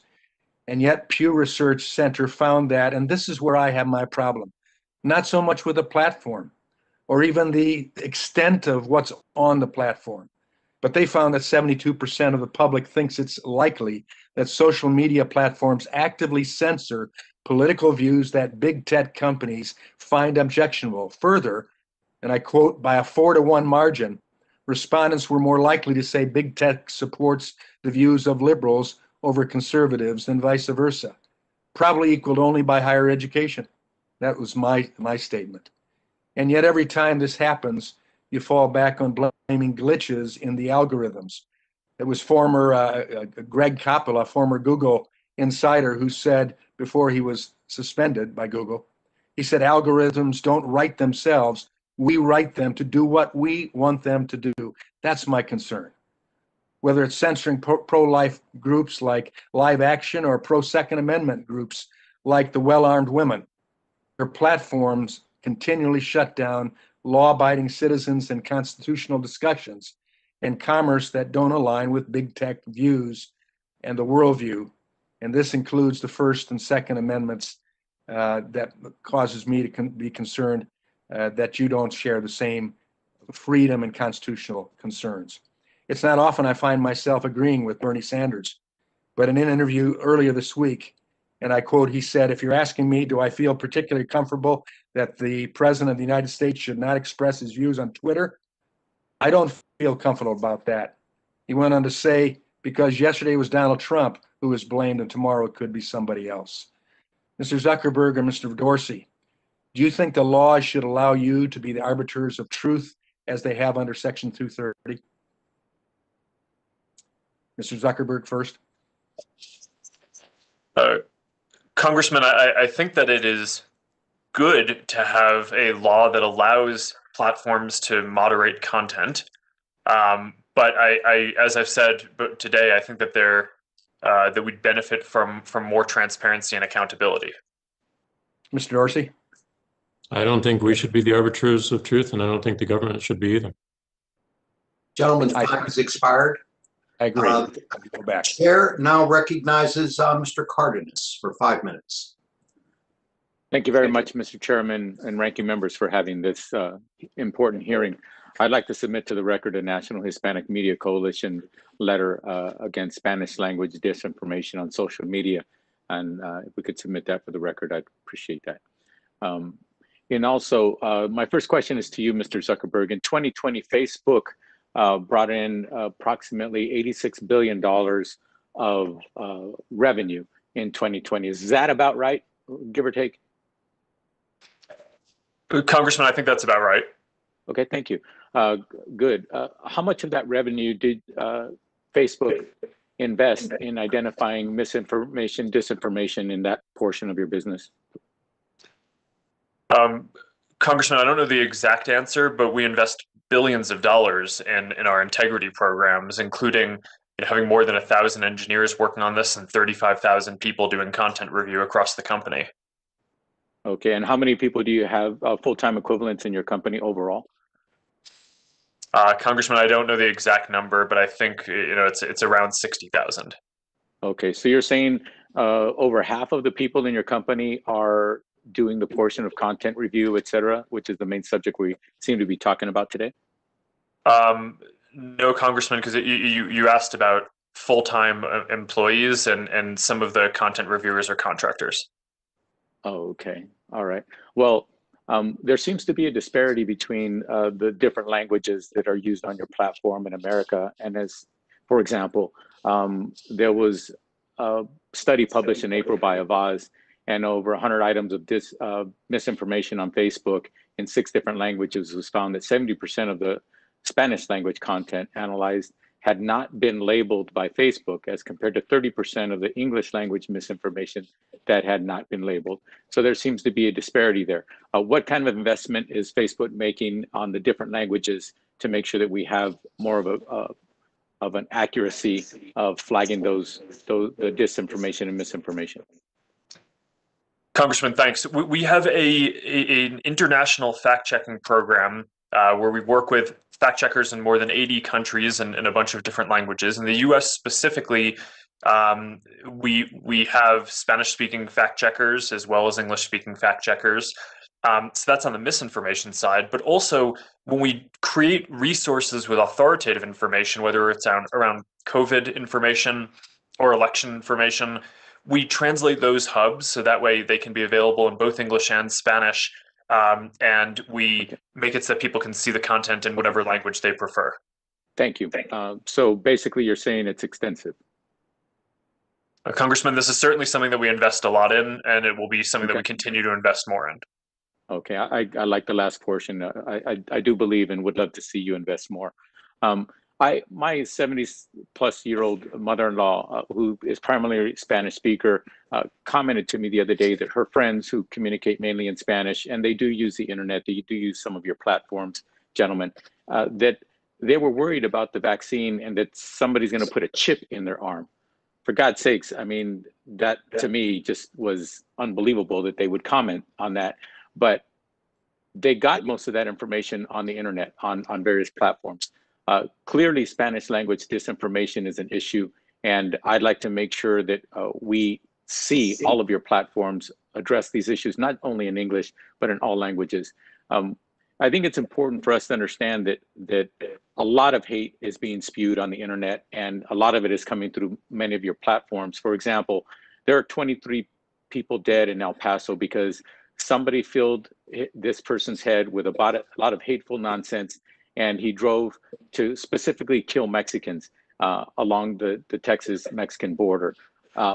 8 people are dead in Atlanta because an anti-Asian hatred and misinformation has been permitted to spread and allowed on these platforms unchecked, pretty much unchecked. The spread of hatred and incitement of violence on platforms is a deadly problem in America, and we need to see that it stops. Mr. Zuckerberg, do you believe that you've done enough to combat these kinds of issues? Congressman, I believe that our systems and that we've done more than basically any other company, but I think that there's still a problem and there's still more that needs to be done. Okay, it's good. You'd like to do more. Thank you. I only have 15 seconds, so I'm going to ask this question to all 3 of you. Do you think that each one of your organizations should have an executive level individual in charge of this department reporting directly to the CEO? Do you agree that that should be the case? Mr. Zuckerberg. Congressman, we have an executive level person who's in charge of the integrity team that I talked about, and he's on my management team. It reports directly to you. Congressman, he does not. I only have a few direct reports. Okay. A lot of people on the management team report to them. Thank you. To the other 2 witnesses, very quickly. Congressman, we have senior executives, including someone who reports directly to me, who oversees trust and safety across all these areas. Thank you, Mr. Dorsey. We do. Thank you so much. Gentlemen's time has expired. The chair now recognizes Mr. Carter for 5 minutes. Thank you, Mr. Chairman, and thank all of you for being here. Mr. Zuckerberg, I'd like to start with you, and I wanted to ask you, you're aware, as all of us are, of the disaster that we have at the southern border. To indicate that human smugglers have been using social media, including Facebook, WhatsApp, and Instagram, to coordinate their operations in transporting illegal immigrants into the United States. Things like what to say to authorities, transportation tips, and other forms of information that are being traded on your platform to evade authorities and contribute to the crisis, this disaster at the border. Mr. Zuckerberg, do you feel complicit in any way that your platform is assisting in this disaster? Congressman, first, let me say that what's happening at the border is I'm not, you know what's happening at the border. I'm asking you specifically about your platform. Do you feel complicit in what your platform is doing to assist in this disaster? Congressman, we have policies and we're working to fight this content. We have policies against scams and pages, groups, and events like the content that you're talking about. We're also seeing the State Department use our platform to share factual information with people about what is going on. I think that's helpful. I'm talking about coyotes who are using your platform to spread this kind of information to assist in this illegal activity that is resulting in horrible conditions for these people who are trying to come across that border. Congressman, that's against our policies, and we're taking a lot of steps to stop it. And again, I mean, let me just say that I think that the situation at the border is really serious, and we're taking it very seriously. Well, and I hope you'll look into these reports that your platform is being used by these traffickers. This is something we need your help with. I hope you feel a sense of responsibility, sir, to help us with this, because we certainly need it. Let me ask you something. You've dedicated a lot of your written testimony to election issues, and even today during this hearing, you've been very public in pushing back about the election claims in November. Yet, when Facebook has been essentially silent on the attempted theft of the certified election in Iowa of Representative Miller Meeks, why is that? Why are you silent on that, yet you're not silent on other elections? Congressman, I think what we saw leading up to January 6th was unprecedented in American history, where you had a sitting president trying to undermine the peaceful transfer of power. You determine which one is important and which one is not. This seat to these people who elected this duly certified representative, this is the most important thing to them as well. Congressman, I think part of what made the January 6th events extraordinary was not just that the election was contested, but that you had folks like the president. Let me ask you this. What is it that makes this particular issue irrelevant, that you're not even covering it? Congressman, I didn't say that it's irrelevant, but on January 6th, we had insurrectionists storm the Capitol, leading to the death of multiple people. Mr. Zuckerberg, I'm aware of that. I was there. I understand what happened. But again, will you commit to treating this as a serious election concern? What's going on in Hyde? Congressman, I will commit to that, and we apply our policies to all situations. And I think that this is different from what happened on January 6th, but we apply our policies equally in these cases. Mr. Dorsey, you too have been very silent on this issue on your platform. Will you commit to treating this as a serious concern, the attempted theft of the certified seat in Iowa? Yes, we're looking for all opportunities to minimize anything that takes away from the integrity of elections. Okay, Mr. Dorsey, while I've got you, let me ask you, you've started a new program. It's called the Bird Watch, and it allows people to identify information in tweets that they believe is misleading and the right notes to provide context in an effort to stop misleading information from spreading. Have you seen, we've seen mobs of Twitter users cancel others even when the information they share is accurate. Why do you think Bird Watch is going to work, given the culture that you created on your platform? Well, it's an experiment. We wanted to experiment with more a crowdsourced approach than us going around and doing all this work. Don't you think that's kind of a dangerous experiment when you're taking off truthful information? No, it's an alternative. And I think we need to experiment as much as possible to get to the right answers. I think it's okay. Well, that's fine as long as you're not the one being experimented on. As long as you're not the one that the information, Gentleman's time has expired. The chair announces that we're going to take a recess now for 15 minutes. So the committee will stand in recess until 3:18, and then we'll come back promptly. I call the committee in recess.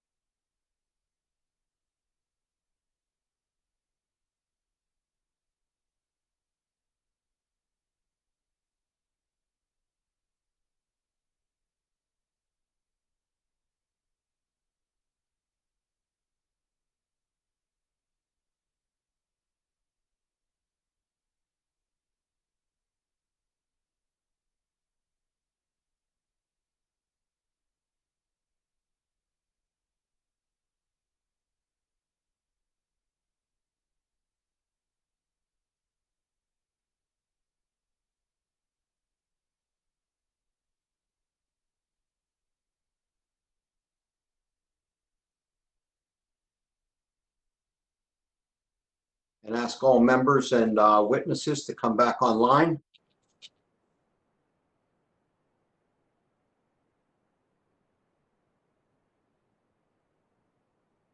Okay, we'll get started. The chair recognizes Ms. Dingle for 5 minutes. Thank you, Mr. Chairman. Thanks for having this hearing, and to everyone for testifying today. We can all agree that social media companies have a responsibility to reduce and eliminate the impact of disinformation on their platforms. Mr. Zuckerberg, in the fall of 2020, you made numerous assurances to Congress that you had a handle on militia and conspiracy networks. We know, however, that Facebook private groups and the algorithms that recommend them have assisted in radicalizing users and facilitated terrorism, violence, and extremism against individuals, including the governor of my state of Michigan. Racial and ethnic minorities, including Muslims and recently Asian Americans, are facing growing racist hate online and violence offline. Last year, I sent you multiple letters about these issues, so I know you're aware of them. In October of 2020, Facebook temporarily decided to stop recommending political or civic groups on its platforms, a change you've now made permanent. But to be honest, despite what you did in October, we had an insurrection that stormed the Capitol on January 6th. I seriously question Facebook's commitment to actually stopping extremism. In a recent investigative report, a former Facebook AI researcher said he and his team conducted study after study confirming the same basic idea: models that maximize engagement increase polarization. And you yourself have said that the more likely content is to violate Facebook community standards, the more engagement it generally receives. Engagement is the key to Facebook's growth and success, and the stock market's rewarded you for it, even as you've been criticized for promoting extremism and racist content, including in a 2020 Facebook civil rights audit. The two seem to go hand in hand, as Facebook was also the most cited social media site in charging documents that the Justice Department filed against the Capitol Hill insurrections. Mr. Zuckerberg, do you still maintain that the more likely user content is to violate Facebook community standards, the more engagement it will receive? Yes or no?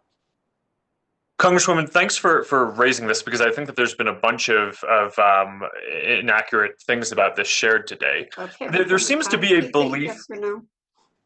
Sorry, this is a nuanced topic. So if you're okay with it, I'd like to explain And I can what keep it short, but I'll give it a second, since I'm one Sure, of the so- people that's a top victim of this hate. People don't want to see misinformation or divisive content on our services. People don't want to see clickbait and things like that. While it may be true that people might be more likely to click on it in the short term, it's not good for our business or our product or our community for this content to be there. It's not what people want, and we run the company for the long term with a view towards 10 or 20 years from now. And I think that we're highly aligned with our community in trying to not show people the content that's not going to be meaningful to them. Okay, Mr. Zuckerberg, I only have 2 minutes left. Do you still agree with the statement in Facebook's most recent 10-K filing that the first risk related to your product offerings is our ability to add and retain users and maintain levels of user engagement with our products? Just a yes or no, please. Congresswoman, I think that that's generally right. I mean, for any product, the ability to build something that people like and use is something that is a risk if we can't do that. So do you still agree with the statement of your CFO on a recent earnings call that the changes to group recommendations so far wouldn't affect your engagement? Yes or no? Congresswoman, there are so many different parts of the service that I think it's probably right that not recommending political or civic groups probably isn't going to meaningfully decrease engagement. But we've taken a lot of other steps, including, reducing viral videos by about 50 million hours of watching a day, which have had a meaningful impact on engagement. But we do that because it helps make the service better and helps people like it more, which I think will be better for both the community and our business over the long term. Okay, Mr. Zuckerberg, I'm sorry to have to do this in 5 minutes, but given your promises in the fall, the events that transpired on January 6th, and your true incentives, as you yourself admit, I find it really difficult to take some of these assurances you're trying to give us today seriously. I believe that regulators and independent researchers should have access to Facebook and other large social media platforms' recommendation algorithms, not just for groups, but for any relevant feature that can be exploited or exploit private user data collected by the company to support extremism. And I support legislation to do so. Mr. Zuckerberg, given your inability to manage your algorithms or your unwillingness to reduce controversial content, are you opposed to a law enabling regulators to access social media algorithms or other information technology that result in the promotion of harmful disinformation and extremist content? Well, Congresswoman, while I don't necessarily agree with your characterization, I do think that giving more transparency into the systems is an important thing. We have people working on figuring out how to do this. One of the nuances here and complexity is that it is hard to separate out the algorithms versus people's data, which kind of goes into that to make decisions, and the data is private, so it's tough to make that public and transparent. But I do think that this is an important area of study on how to audit and make algorithms more transparent. Okay, the gentlelady's time has expired. The chair recognizes Mr. Duncan for 5 minutes. Thank you, Mr. Chairman. Let me first say that Democrats are repeating disinformation about the motives of the murderer in Atlanta during a hearing on disinformation is irony at its worst. The murderer admitted that he was a sex addict. The problem was addiction, mental illness. While my thoughts and prayers go out to the families who were impacted by this hideous crime, it was not a hate crime. And to say so is disinformation. Mr. Dorsey, is it okay for a white male to tweet a picture of a KKK Klansman hood to a black woman? No, that would go against our hateful conduct policy. Just this week, Black conservative commentator Candace Owens was sent a tweet from a white liberal depicting a KKK hood, and your support center said that racist harassment of a conservative didn't violate your terms of service. What do you have to say about that? We removed that tweet. Okay, thank you for doing that. Also this week, Syrian refugee Ahmad al-Alawi Alisa, a Biden-supporting Muslim, allegedly murdered 10 people at a grocery store in Boulder, Colorado. Your support center told Newsweek that referring to this gentleman as a white Christian terrorist wasn't a violation of your misinformation policy. What do you have to say about that? I don't know that case, but we can follow up with you on it. Thank you. Your promises from the last hearing that you'll work on this or make it better ring completely hollow sometimes, so I ask that you do. You've censored and taken down accounts of conservatives, Christian, and even pro-life groups. At the same time, liberals, tyrants, and terrorists continue to have unfettered access on Twitter. You're able to take down the account of a sitting United States president while he was still president, but you continue to allow state sponsors of terror to use Twitter as a platform, including the Ayatollah Khamenei, Javad Zarif of Iran, or even Bashar Assad of Syria. You act like judge and jury and continue to hide behind the liability protections in Section 230 of the Communication Decency Act, which Congress set up to foster a free and open internet. You think you're above the law because, in a sense, Congress gave you that power, but Congress gave you that liability shield to one end. That was the protection of innocent children. Catherine McMorris Rodgers knocked it out of the park today, hammering the point where children are vulnerable. But let's look at the John Doe versus Twitter case that's ongoing right now. According to the National Center of Sexual Exploitation, a teenage boy, a victim of child sex trafficking, had images of his abuse posted on Twitter.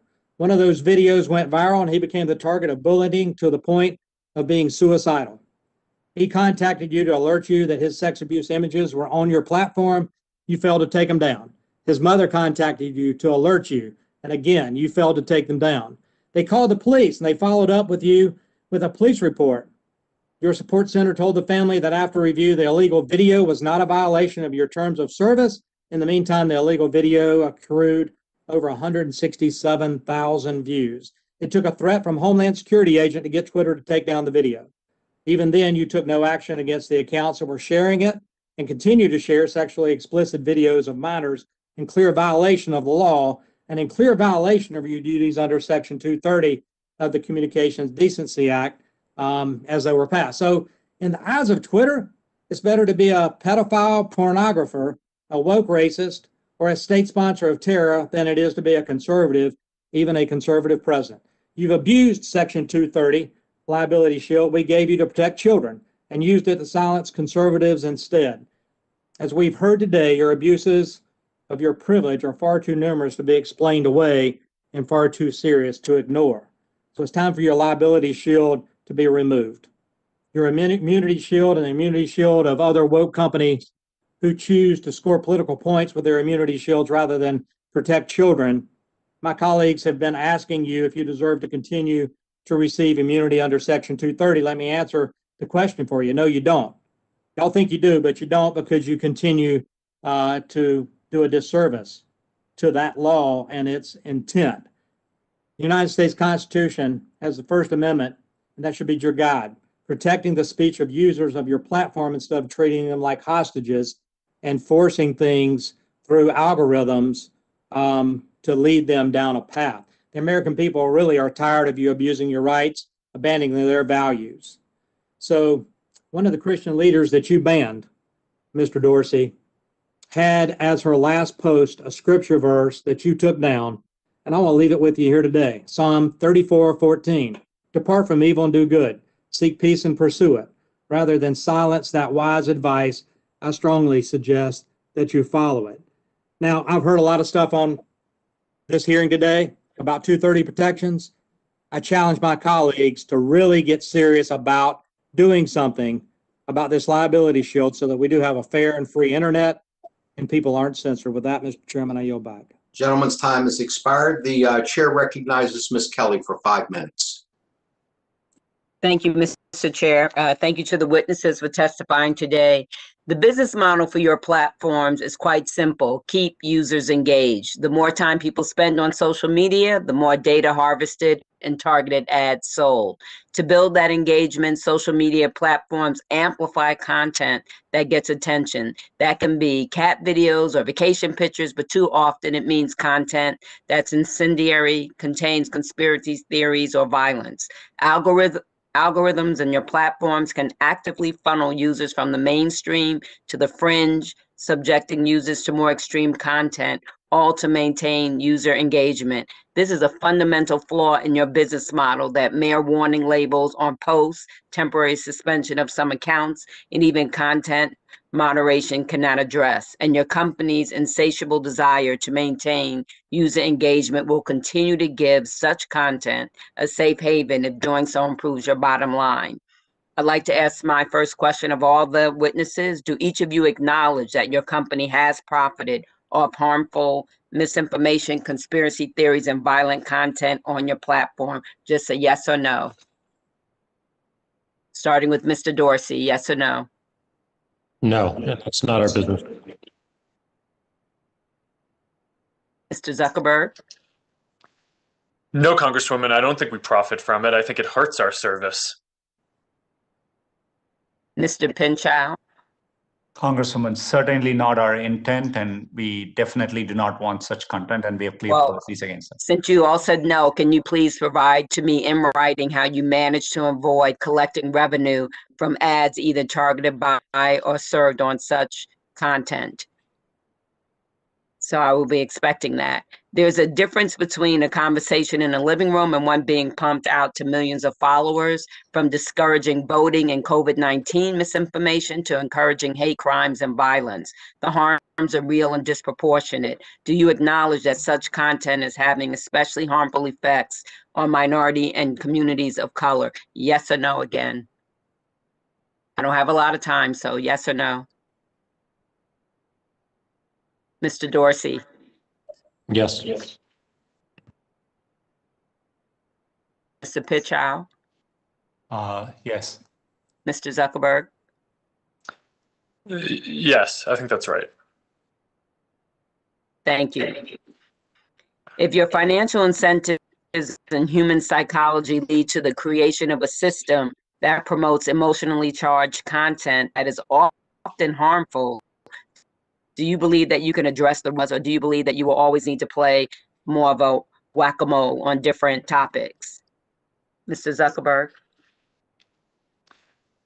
Congresswoman, I do think that we can take systemic actions that help to reduce a large amount of this. But there will always be some content that gets through those systems that we will have to react to.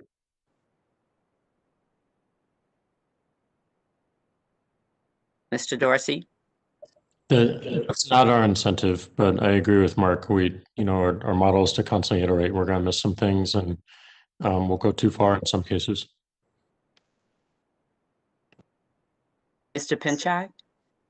I agree largely with what Mark and Jack said, and we terminated a lot of channels. We removed thousands of misleading election videos. There are many evolving threats, and we are very vigilant. Okay, more transparency and research into the AI models you use is needed. I understand that they are constantly evolving and proprietary. However, those obstacles must not be insurmountable. Would you agree to some type of test bed to evaluate your procedures and technology for disparate impacts? And would you welcome minimal standards set by the government? Only have 44 seconds. I'll go. You're not calling us, but we, yes, we're interested in opening all this up and going a step further and having a protocol. I don't think that should be government driven, but it should be open and transparent that the government can look at it and understand how it works. And I agree that this is an area where research would be helpful, and I think some standards, especially amongst the civil rights community, would be helpful guidance for the companies. Congresswoman, we work with many third parties. I just mentioned the HUD collaboration we had. Definitely would be open to conversations about minimum standards. It's an important area. Gentleman's time has expired. Chair now recognizes Mr. Dunn for 5 minutes. Thank you very much, Mr. Chairman. Many of the questions today deal with personal harms, but there are long-term economic and security harms to our country I'd like us to keep in mind as well. I represent Florida's 2nd Congressional District, which is proud to host a large presence of the U.S. military, including civilian support companies. One of these is Applied Research Associates, which is doing great work with our military in the field of artificial intelligence and machine learning. I agree with our nation's top national security experts on the critical importance of the United States maintaining its competitive edge in AI, and I share the concern of former Google CEO Eric Schmidt, who warned just a few weeks ago of the grave consequences should we lose that edge to China. Leader Rogers led a bipartisan bill enacted last year, the American Compete Act, to lay out clear AI strategy. We all recognize that China is not a good place to do business, evidenced by the fact that all of your respective main products and services are banned there. It's clear that the influence of the Chinese Communist Party permeates the entire corporate structure in China. Xi Jinping himself stated his goal of integrating the party's leadership into all aspects of corporate governance. Let's be clear with each other. It's impossible to do business in China without either directly or indirectly aiding the Chinese Communist Party. It's also important to state for the record that each of your business models involve collecting data from individuals who use your product and then using that data for some other purpose. Mr. Pichai, I'm deeply concerned with Google's pursuit of and investment in artificial intelligence research in China, widely reported over the last few years. First and foremost, can you assure Americans that their personal data, regardless of how you think you have de-identified it, data you collect when they use Google and which is central to your algorithms, is not used in your artificial intelligence collaboration with the Chinese government? Congressman, I want to correct any misperceptions here. We do not have an AI research center in China now.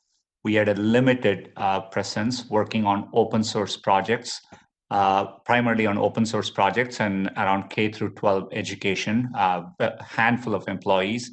We don't have that anymore. Compared to our peers, we don't offer our core services in China, products like search, YouTube, Gmail, etc.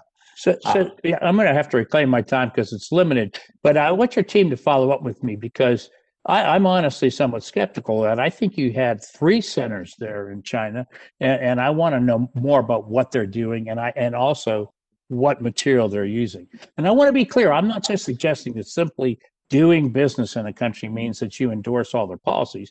As a former businessman myself, I know that politics all too often get in the way of what we're trying to do. However, Google's own list of artificial intelligence principles states that it will not collaborate on technologies to gather or use information for surveillance, violating internationally accepted norms, or contravenes widely accepted principles of international law and human rights.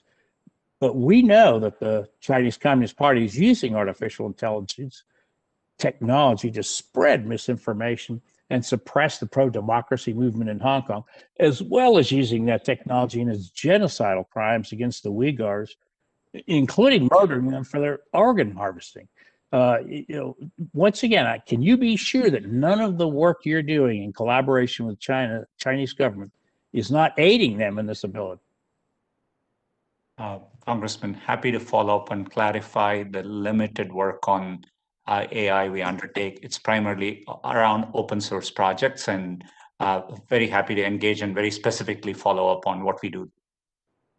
Well, I think that's great. I know I'm running out of time here, but I ask that we continue this dialogue. And I think Google would be very well served by promoting greater transparency in all of its actions regarding artificial intelligence in China. Your customers have a right to know about this. In 2018, Diane Greene, former CEO of Google Cloud, noted, "We believe the uses of our cloud and artificial intelligence will prove to be overwhelmingly positive for the world, but we also recognize we cannot control all downstream uses of our technology." Well, a good place to start would be to end this dangerous artificial intelligence research relationship with China. So with that, Mr. Pichai, thank you. Thank you all the members of the witness panel, and Mr. Chairman, I yield back. Gentleman yields back. Chair recognizes Mr. McEachin for 5 minutes. Thank you, Mr. Chairman, and to you and Chairman Pallone and Chairman Schakowsky. Thank you for convening today's hearing and for our witnesses for joining us. In July of last year, I led more than 30 of my colleagues, including several on this committee, in a letter to your companies asking what you are doing to halt the spread of climate change disinformation on your platforms. As my colleagues and I clearly expressed in our letter, climate change is a real and urgent threat, and the spread of disinformation on your platforms is undermining that fact. For instance, the World Health Organization estimates that climate change causes 150,000 deaths annually, a number that will only increase in the coming years. All this begs a simple question: why do your platforms not treat climate change disinformation with a sense of immediacy and alarm? Mr. Zuckerberg, Facebook recently implemented the Climate Change Information Center, which directs users to a landing page with climate change facts from researchers and organizations. Are you able to share data on how widespread a problem climate change disinformation is on your platform, and how much the Climate Change Information Center has reduced it? Sure. Thanks, Congressman. Our approach to fighting misinformation, of which climate misinformation I think is a big issue, so I agree with your point here. We take a multi-pronged approach. One is to try to show people authoritative information, which is what the Climate Information Center does. And then we also try to reduce the spread of misinformation around the rest of the service through this broad third-party fact-checking program that we have, in which one of the fact-checkers is specifically focused on science feedback and climate feedback type of issues. Overall, I'd be happy to follow up and share more details on what we've seen across those, but this is certainly an area that I agree is extremely important and needs multiple tactics to address. Well, thank you. And it's my understanding that this climate center was modeled after your COVID-19 Information Center. However, different standards still apply for both organic content and paid-for advertising for climate change versus COVID-19. Why does Facebook not apply the same standards of fact-checking on climate change that it does on COVID-19 content? Congressman, you're right that the Climate Information Center was based off our work on the COVID Information Center and Election Information Center. In terms of how we treat misinformation overall, we divide the misinformation into things that could cause imminent physical harm, of which COVID misinformation that might lead someone to get sick or hurt, or vaccine misinformation falls in the category of imminent physical harm, and we take down that content. And then other misinformation are things that are false, but may not lead to imminent physical harm. We label and reduce their distribution, but leave them up. So that's the broad approach that we have, and that sort of explains the some of the differences between some of the different issues and how we approach them. Mr. Pichai, and I hope I'm pronouncing that correctly, sir. YouTube has employed contextualization tools linking viewers to similar sources as Facebook's Climate Center. That being said, you restricted but have not removed some repeat offenders from your platform, such as Prager University, a non-accredited university producing climate change denial content.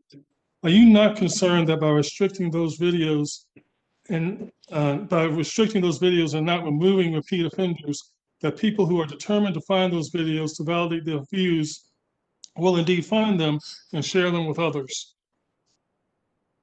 Congressman, it's an incredibly important area.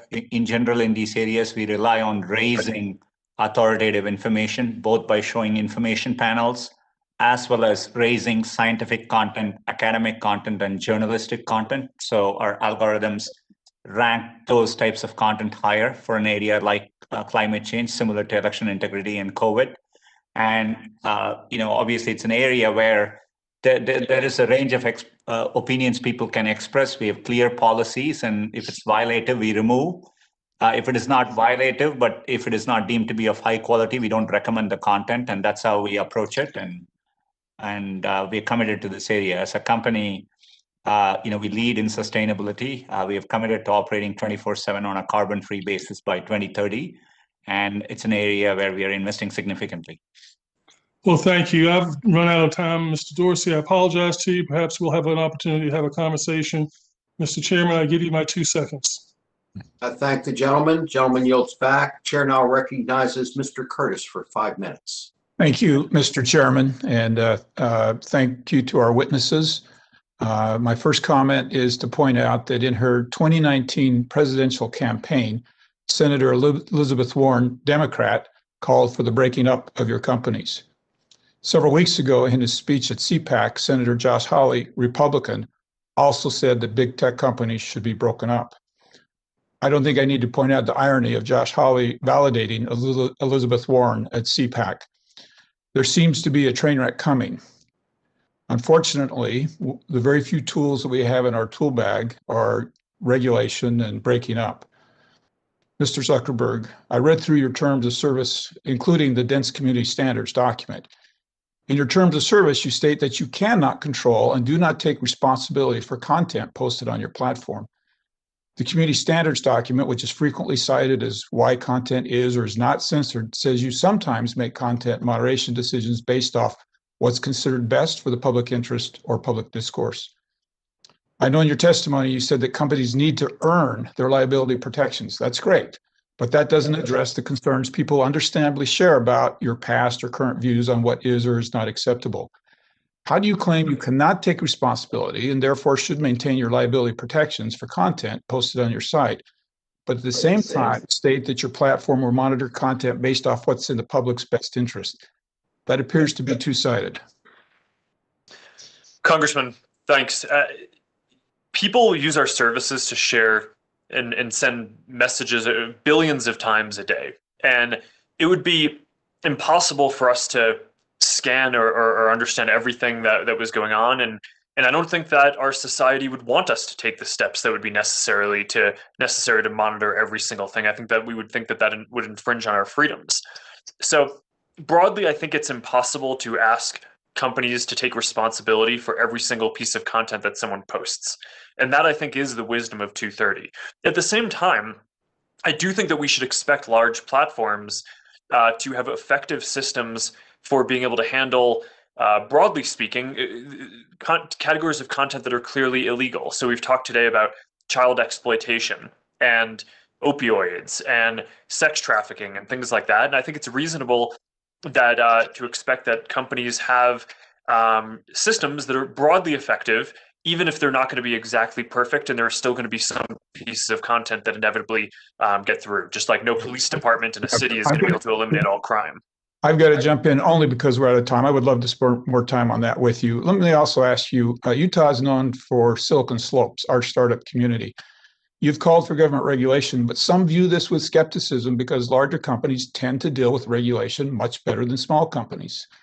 If you think back to your college days, the early startup phase of Facebook, what challenges do you see for startups to compete, and what cautions should Congress consider as we look at regulation that potentially could be a barrier for companies that just might be your future competition? Thanks. I think that this is a really important point whenever we're talking about regulation, and I want to be clear that the recommendations that I'm making for Section 230, I would only have apply to larger platforms. I think it's really critical that a small platform, the next student in a dorm room or in a garage, needs to have a relatively low, as low as possible regulatory burden in order to be able to innovate and then get to the scale where they can afford to put those kind of systems in place. So I think that that's a really important point to make. But I think that goes for the content discussions that we're having around 230. It probably also applies to the privacy law that I hope that Congress will pass in this year or next year to create a federal U.S. privacy standard.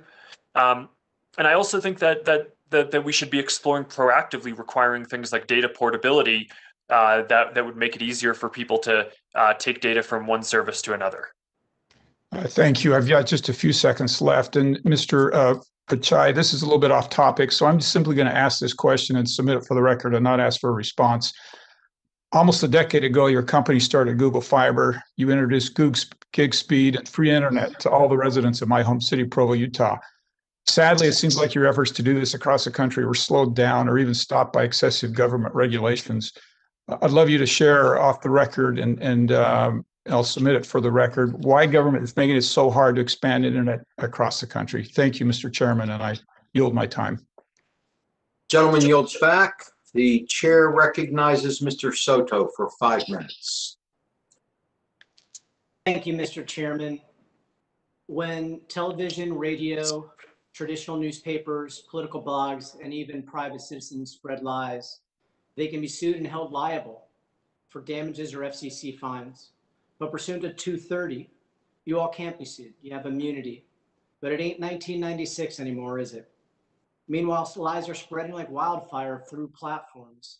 Americans are getting hurt or killed, and the reason is your algorithms. I want you to all know I was held captive in the gallery during the Capitol insurrection. I was surrounded by domestic terrorists that killed the Capitol police officer, ransacked the Capitol, and almost disrupted a presidential election. And many of these domestic terrorists plotted on your platforms. I think we all understand by now this violence is real. And so this is why we're here today in the Committee of Jurisdiction with power to protect our fellow Americans. Mr. Zuckerberg had mentioned effective moderation systems. So now we know you have systems that can prevent many of these harms. Thank you for your statement supporting accountability today, and even for championing support accountability in ads. So the question is, what specific changes to Section 230 do you support to ensure more accountability? Mr. Zuckerberg just mentioned categories of content that are clearly illegal, U.S. privacy standards, and data portability as 3 standards we should be looking at. Mr. Pichai, should we be creating these standards and then holding platforms accountable if they violate them under 230? Congressman, first of all, there are many ways, there are many laws today which do hold us liable. FTC has oversight. We have consent decree with the FCC, COPPA, HIPAA, etc. And for example, areas where there are privacy laws, and we have called for federal privacy legislation. But in Europe, with GDPR, in California, we have privacy state legislation. We are both accountable as well as we are subject to private plaintiff action against these statutes. So, Mr. Pichai, you agree with these categories that were just outlined by Mr. Zuckerberg. Is that correct? I definitely think what Mark is talking about along the lines of transparency and accountability are good proposals to think through. There are various legislative proposals along those. Mr. Dorsey, do you think we should be establishing categories of content that are clearly illegal, U.S. privacy standards and data portability, as well as penalties for violation of those standards? I believe as we look upon 230 and evolutions of it, building upon it, I think we need more transparency around content moderation practices, not just the policies. I think we need more robust appeals processes. And I think the real issue is algorithms and giving people more choice around algorithms, more transparency around algorithms. So if there's any one I would pick, it would be that one. It's a tough one, but it's the most impactful. Thank you, Mr. Dorsey. Mr. Zuckerberg, political misinformation spread rampantly, unfortunately, in Spanish in Florida's Hispanic community on Facebook in the 2020 presidential election. Even with the political ad ban, how do you think this happened? Mr. Zuckerberg. Congressman, it's you know, I do still think that there's too much misinformation across all of these media that we've talked about today.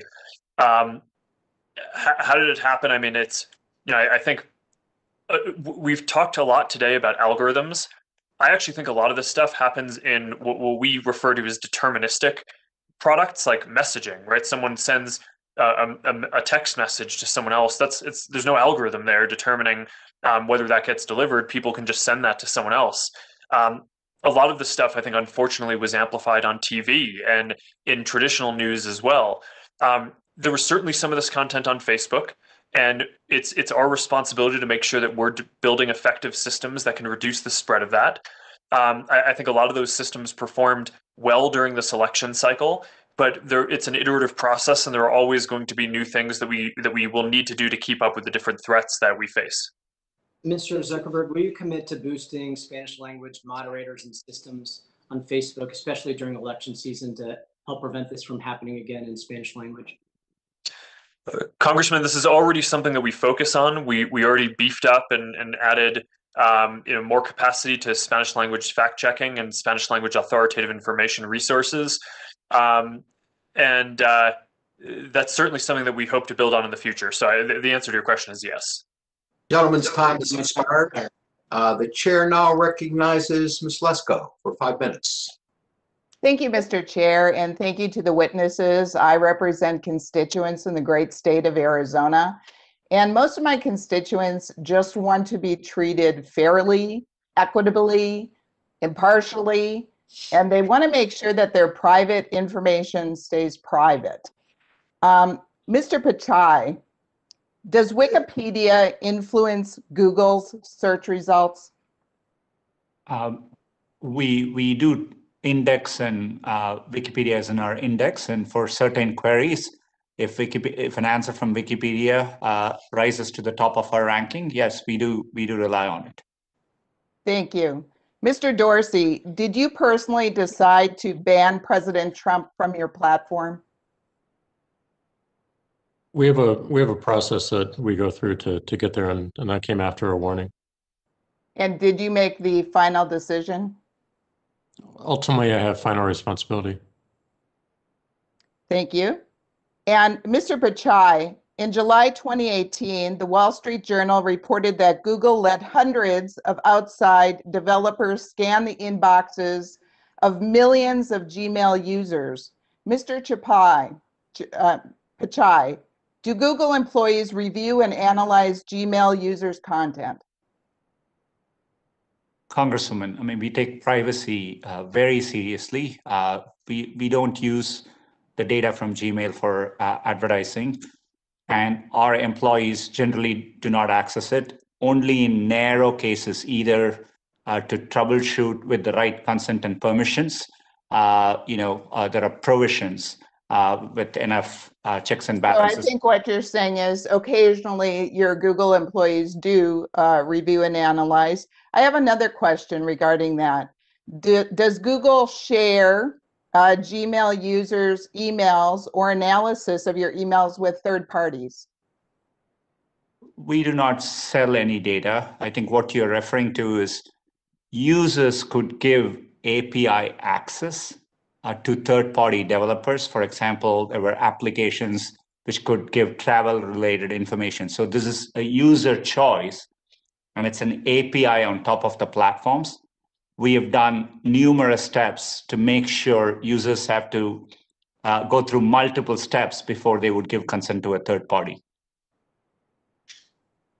And so I've looked through your Google privacy statements and user content, and I still have concerns about that. I'm very concerned. I have Gmail accounts just like millions of people, and I don't know if you're looking at them. I don't know who's looking at them. I don't know who's sharing them. I don't know what you're doing with them. It makes me concerned. I only have a clarify one thing I said there. Only if a user asks us to troubleshoot an account with that user permission. But we do not look into users' email contents, and we do not share the contents with anyone else without the users asking us to do so. However, the Wall Street Journal had this article saying that hundreds of developers were reviewing the email contents. So I have to move on to another question because I only have a short time. Mr. Dorsey, Twitter denied the Center for Immigration Studies the ability to promote 4 tweets that contained the phrases illegal alien and criminal alien, even though those are the correct legal terms. Mr. Dorsey, if there is a warning posted related to a border threat, how will Twitter algorithms react to the use of the word illegal versus undocumented? Well, it's not about our algorithms. It's interpretation against our policy and if there's violations. But we can follow up with you on how we'd handle situations like that. Well, this is the legal term is illegal alien. That is in law, the legal term. So I don't understand why you would not allow that. That is the legal factual term. And with that, I'm going to ask another question. Mr. Zuckerberg, this has been brought up before. Do you believe that your platform harms children? Congresswoman, I don't believe so. This is something that we study and we care a lot about. Designing products that improve people's well-being is very important to us. And what our products do is help people stay connected to people they care about, which I think is one of the most fundamental and important human things that we do, whether that's for teens or for people who are older than that. And again, our policies on the main apps that we offer generally prohibit people under the age of 13 from using the services. Gentlelady's time has expired. The chair now recognizes Mr. O'Halloran for 5 minutes. Thank you, Mr. Chairman. I am enlightened. Thank you to the panel today. I'm enlightened by what I've heard today. 3 of the most knowledgeable business people in the world with beautiful profit centers, business models, a sense of the future direction that your companies want to go in, standards that are in many cases reliable, but others not very much so, and a very big concern by the Congress of the United States on the direction you want to go in versus what's good for our nation in total. Mr. Zuckerman, last October, Facebook announced it removed a network of 202 accounts, 54 pages, and 76 Instagram accounts for violating your coordinated inappropriate behavior policy. Really, the Forge network was based in Arizona and ran its disinformation operation from 2018 to 2020 by creating fake accounts and commenting on other people's content about the 2018 midterm election, the 2020 presidential election, COVID-19, and criticism for and praise of certain political parties and presidential candidates. Sadly, Facebook only acted after A Washington Post investigation reported its findings. While your testimony states since 2017, Facebook has removed over 100 networks of accounts for engaging in coordinated, unauthenticated behavior, where did Facebook fail by not finding this network over a course of a number of years? Well, Congressman, we have a team of, I think it's more than 300 people who work on counterterrorism at this point, and basically trying to work with law enforcement and across the industry to basically find these networks of fake accounts and authentic accounts that are trying to spread behavior. And I think we've gotten a lot more effective at this. It's, I can't say that we catch every single one, but certainly I think we've gotten a lot more effective, including, just this week we announced that we took down a network of Chinese hackers that were targeting Uyghur activists outside of China. So we've gotten more sophisticated at this.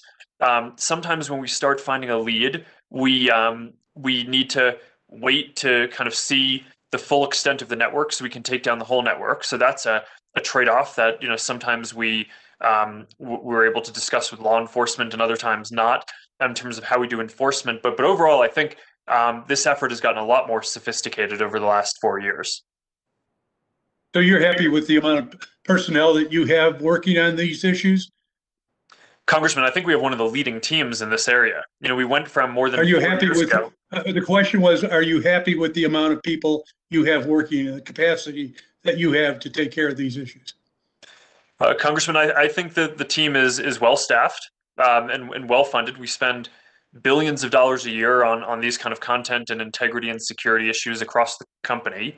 So I think that is appropriate to meet the challenge. And there are always things that we're going to want to do to improve the tactics of how we find this. And a lot of that over the last several years has been increasing the work that we do with law enforcement and the intelligence community. I'm going to move on to another question, Mr. Zuckerman. Thank you very much.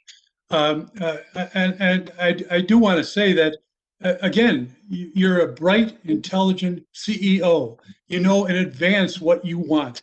Your algorithms are created by your company and the other companies. You have control over those algorithms. And so the idea that you kind of have to work maybe in this direction, Mr. Zuckerman, Facebook's most recent community standards enforcement report states that 2.5 million pieces of content related to suicide and self-injury were removed in the fourth quarter of 2020 due to increased reviewer capacity. You can do this if you want to do all this stuff.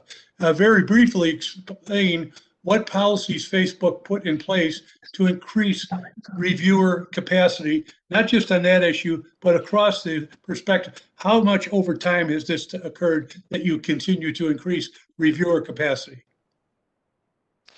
Sure, Congressman. The biggest thing that we've done is automated a lot of this by building AI tools to identify some of this. So, now, for example, more than 95% of the hate speech that we take down is done by an AI and not by a person.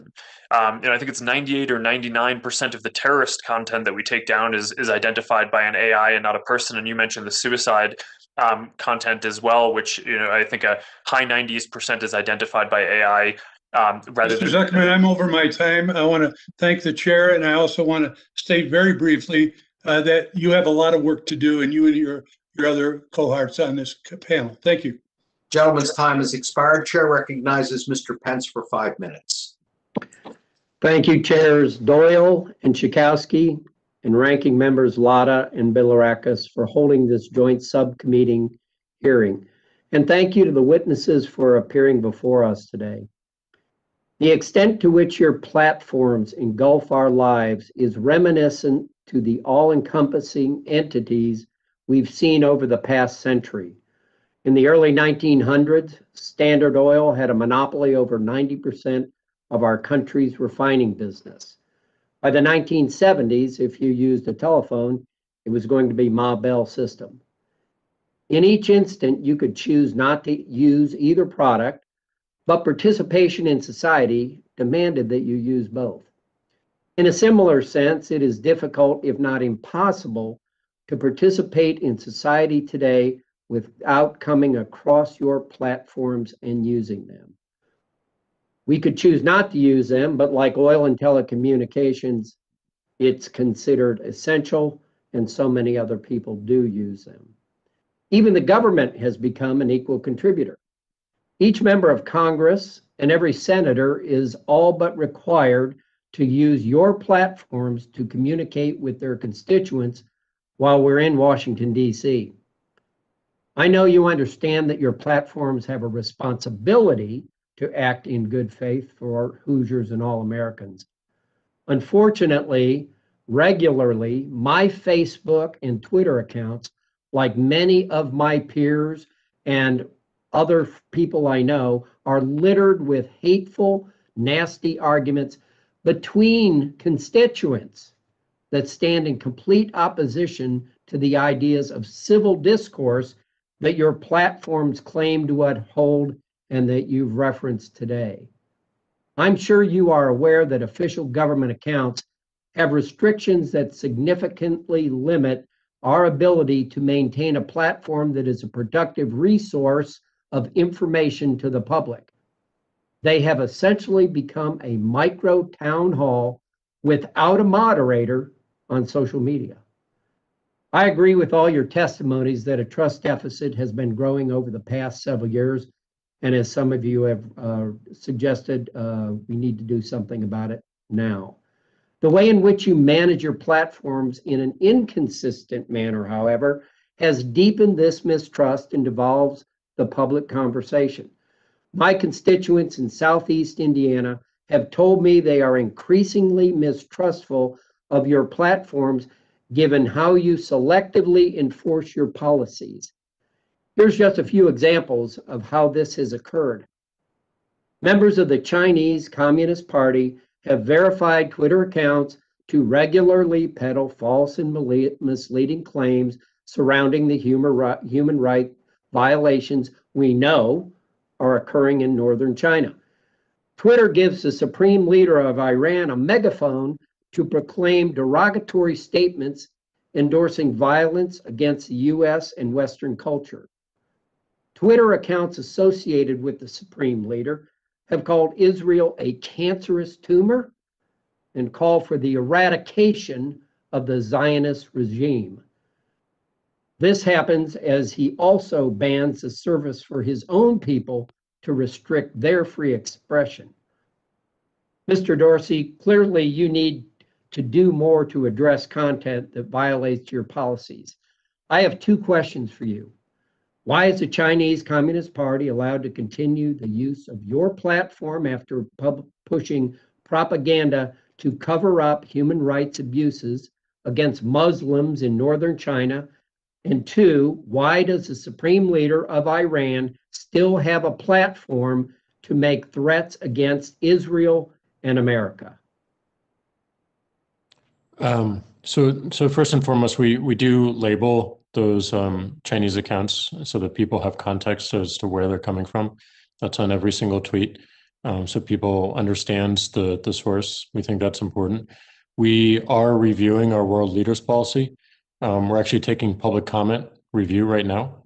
So we're enabling anyone to give us feedback on how. If I may interrupt you quickly, Mr. Dorsey, on that very point, you know, Iran has been supporting Hezbollah, and it's not just saber rattling as you've made the statement, or your company has made the statement. They have done serious damage to whole countries and people. And as I served in the military, they killed hundreds of Marines many years ago. So I don't know what you have to study about this. Mr. Chairman, I yield back. Gentleman yields back. Chair recognizes Ms. Rice for 5 minutes. Thank you, Mr. Chairman. Mr. Dorsey, what is winning, yes or no, on your Twitter account poll? Yes. Your multitasking skills are quite impressive. In December of 2020, the House Committee on Veterans Affairs released a report entitled Hijacking Our Heroes, Exploiting Veterans Through Disinformation on Social Media. I ask unanimous consent, Mr. Chairman, that this report be submitted for the record.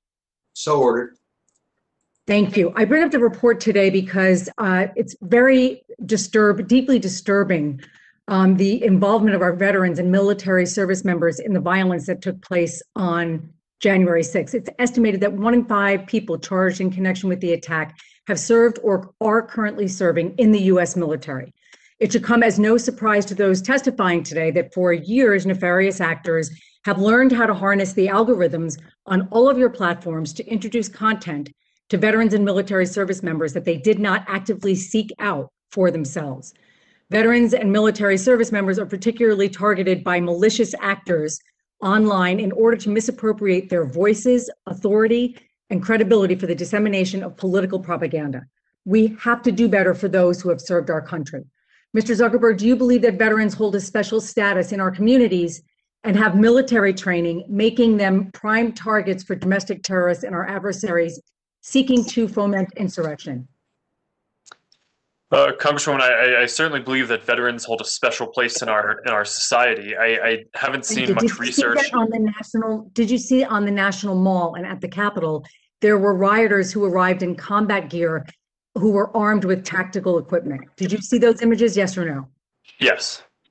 Okay. Have you personally talked to the Iraq and Afghanistan Veterans of America, IAVA, about disinformation campaigns targeting veterans? No, Congresswoman, I have not personally, although our team certainly is in contact with a number of these groups as we set up our policies. Have you talked to the Vietnam Veterans of America about disinformation campaigns targeting veterans?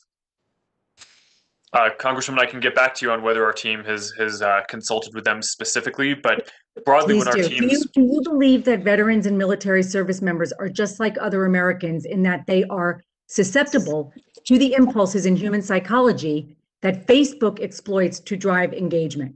Do you believe that they are susceptible in that way? Yes or no? Congresswoman, there's a lot in your characterization there that I disagree with. No, the question of do you think they're susceptible to that kind of information coming at them? Yes or no? Congresswoman, I believe that.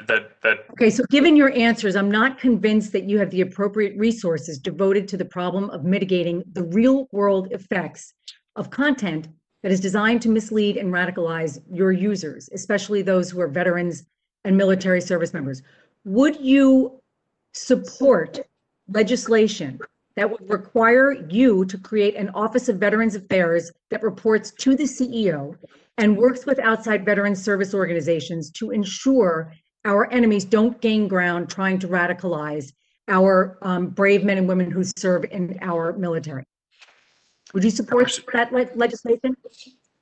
Congresswoman, I think the details matter a lot, so I would be happy to follow up with you or have our team follow up with your team to discuss this. But in general, I do think that on that, Mr. Zuckerberg, it's just a broad stroke. Do you believe that you could find your way to support legislation that would have as its goal the protection of our military, active duty, and veterans? I think in principle, I think something like that could certainly make sense. So I wrote to you, Mr. Zuckerberg, last month requesting information about Facebook's efforts to curb disinformation campaigns that specifically targeted American service members and veterans. I'm just curious if you know how many public groups with the word veteran or public pages with the word veteran did you remove from your platform after January 6th in association with misinformation about the 2020 election or the attack on the Capitol? Congresswoman, I don't know the answer off the top of my head, but I'd be happy to get back to you with that. Thank you. Thank you. We believe that you should be tracking that information. Your platform was, in fact, a crime scene after January 6th, and we need that information and data to understand how the attack happened. I want to thank all three of you for coming here today and spending so much time with us. I yield back, Mr. Chairman. Thank you. Gentlelady yields back. Chair recognizes Mr. Armstrong for 5 minutes.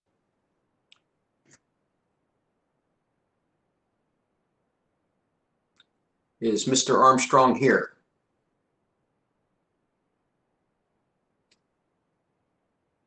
You need to unmute, Kelly.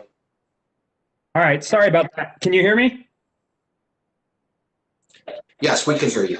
All right, thank you. No other industry receives such bipartisan scrutiny. disinformation, content moderation, deplatforming, antitrust, privacy, and the list continues to grow. We discuss these things too often in isolation, but they are all related. And it starts with the fact that your users aren't your customers. They are the product. More specifically, the data that you collect from your users is the product. You are incentivized to collect and monetize user data for behavior advertising. This results in the collection of even more user data. And data is unique as a business asset. It doesn't deplete. Data is perpetual and reinforcing. Data begets more data. Massive data collection expands your market share, which harms competition. That's why censorship is so concerning to all of us. Your platforms have a stranglehold on the flow of modern communication. And I think we absolutely have to resist the urge of content moderation and censorship. In 1927, Justice Brandeis wrote, "The remedy to apply is more speech, not enforced silence." I think that statement still holds true today. Yet your platforms don't simply silence certain speech. Your algorithms are designed to reinforce existing predispositions because you profit by keeping users locked into what they already enjoy. This leads to information silos, misinformation, extremism on both sides, and even more data collection, which repeats the cycle. Mr. Pichai, you testified before the House Judiciary Committee last year, and at that hearing, I raised several examples of Google's consolidation of the ad tech stack. Your answers largely reiterated the privacy justifications, which I understand and support. However, my question was whether Google's consolidation of both the buy and sell sides of digital advertising would further harm competition. Since then, I have reviewed Google's Privacy Sandbox and the Phlox proposal, which is an alternative group identifier to replace third-party cookies. Again, I understand and I appreciate the privacy justification. But, and this is my question, how will these actions not further entrench Google's digital advertising market share and harm competition? Congressman, as you rightfully point out, privacy is really important and we are trying to get that correct. Users are giving clear feedback in terms of the direction they would like to take. Advertising allows us to provide services to many people who wouldn't otherwise be able to use services, and we are trying to provide relevant ads, protecting their privacy. And that's what Flock is working on. We will. I'm going to move on because I understand the privacy. I understand the privacy, and I understand the rationale of eliminating individual level tracking in favor of cohorts and the potential privacy benefits of user data in Chrome at the device level. But this is still eliminating competitors' access to user data at a time when you already control 60% of the browser market. I have real concerns that Phlox will incentivize more first-party data collection, which will not actually benefit user privacy. Instead of spreading it amongst a lot of different companies, it will just all be, it'll all be with you. And so I guess my point is Congress needs to conduct careful oversight as the Privacy Sandbox and Phlox are introduced. And we need to ensure that the user privacy increases and that competition is not stifled further. But I do have one question, and it's important. I'm going to ask all three of you. When we're conducting competition analysis in the tech industry, should non-price factors like privacy be considered? And I'll start with you, Mr. Pichai. I think so. I think privacy is very important, and we've called for comprehensive federal privacy legislation. And to clarify, Google doesn't get any access to Flock data, which it is protected, and then we will publish more papers on it. I understand completely, but you're forcing advertisers into the ad stack. I don't discount it. It increases privacy. I think this is a real problem because I think they're in conflict with each other. But Mr. Dorsey, do you think when we're conducting competition analysis in the tech industry, non-price factors should be considered?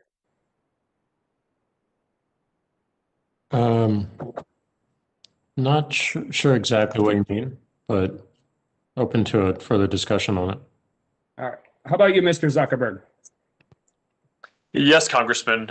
My understanding is that the law already includes the quality of products in addition to price. And I will just say, I appreciate you talking about the difference between big platforms and small platforms, because I think in our history of trying to regulate big companies, Congress has always done a really good job at harming the smaller companies worst. And with my last 6 seconds, because this isn't the appropriate hearing, but I'm going to ask, please all do a better job of making sure artists get paid for their work on your platforms. And with that, I yield back. Gentleman yields back. The chair recognizes Mr. Vesey for 5 minutes. Thank you, Mr. Chairman. It's often been said that lies travel faster than truth, and we've seen that play out with devastating consequences on social media platforms today. This concerns me greatly, not just as a father or a lawmaker, but as someone ready to see the past divisions that have dominated our country for the past several years, and really decades, really. But it's hard to see how this can change when the CEOs of the largest social media platforms repeatedly say they will fix their ways only to keep spreading harmful lies and misinformation. I want to give you an example. Last August here in the Dallas-Fort Worth area, the North Texas Poison Control Center felt the need to warn people against ingesting bleach or other disinfectant products as a cure to prevent COVID-19. Despite efforts of your companies to take down such harmful mis or disinformation calls to the North Texas Poison Control Center about disinfectant, ingestion rates were much higher than usual, and statewide calls about bleach products were up over 70% compared to the year before. The North Texas Poison Center pointed this out largely to misinformation online as the cause for these increases. And as we know, in the lead up to last elections, Black communities were specifically targeted for disinformation campaigns designed to suppress the vote, especially in battleground states. And right now, there are sites up that are discouraging Black people from getting the COVID-19 vaccination. I know a lady that was put in Facebook jail for 30 days because all she did was repost one of the faulty posts saying Black folks aren't falling for this BS, and she was put in Facebook jail for 30 days. Now, even if these posts were eventually taken down or otherwise labeled as false, again, lies travel a lot faster than truths. Your companies have been largely flat-footed when it comes to getting out ahead of these issues, and it's time for something to change. That's why I'm exploring legislation that would establish an independent organization of researchers and computer scientists who could help identify and warn about misinformation trends before they become viral. This early warning system would help social media sites, the public, and law enforcement so that when dangerous conspiracies or disinformation is spreading, they can be on alert and hopefully slow its effect. Mr. Zuckerberg, would you support legislation that would alert all Facebook or Instagram users of harmful disinformation and conspiracy theories spreading across your platforms? Congressman, I think we need to look into that in more detail to understand the nuances. But in general, I agree that it's our responsibility to build systems that can help slow the spread of this kind of misinformation. And that's why we've taken all the steps that I've outlined today, from building an unprecedented independent fact-checking program to taking down content that could cause imminent physical harm, to the work in the COVID Information Center and the Voting Information Center and the Climate Information Center to promote authoritative information across our services. So I certainly think that there's a lot to do here. Mr. Dorsey, would you support legislation for an early warning system across Twitter? I'd be open to reviewing the details. I just don't think it'll be effective. It'll be very much whack-a-mole. I think that the more important thing is to, as I said in my open remarks, like get much more of an open standard and protocol that everyone can have access to and review. And Mr. Pichai, for Google and YouTube, and I have a 14-year-old at home that watches YouTube. What about you for those platforms? We already today in many of these areas, we show proactively information panels. So for example, on COVID, we showed a lot of information from CDC and other experts, and we had views of over 400 billion. And so, conceptually showing proactive information, including information panels, I think makes sense to me. Okay. Well, thank you. I appreciate the time, Mr. Chairman. I'm worried. I think that that we need to act quickly, and that we're running out of time, and that we need these companies to take affirmative action on addressing some of these issues. I yield back my time. Thank you. Thank the gentleman. Gentleman yields back. The chair now yields 5 minutes to Ms. Craig. Thank you so much, Mr. Chair. Mr. Zuckerberg, thank you so much for joining us today. As co-chair of the LGBTQ Equality Caucus in the U.S. Congress, I'd like to ask you a few questions about an incident that occurred several weeks ago now, and I would appreciate a simple yes or no answer. Most of these have absolutely no room for nuance. These aren't trick questions. I'd just like to clarify a few facts. So on February the 25th, Facebook took down a video posted by my colleague, Representative Marie Newman, in which she places the transgender flag outside her office. Is that correct to your knowledge? Yes or no? Congresswoman, I'm not aware of this. You're not aware of this? No. Well, the answer is yes. Facebook took her video down. According to Representative Newman, the reason Facebook gave for taking down the video was that it violated Facebook's community standards on hate speech and inferiority. Does that seem right to you, that if someone put up a trans flag and took a video of it and posted it on your platform, that it should be put down? Yes Congresswoman, no, that doesn't seem right to me, but I would need to understand the specifics of the case in more details. Yeah, thank you. Yeah, the answer is no, it's absolutely not right. Meanwhile, across the hall, Representative Marjorie Taylor Greene from Georgia posted a video to Facebook. Her video showed her putting up a transphobic sign so that Representative Newman, the mother of a trans child, could, quote, look at it every time she opens her door, close quote. Facebook allowed Representative Greene's video to remain online. Is that right? Yes or no? Congresswoman, I'm not aware of the specifics, but as I've said a number of times today, we do make mistakes, unfortunately, in our content moderation, and we hope to fix them as quickly as possible. Reclaiming my time, the answer was yes. Representative Greene's video was allowed to remain online. Representative Newman reached out to Facebook, and a few hours later, her video was restored with a perfunctory apology. But Representative Greene's video was never taken down. I'm not even going to ask you if I'm getting that right, as I was, because you obviously don't know. Are you aware that Facebook has repeatedly flagged the transgender flag as hate speech, and that trans-positive content ends up being taken down, while transphobic content like Representative Greene's video is not taken down and is often shared widely? Yes or no? Congresswoman, I'm not aware of that specifically, but this is an instance of a broader challenge in identifying hate speech, which is that there's often a very nuanced difference between someone saying something that's racist versus saying something to denounce something that someone else said that was racist. And we need to build systems that handle this content in more than 150 languages around the world, and we need to do it quickly. And unfortunately, there are some mistakes in trying to do this quickly and effectively. Mr. Zuckerberg, I'm going to give you your nuance this one time. As it exists today, do you think your company is going to get these content moderation decisions right on the first try eventually? Congresswoman, if what you're asking is, are we ever going to be perfect? The answer is no.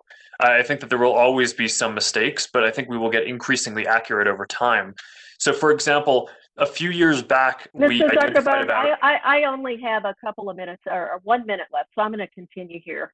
As it's been mentioned repeatedly throughout today, we just don't have faith that your companies have the proper incentives to proactively contemplate and address basic human rights.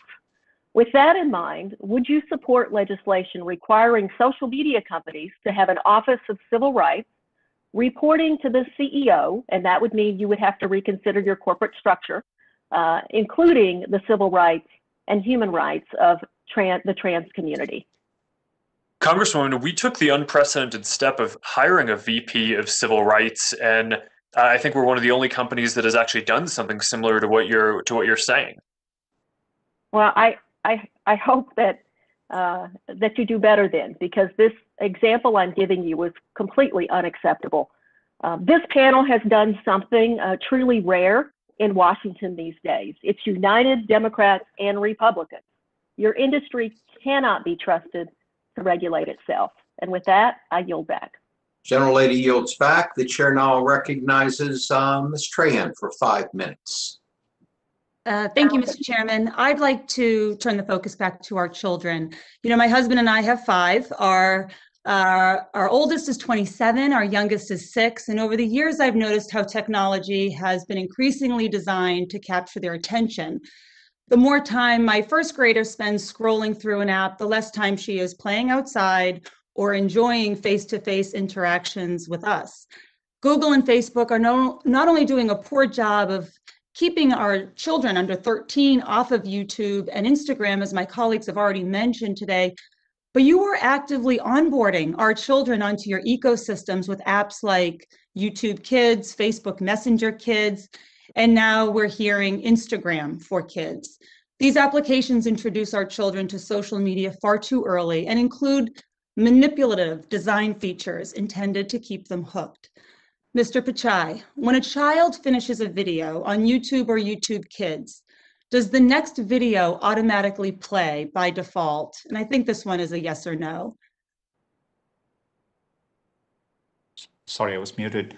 Congresswoman, I have children too. I worry about the time they spend online, and I agree with you. It's an important issue. Yes. We designed YouTube. The autoplay function by default, that's a yes. On the main app, it is there, and for each video, there's an easy on-off toggle. Users have preferences. But the default setting is yes. When a user who is predicted to be a teen is watching a YouTube video, are the number of likes displayed by default? Yes or no, please? On all videos, I think we do have, across all videos we have. Great. And Mr. Zuckerberg, will the recently reported Instagram app for kids have endless scroll enabled? Yes or no? Sorry. Congresswoman, we are not done finalizing what the app is going to be. I think we're actually still pretty early in designing this, but you know, I just want to say that are you not sure, or you're not sharing features? And look, another feature of concern is the filter that adds an unnatural but perfect glow for my 10-year-old to apply to her face. Is that feature going to be part of Instagram for Kids? Congresswoman, I don't know. I haven't discussed this with the team yet. Well, you know, please expect my office and many others to follow up, given what we know about Instagram's impact on teen mental health. We're all very concerned about our younger children. And, you know, I just want to speak mother to father for a moment, fathers, because leading experts all acknowledge that social media sites pose risks to young people. Inappropriate content, oversharing of personal information, cyberbullying, deceptive advertising, the list goes on. And those risks are exacerbated with more time children spend in these apps. And Mr. Pichai, you mentioned that you have children and that I've also read you limit their screen time. What do you say when one of your children doesn't want to put their phone down? Congressman, the struggle is the same, particularly through COVID. It's been hard to moderate it, and I do take advantage of the parental controls and the digital well-being tools. We can limit the time on their apps, and so we have provisions in place. I don't mean to cut you off, Mr. Pichai, you know, but the last thing overworked parents need right now, especially right now, are more complex to-dos, which is what parental controls are. I mean, they need child-centric design by default. Mr. Zuckerberg, I understand your children are younger, but when they start using social media, what will you say when they're craving their tablet over spending time face-to-face with you or with friends? Well, Congresswoman, we haven't gotten to that point yet, but we're designing all of these tools. We designed Messenger Kids that the parents are in control. I think we've proven that that can be a good and safe experience. And I think that was one of the things that made us think that we should consider doing this for Instagram as well, by having it so that we have a parent-controlled experience. And as you say, child-centric experience for people under the age of 13. I am going to reclaim my time only because Connecting with others is one thing. Adding filters, no breaks for kids to take, and manipulating the design of these apps for our children is another. Look, this committee is ready to legislate to protect our children from your ambition. What we're having a hard time reconciling is that while you're publicly calling for regulation, which, by the way, comes off as incredibly decent and noble, you're plotting your next frontier of growth, which deviously targets our young children, and which you all take great strides with infinitely more resources in protecting your own children. This playbook is familiar. As some of my colleagues have already pointed out, it's the same tactic we saw from alcohol companies and big tobacco. Start them young and bank on them never leaving, or at least never being able to. But these are our children, and their health and well-being deserve to take priority over your profits. General Lady's time has expired.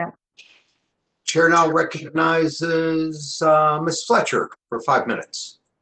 Thank you, Chairman Doyle, and thanks to you and Chairwoman Schakowsky and Ranking Members Latta and Bilirakis for holding this hearing today. I agree with my colleagues. There's a broad consensus on a range of issues, and I appreciate the discussion. As we've discussed extensively today, one of the big challenges of this rise of dangerous disinformation is that it denies us a basic set of shared facts to enable informed debate like what we are having here today. And it's absolutely vital that we take charge and that we address this. What we've seen is that countries whose interests are not aligned with ours, extremist organizations and others, have used online social media platforms to engage and to amplify extremist content and disinformation, from the COVID-19 pandemic to the January 6th insurrection, both of which we've talked about extensively today. We've seen that the real world cost of this unchecked spread of disinformation is in lives. And like my colleagues, I worry that the structure of many social media companies, including those we have before us today, prioritize engagement, including engagement with provocative or extremist content over responsible corporate citizenship. So one of my greatest concerns regarding how extremist content and disinformation is allowed to spread on your platforms is the lack of data transparency when it comes to independent analysis. Everyone has claimed they have an internal system, that it's about the systems, that you need good systems to remove and delete disinformation and extremist content, but we have no way to verify how effective those systems are. And that's a huge part of the challenge before us. I think we all would agree that we need data and information to make good policy and to write good legislation, which will be coming out of this committee. So that brings me to a follow-up on my colleague Ms. Rice's questions about data. As she mentioned, and it's my understanding that all three of your platforms chose to remove content that was posted regarding the Capitol insurrection on January 6th. And I think we can all understand some of the reasons for that, but as a result, it's unavailable to researchers and to Congress. So my question for each of you is, will you commit to sharing the removed content with Congress to inform our investigation of the events of January 6th and also of the issues before us today about how to respond to extremist and dangerous content online? And I'll start with Mr. Zuckerberg. Thanks, Congresswoman. When we take down content that might be connected to a crime, I think we do, as a standard practice, try to maintain that so we can share with law enforcement if necessary. And I'm sure our team can follow up to discuss that with you as well. Sure, I appreciate that. And I understand that you have a legal obligation to cooperate with authorities and law enforcement in these cases. And I think that, what I'm talking about is also sharing it with us in Congress. And I appreciate your response there. Mr. Dorsey? We would like to do this, actually. We've been thinking about a program for researchers to get access to actions that we had to take. But all of this is subject to local laws, of course. Well, and that may be something that we can help craft here. So I think that, it is consistently something we've heard from researchers as well, is a real area of challenge in not having the data. So I appreciate that. And Mr. Pichai? Do you also agree? Oh, Congresswoman, sorry, I was muted. We are working with law enforcement and happy to connect with your office. And, we cooperate as allowed by law while balancing the privacy of the people involved. Well, thank you. So I appreciate all of your willingness to work with us and to assist Congress in addressing this attack on our Capitol and on our country. Another idea that I would like to touch base with you on in the time I have left, just over a minute, is the difference we see in how your platforms handle foreign extremist content versus domestic content. And by all accounts, your platforms do a better job of combating posts and information from foreign terrorist organizations or FTOs like ISIS or Al-Qaeda, and others where the posts are automatically removed depending on keywords and phrases, etc. The FTOs are designated by the State Department through rigorous criteria to identify groups that wish to cause harm to Americans. Currently, there's no legal mechanism or definition for doing the same for domestic terror and hate groups. Would a federal standard for defining a domestic terror organization similar to FTOs help your platforms better track and remove harmful content from your sites? Mr. Zuckerberg? Congresswoman, I'm not sure. I think in domestically, we do classify a number of white supremacist organizations and militias and conspiracy networks like QAnon as the same level of problematic as some of these other organizations that are able to take decisive action. I think where this ends up being more complicated is where I hate to cut you off, but I'm going to run out of time. So your answer was, I'm not sure. Can I just get a quick yes or no from Mr. Dorsey and Mr. Pichai? Yes, and then we'll very quickly, because your time has expired. Just very quickly. We need to evaluate it. We need to understand what that means. I think as domestic agencies focus on it, I think we are happy to work and cooperate there. Okay, well, gentlemen. Thank you very much, Mr. Chairman. I yield back.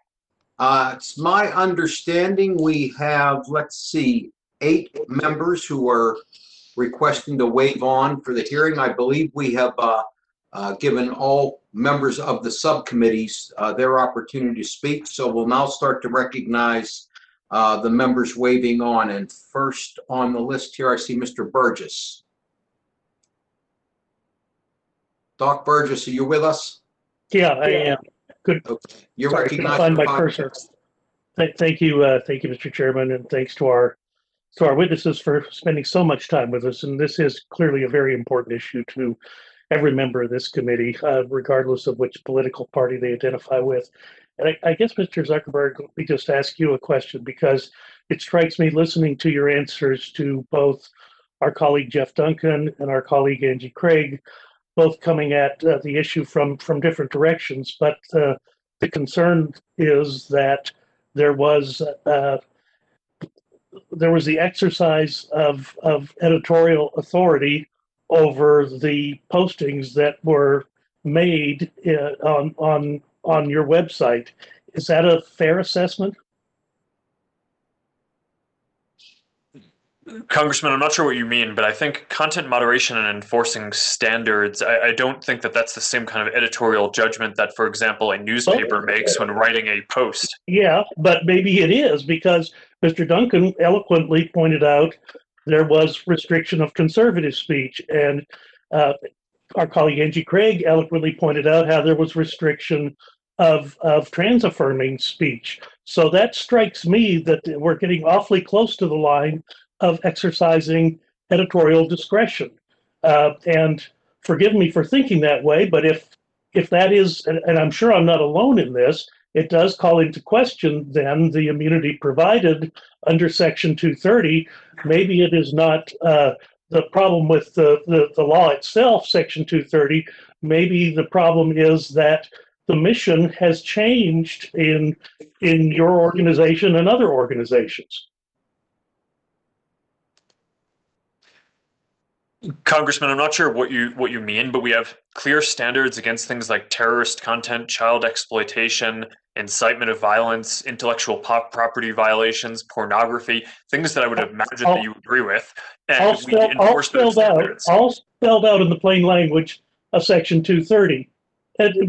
But again, you're putting restrictions on conservative speech. Mr. Duncan eloquently pointed out how that is occurring. Angie Craig eloquently pointed out how you're putting restrictions on trans-affirming speech. None of those fall into any of the other categories that you're describing. So to the just to the casual observer, it appears that you're exercising editorial authority, and as such, maybe you should be regulated as a publisher as opposed to simply someone who is carrying who is indifferent to the content that they're carrying. Congressman, I think one of the virtues of Section 230 is it allows companies to moderate things like bullying that are not always clearly illegal content, but that I think you and I would probably agree are harmful and bad. So I think it's important that companies have the ability to go beyond what is legally required. I do not think that that makes these internet platforms the same thing as a news publisher who is literally writing the content themselves. I do think we have more responsibility than maybe a telephone network where Let me interrupt you in the interest of time, because I want to pose the same question to Mr. Dorsey. Mr. Dorsey, every presidential tweet that I read following the election had an editorial disclaimer appended to it by you. How does that not make you someone who's exercising editorial discretion on the content that you're carrying? Our goal with our labels was simply to provide connection to other data and provide context. Yeah, but you don't do that routinely with other tweets. It seemed to be a singular assignment that someone had taken on to look at whatever the president is publishing. We're going to put our own spin on that. And that, again, that strikes me as an editorial exercise. And the only reason I bring this up, and we are going to have these discussions, I recognize that smaller companies just starting out, the protection of Section 230 may be invaluable to them. But you all are no longer just starting out. You're established, you're mature companies. You exercise enormous control over the thought processes of not just an entire country, but literally an entire world. You are exercising editorial discretion. I do think we need to revisit Section 230 in the terms of, have you now become actual publishers as opposed to simply carriers of information? Thank you, Mr. Chairman. I'll yield back. Gentleman yields back. The chair recognizes Mr. Tonko for 5 minutes. Hey, thank you, Mr. Chair, and thank you for allowing me to wave on. Gentlemen, thank you for being with us today. Well, there are many issues I would like to raise with you. My most pressing unresolved questions revolve around what I saw and experienced on January 6th, when I had to dive for cover in the House gallery as violent insurrectionists attempted to break down the doors and take the chamber.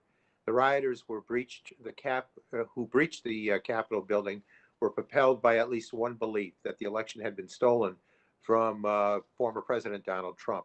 They reached this false and dangerous conclusion without evidence, yet somehow in massive numbers. Their assault was not disorganized or isolated, and it was not coincidence. So, Mr. Zuckerberg, you and your colleagues have downplayed the role Facebook played in helping the rioters mobilize on January 6th. In light of growing evidence that suggests otherwise, including the fact that Facebook was the most cited social media site in charging documents the Department of Justice filed against insurrectionists, do you still deny that your platform was used as a significant megaphone for the lies that fueled the insurrection? Congressman, to be clear, I think part of the reason why our services are very cited in the charging docs is because we worked closely with law enforcement to help identify the people who were there. So I don't view that collaboration with law enforcement should be seen as a negative reflection on our services. And as I've said a number of times today, there was content on our services from some of these folks. I think that was problematic. But by and large, I also think that by putting in place policies banning QAnon, banning militias, banning other conspiracy networks, we generally made our services inhospitable to a lot of these folks. And that had the unfortunate consequence of having those folks not use Facebook and use other places as well. So there's certainly more for us to do. But I stand behind the work that we've done with law enforcement on this and the systems that we have in place. Thank you. Mr. Pichai, can you affirmatively state that YouTube did not recommend videos with Stop the Steal content, white supremacy content, and other hate and conspiracy content that were seen by rioters at the Capitol? Congressman, we had clear policies and we were vigorously enforcing this area. Just leading up to the election, we had removed hundreds of thousands of videos and we had terminated 8,000 channels, and On the day of the riot, we were successfully able to take down inappropriate live streams. We gave precedence to journalistic organizations covering the event, and that's the content we raised up on YouTube that day. And since then, we have been cooperating with law enforcement as well. So you're indicating that you did not recommend videos with Stop the Steal. We were rigorously enforcing. We had clear policies around content that undermined election integrity. Once the state certified the election on December 8th, we introduced a sensitive events policy, and we did take down videos which were violative. And so we've been monitoring it very closely. And thank you. And Mr. Dorsey, are you confident that the conspiracy theorists or other purveyors of electoral misinformation and Stop the Steal on Twitter were not recommended to others? I can't say that with confidence, but I know we did work really hard to make sure that if we saw any amplification that went against the terms of service, which this would, we took action immediately. We didn't have any upfront indication that this would happen, so we had to react to it quite quickly. All right, thank you. So who and what content your platforms recommend have real world consequences, and the riot caused 5 deaths and shook our democratic foundations. But I believe that your platforms are responsible for the content you promote, and look forward to working with my colleagues to determine how to hold you accountable. Mr. Pichai and Google and YouTube often slip under the radar as a source of disinformation, but in the last election, bad actors used ads on Google search to scam people looking for voting information, and YouTube failed to remove videos that spread misinformation about the 2020 vote results. So, Mr. Pichai, when journalists pointed out in November that election misinformation was rampant on Google's YouTube, the company said it was allowing discussions of election processes and results. A month later, YouTube said it would remove new content alleging widespread voter fraud in the 2020 election. Why did YouTube wait a month to take action on election misinformation? If I could clarify here, we were taking down videos leading up to the election. There is obviously a month from the date of election till there are due processes, court challenges, and we waited till this, we consulted with CISPA and the Association of Secretaries of State. And on December 8th, when the states certified the election, we started enforcing newer policies on December 9th.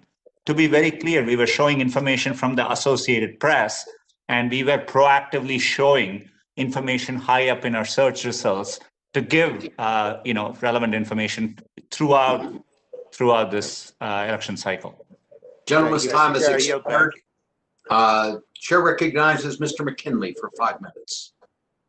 Thank you, Mr. Chairman. And this panel, you all have to be exhausted after being grilled all day long like this. So my questions are to Mr. Zuckerberg. When you came before our committee in 2018, you acknowledged that Facebook had used what you just said, clear standards preventing the sale of illegal drugs on your site. But you were shown examples of active posts that traffickers were still using that platform unlawfully to sell prescription opioids.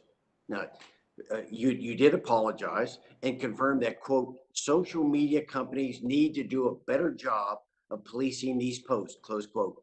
Now, 3 years later, it appears a shell game is emerging. Facebook seems to have cleaned up its act, but you're now allowing Instagram, one of your subsidiaries, to become the new vehicle.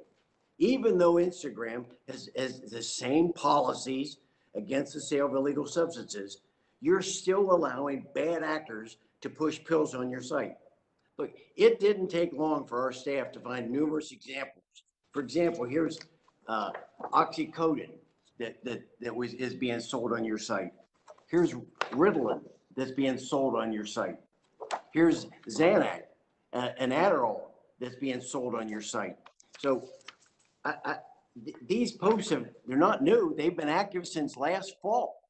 If we can find posts this easily, shame on you for not finding them for yourself. Apparently, you're not taking the warnings of Congress seriously. After drug manufacturers dump millions of pills into our community, killing thousands, ravaging families, and destroying livelihoods, Congress responded by passing laws to hold them liable.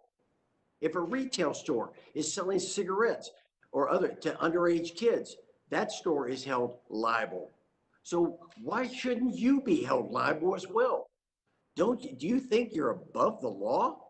You're knowingly allowing this poison to be sold on your platform into our communities, to our children, to our vulnerable adults. Look, I've read Scott Galloway's book, The Four. I encourage all the members on this committee to read it as well. It's a perfect depiction of the arrogance of big tech companies like Facebook, Google, Apple, and Amazon. He develops a very compelling argument as to why big tech companies should be broken into smaller companies, much like that occurred in AT&T in 1984. Maybe it's time for Congress to have an adult conversation about this loss of liability protection and the need to reform our antitrust laws. I don't think Congress wants to tell you how to run your company, but maybe it should. So, Mr. Zuckerberg, let me close with this one question. And so don't you think you'd find a way to stop these illegal sales on your platforms if you were held personally liable?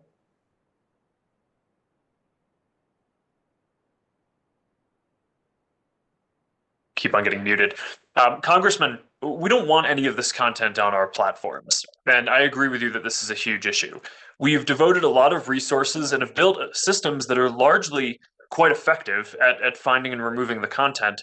But I just think that what we all need to understand is that at the scale that these communities operate, where people are sharing millions or in messages billions of things a day, it is inevitable that we will not find everything. Just like a police force in a city will not stop every single crime.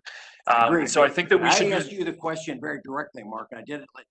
Should you not be held liable when people are dying because your people are allowing these sales to take place? We did it with manufacturers. We do it to the stores. Why aren't we doing it to the salesman that allows this to take place? Well, Congressman, I don't think we're allowing this to take place. We're building systems that take the vast majority of this content off our systems. We've been and what I'm dealing saying, this for 3 years, Mark. We've been doing 3 years. This has been going on, and you said you were going to take care of it last time. But all you do is switch from Facebook over to Instagram. They're still doing it now, and you're saying we need to do more. Well, how many more families are going to die? How many more children are going to be addicted while you still study the problem? I think you need to be held liable.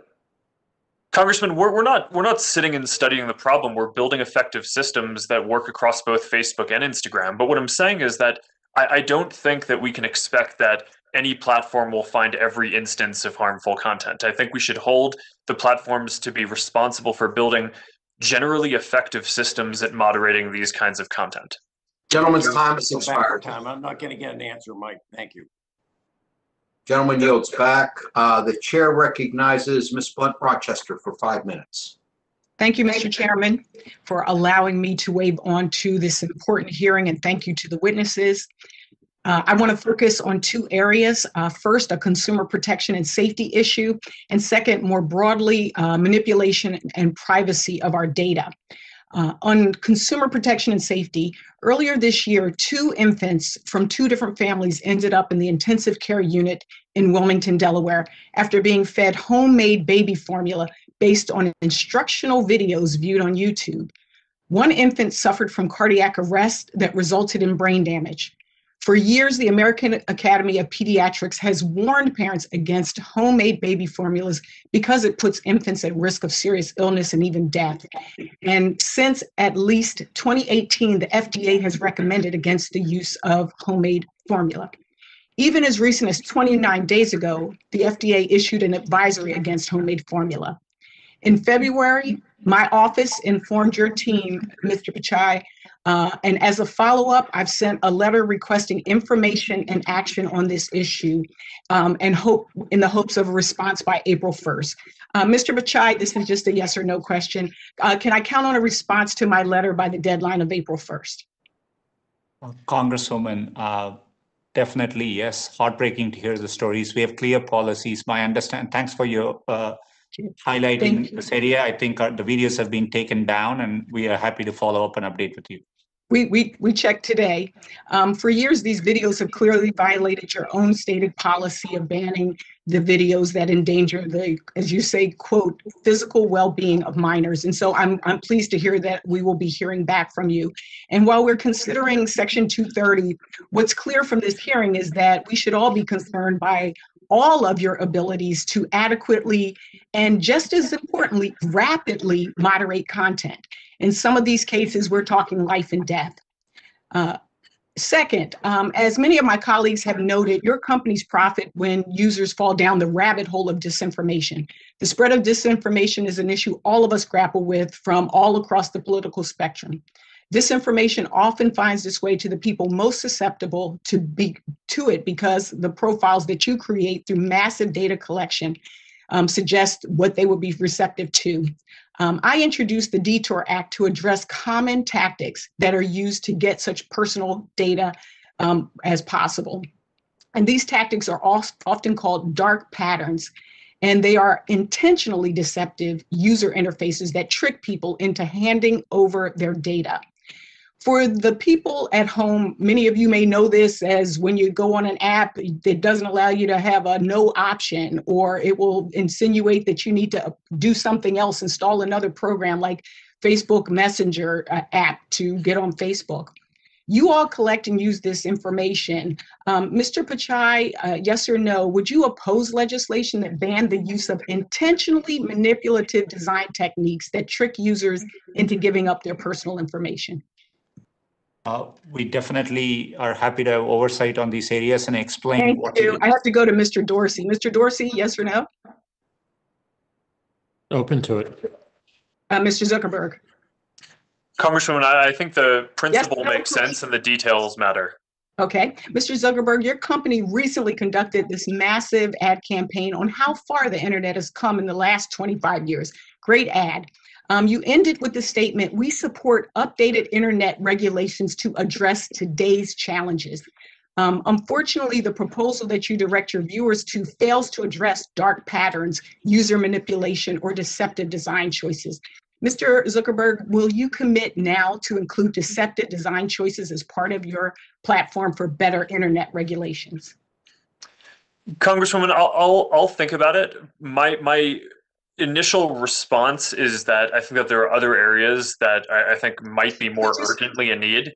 That might be your, if you say this is a desire of yours to address the issues that we face today, dark patterns goes back to 2010, this whole issue of deceptive practices, and I hope that you will look into it. I will say, Ms. Trahan and others have mentioned, she mentioned our children, others have mentioned seniors, veterans, people of color, even our very democracy is at stake here.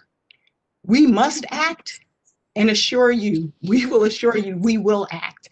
Thank you so much. And Mr. Chairman, I yield back 6 seconds. I thank the gentlelady.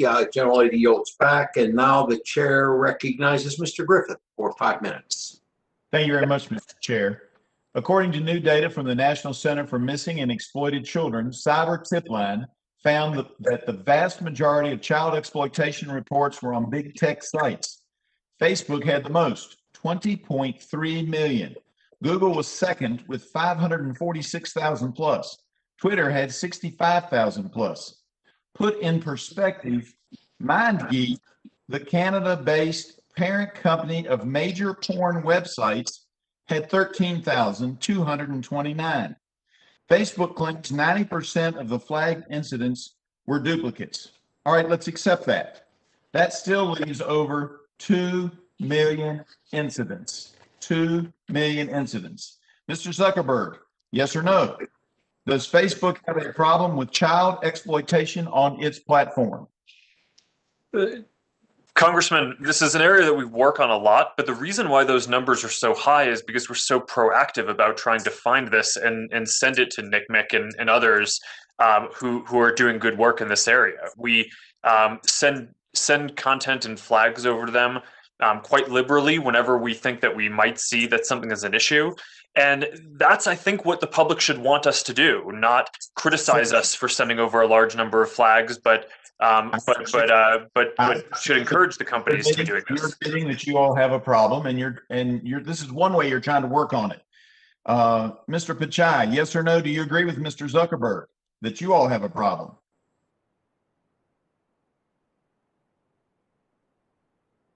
Are you there? Congressman, sorry, I was muted. This is an area which we invest very heavily. We have been praised by several authorities. We work proactively. So the answer is yes. Mr. Dorsey, yes or no? Do you agree? If we see any problems, we try to resolve them as quickly as possible. But you do have problems, and that's why you're trying to resolve them. I get that. The problem is when you're talking about millions of incidents, and we take 90% of them as duplicates from the Facebook data, that's millions of incidents that are happening where our children are being exploited with child pornography on you all sites. We got to do better. I think you all need, for everything that we've talked about today, an independent industry-wide review team like the electronic industry did with the Underwriters Laboratory nearly 150 years ago. I told you all that when you were here before. Nobody's done anything. I don't think it needs to be within your company. I think it needs to be outside. And on that vein, I would say to Google, special permission was given to Moonshot CVE to target ads against extremist keywords. Moonshot then directed thousands of individuals who searched for violent content to videos and posts of a convicted felon who espouses anti-law enforcement, anti-Semitic, and anarchist viewpoints. Mr. Pichai, are you aware of this problem? Congressman, I'm not aware of the specific issue. Last year, we blocked over 3.1 billion bad ads, 6,000 ads per minute. And so we enforce vigorously, but I'm happy to look into this specific issue and follow up back with you. Well, here's what happened. You partnered with an outside group that didn't do their job. What are your standards when you partner with an outside group? What are your standards and what are your philosophy? Because they sent people who were already looking for violence to a convicted felon with anarchist and anti-Semitic views. There is no place for hate speech, and I'm disappointed to hear of this. We will definitely look into it and follow back with you. Well, and I appreciate that. I recognize that, but I had the same concerns that Mr. McKinley had, and you weren't here last time, but we heard these same kinds of things about how we're going to work on it and how we're going to get these problems resolved. And I forget when that hearing was, but a year or so ago. And yet we continue to have the same problems where political candidates' information is being taken down because for some reason it's flagged, where conservatives and people on the left are being hit and taken down. And I agree with many of the sentiments on both sides of the aisle that if you all aren't doing anything and it appears that you're not moving fast enough, we have no choice in Congress but to take action. I don't want to. I'd rather see you all do it like the electric industry did with Underwriters Laboratory. But nobody's doing that. Nobody's coming up with a group that both sides of the aisle and the American families can feel comfortable with. And so we're going to have to take action, and it's probably going to be this year. I yield back. Gentleman yields back. The chair recognizes Ms. Schreier for 5 minutes. Thank you, Mr. Chairman. I'm a pediatrician, and I've spent my life calming patients who are nervous about vaccines because of online misinformation. In fact, that's why I introduced the Vaccines Act when I was a new member of Congress. Did you know that there are doctors who, after spending their entire day on the front line fighting this virus, they come home at night and spend their scarce free time and family time fighting misinformation about vaccines online. And this misinformation, of course, comes primarily from Facebook and Twitter. So the question is, why do they do that? Well, they do it because of things like this that happened after I introduced the Vaccines Act. Here are some overt threats. keep shoving this vaccine mantra down people's throats and expect riots. Be careful, you will answer for this tyranny one day. She needs to just disappear. Can we vote her out of office? I'm enraged over these poison pushers. We have weapons and are trained to fight off possible forced vaccinations. I will die protecting my family.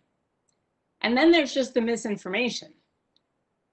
It says safe and effective many times, yet no vaccine has been studied in a double-blind study. False.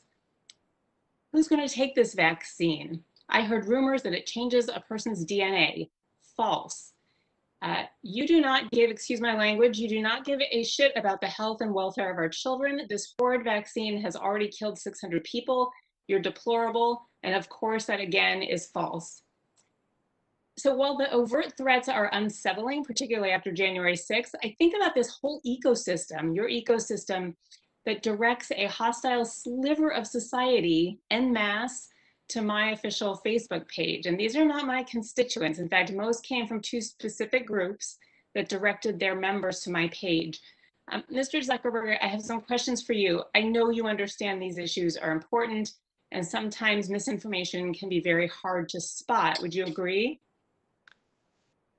Congresswoman, I agree with both of those. This is important, and the enforcement processes can be difficult. Thank you. And I heard your answer earlier to Representative Upton's question that there are 35,000 people doing content review of posts that have been flagged by users in AI. Can you tell me what content review means and how many of those 35,000 are dedicated to topics regarding health? Congresswoman, yes, what the people are doing overall is, content gets flagged either by the AI systems or by another person in the community. And if the AI can't by itself determine that something either violates or doesn't, then it gets flagged for human review and human judgment. And the 35,000 people go through all those different cues, focused on all of the different types of harms that we've discussed today. I don't have the number off the top of my head about how many of them are focused on vaccine misinformation. But as you know, we have a policy that doesn't allow vaccine misinformation, and we work with the WHO and CDC to take down false claims around COVID and the vaccines around that could cause harm. That's where it really gets tricky, because you have to have experts and healthcare professionals who really understand. Are your people trained in healthcare to really even be able to discern what's real, what's fake, and what to take down? Congresswoman, the people who set the policies either are experts in these areas or engage in a consultative process where they talk to a lot of these different folks. In this case, we largely defer to the CDC and WHO on which claims they think are going to be harmful. And then we try to break that down into kind of very simple protocols that the 35,000 people can follow and that we can build into AI systems to go find as much of that content proactively as possible without requiring all those people to be medical experts. So with my short time remaining, I would love to jump to that part about the CDC, because I want to turn my attention to the COVID Resource Center that you describe as a central part of your efforts to fight misinformation. You directed over 2 billion people to the COVID-19 Information Center. But on that information page, almost all of the content links to additional Facebook pages. It looks to me like an extension of Facebook's walled garden that just keeps users on the site instead of linked directly to authoritative trusted sources like the CDC. So knowing that your platform is a large source of misinformation, did you consider just referring people directly to sites like the CDC rather than keeping them within your platform? Congresswoman, I think we have considered both, and I think we have done both in different cases. The team is very focused on building this in the way that's going to be most effective at getting people to actually see the content. And I believe that they've concluded that showing content from people who within a person's community that they're going to trust on the service is one of the most effective things that we can do. General Lady's time has expired. Thank you. I yield back. The chair now recognizes Mr. Crenshaw for 5 minutes. Thank you, Mr. Chairman, and thank you all for being here. It's been a long one. Look, I've been on social media longer than anyone in Congress, I think. I was one of the first schools to have Facebook back in 2004. And it seemed to me that the goal of social media was simply to connect people. Now, the reason we're here today is because over time, the role of social media has expanded in an extraordinary way, and your power to sway opinions and control narratives is far greater than the US government's power ever has been. And so I noticed a trend today. There's a growing desire from many of my colleagues to make you the arbiters of truth. See, they know you have this power, and they want to direct that power for their own political gain. Mr. Zuckerberg, since Facebook was my first love, I'm going to direct questions at you, and this isn't a trick question, I promise. Do you believe in the spirit of the First Amendment, free speech, robust debate, basic liberal values? Yes, absolutely. See, my colleagues can't infringe on the First Amendment. The American people in their speech are protected from government, as they should be. My colleagues, this administration, they can't silence people they disagree with, no matter how much they want to. But I do think they want to. Just in this hearing, I've heard Democrats complain about misinformation, by which they clearly mean political speech they disagree with. They've complained today that Prager University content is still up. I've heard them accuse conservative veterans of being tinfoil hat-wearing extremists, and that opinions on climate change that they disagree with should be taken down. This is quite different from the Republican complaint that illegal content needs to be addressed. There's a growing number of people in this country that don't believe in the liberal values of free speech and free debate. I promise you, the death of the First Amendment will come when the culture no longer believes in it. When that happens, then it becomes okay to jail or investigate citizens for speech, like has happened in Canada and throughout Europe.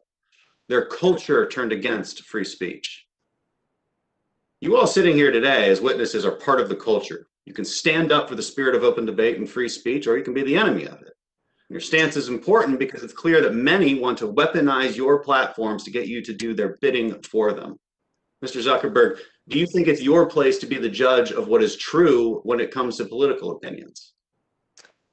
Congressman, no, I don't believe that we should be the arbiter of truth. Thank you. And look, I promise you this, as long as you resist these increasing calls from politicians to do their political bidding for them, I will have your back. When you don't, you become an enemy of liberty and longstanding American tradition. You might all agree in principle with what I just said. Mr. Zuckerberg, you clearly do, and I have a feeling the others would answer it as well. I just don't have time to ask everybody. But the fact remains that community standards on social media platforms are perceived to be applied unequally.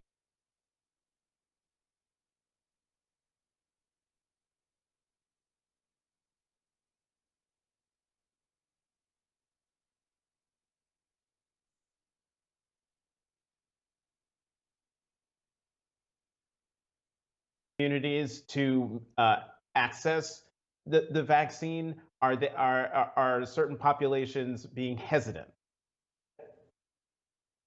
You know,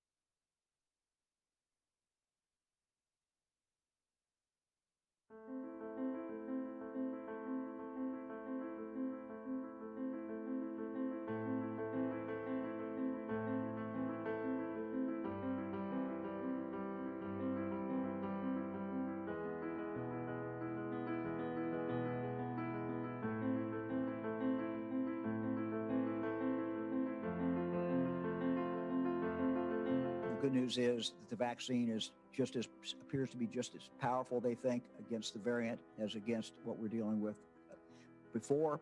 But also, the downside of that, of course, is that it is believed to be a lot more contagious.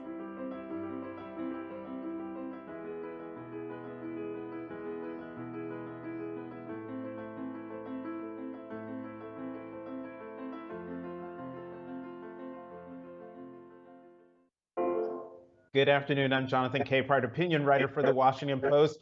Welcome to Washington Post Live for another installment of our Leadership During Crisis series. Our guest today was, in fact, the very first guest of this series when it launched last April. He is the 70th governor of Ohio, Governor Mike DeWine. Welcome back to Washington Post Live. John, thank you. Good to be back. Appreciate it. Well, great to have you here, especially almost a year later. Now, you announced last week that anyone over 40 in the state of Ohio is eligible for vaccinations, and by next week the age will drop to 16. So tell us what factors went into that decision. You know, what we've tried to do throughout this is to make the vaccine available to people throughout the state. We went a kind of a different route than some other states. We started with, I think, 650 locations around the state. We're up to 1,300. Now we're layering on top as we get more vaccine. We're doing some of the mass vaccination sites. We have one federal one the White House is working with us on is in Cleveland. So those things are going well, but we keep very close touch with our local health departments and with our other providers, our retail providers, the pharmacies. And when we start seeing it slowing down in the uptake, when they can't fill slots, then we open it up further. Because the last thing we want to see is vaccines come into the state of Ohio and they sit there for very long. We want them out as quickly as we can into people's arms. So that really is the deciding factor whenever we make a move. And are you satisfied with the number of doses that are currently available in your state? Are you getting enough, in short? We never get enough, but you know, we're getting a lot more than we had. I think this coming week we've got about 570,000 doses, which is, you know, at least 100,000 more, 120, 130,000 more than we've had any other time. So, you know, we're happy that these doses continue to go up. The Johnson & Johnson gives us the opportunity to do the one shots in certain target groups. It's just much easier to do the one shot than it is the two. So, you know, we're moving forward. We vaccinated a quarter of all Ohioans today. If you look at our 65 years of age and older, you know, we're over 2/3 of those have been vaccinated. That was really our priority, to vaccinate the most vulnerable among us. And, you know, so that's going well, but it's a continuing battle every week. And, you know, I suppose at some point this thing is going to flip on us, and we're going to have more vaccine, and, you know, then be worried about convincing people to take it. What we've noticed is as we get down lower age groups, it takes longer to fill, and that's just the reality. So, you know, we're focusing a lot. We've got TV ads up, and we're really working in neighborhoods and communities to, you know, make sure people have the vaccine, make sure it's available to them, particularly in our underserved communities. Mm-hmm. Well, and speaking of that, are you finding that you're having trouble getting certain communities to access the vaccine? Are certain populations being hesitant? You know, I think the conventional wisdom was that you know, African American community might be more hesitant, but what we're finding is when communities come together, you know, we rely a lot. We're a very decentralized state in Ohio, both politically, governmentally.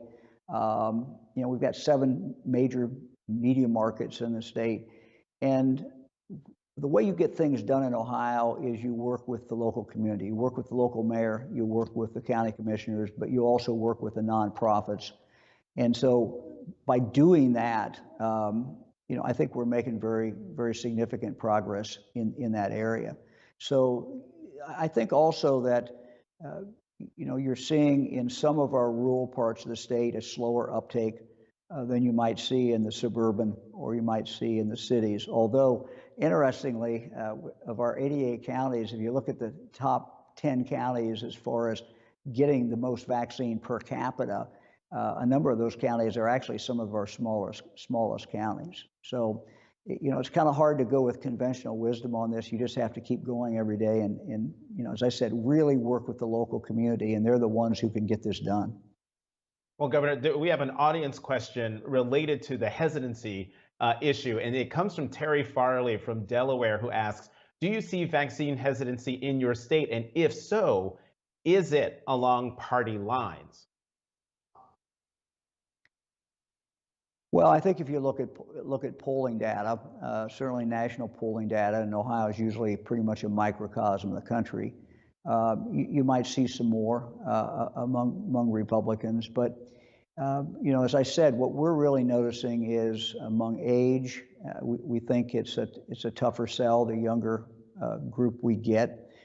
So we certainly, we've seen that. We've seen some difference, as I said, between the urban and the suburban, and then into the rural areas as well. Well, Governor, let me push you one more question on this and ask, why do you think that in that polling that shows people who identify as Republican being more hesitant to get the vaccine, why do you think that is? Well, I'm really not sure. I mean, we have seen on the mask issue, we certainly saw some more hesitancy generally among Republicans. We saw that as well. I mean, it's kind of interesting, though, in regard to the vaccine. We work very closely with the Trump administration. We're now working very, very closely with the Biden administration. And, President Trump got the shots. He and the First Lady did. He also was the one, frankly, who started us down the path on warp speed to get this vaccination or the vaccine in a record period of time. So I think we kind of take the world as we find it, and we work at this every day. And again, it comes back to when we started on this. I'll just give you an example. We started on a nursing home because that's where we saw over half of our deaths had come out of nursing homes. So the first day we literally went into our nursing homes and started vaccinating. And what we found is about 90% of the residents wanted it. But the first round through, at least, only 40% of the workers there took it. So, it's a question of some of them had the attitude, and some people who didn't take it the first time said, look, I just want to wait. I may take it, but I want to kind of see how this works out. So I think people, as we move forward, are persuaded by their family, they're persuaded by their friends, they're influenced by their own doctor. I mean, that's who people are really listening to. My wife, Fran, I've been going since we got our second shot, and a couple of weeks went by after that. We started again traveling the state, and we've been going into a lot of vaccine sites where we're doing vaccines. And it's great because everybody's happy. I mean, everybody's relieved, everybody's ready to move forward. But you learn some things by talking to people. There's one man who said, I'm the first one in my family to get vaccinated, but I'm going home today, and I'm going to tell everybody, you need to get it. You need to come in. We had somebody else who conversely said, I'm the last person in my family, and they've been on me for some time, and now I'm here. So we cannot underestimate friends, family, and your own personal doctor as really being the most influential people. Mm-hmm. And I hear you on that, but you mentioned that former President Trump and former First Lady Melania Trump both got vaccinated. Do you think it would be helpful if they did a PSA or a part of a campaign to the country, a nationwide PSA that said, we got the vaccine, we're doing great, you get the vaccine, you'll be doing great, you'll be fine?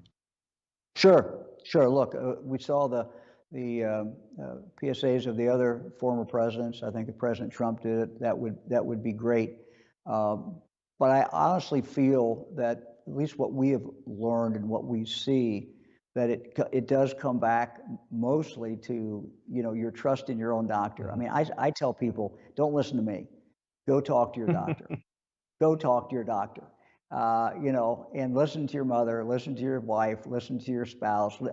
That's who really is influential. And we try, we put ads on, and we have people with testimonials, and those things I think are important. They kind of help create the right climate. But ultimately, the people who are on the fence are going to be persuaded by people who love them more than anything else. And it's like a lot of things in politics or a lot of things in public opinion.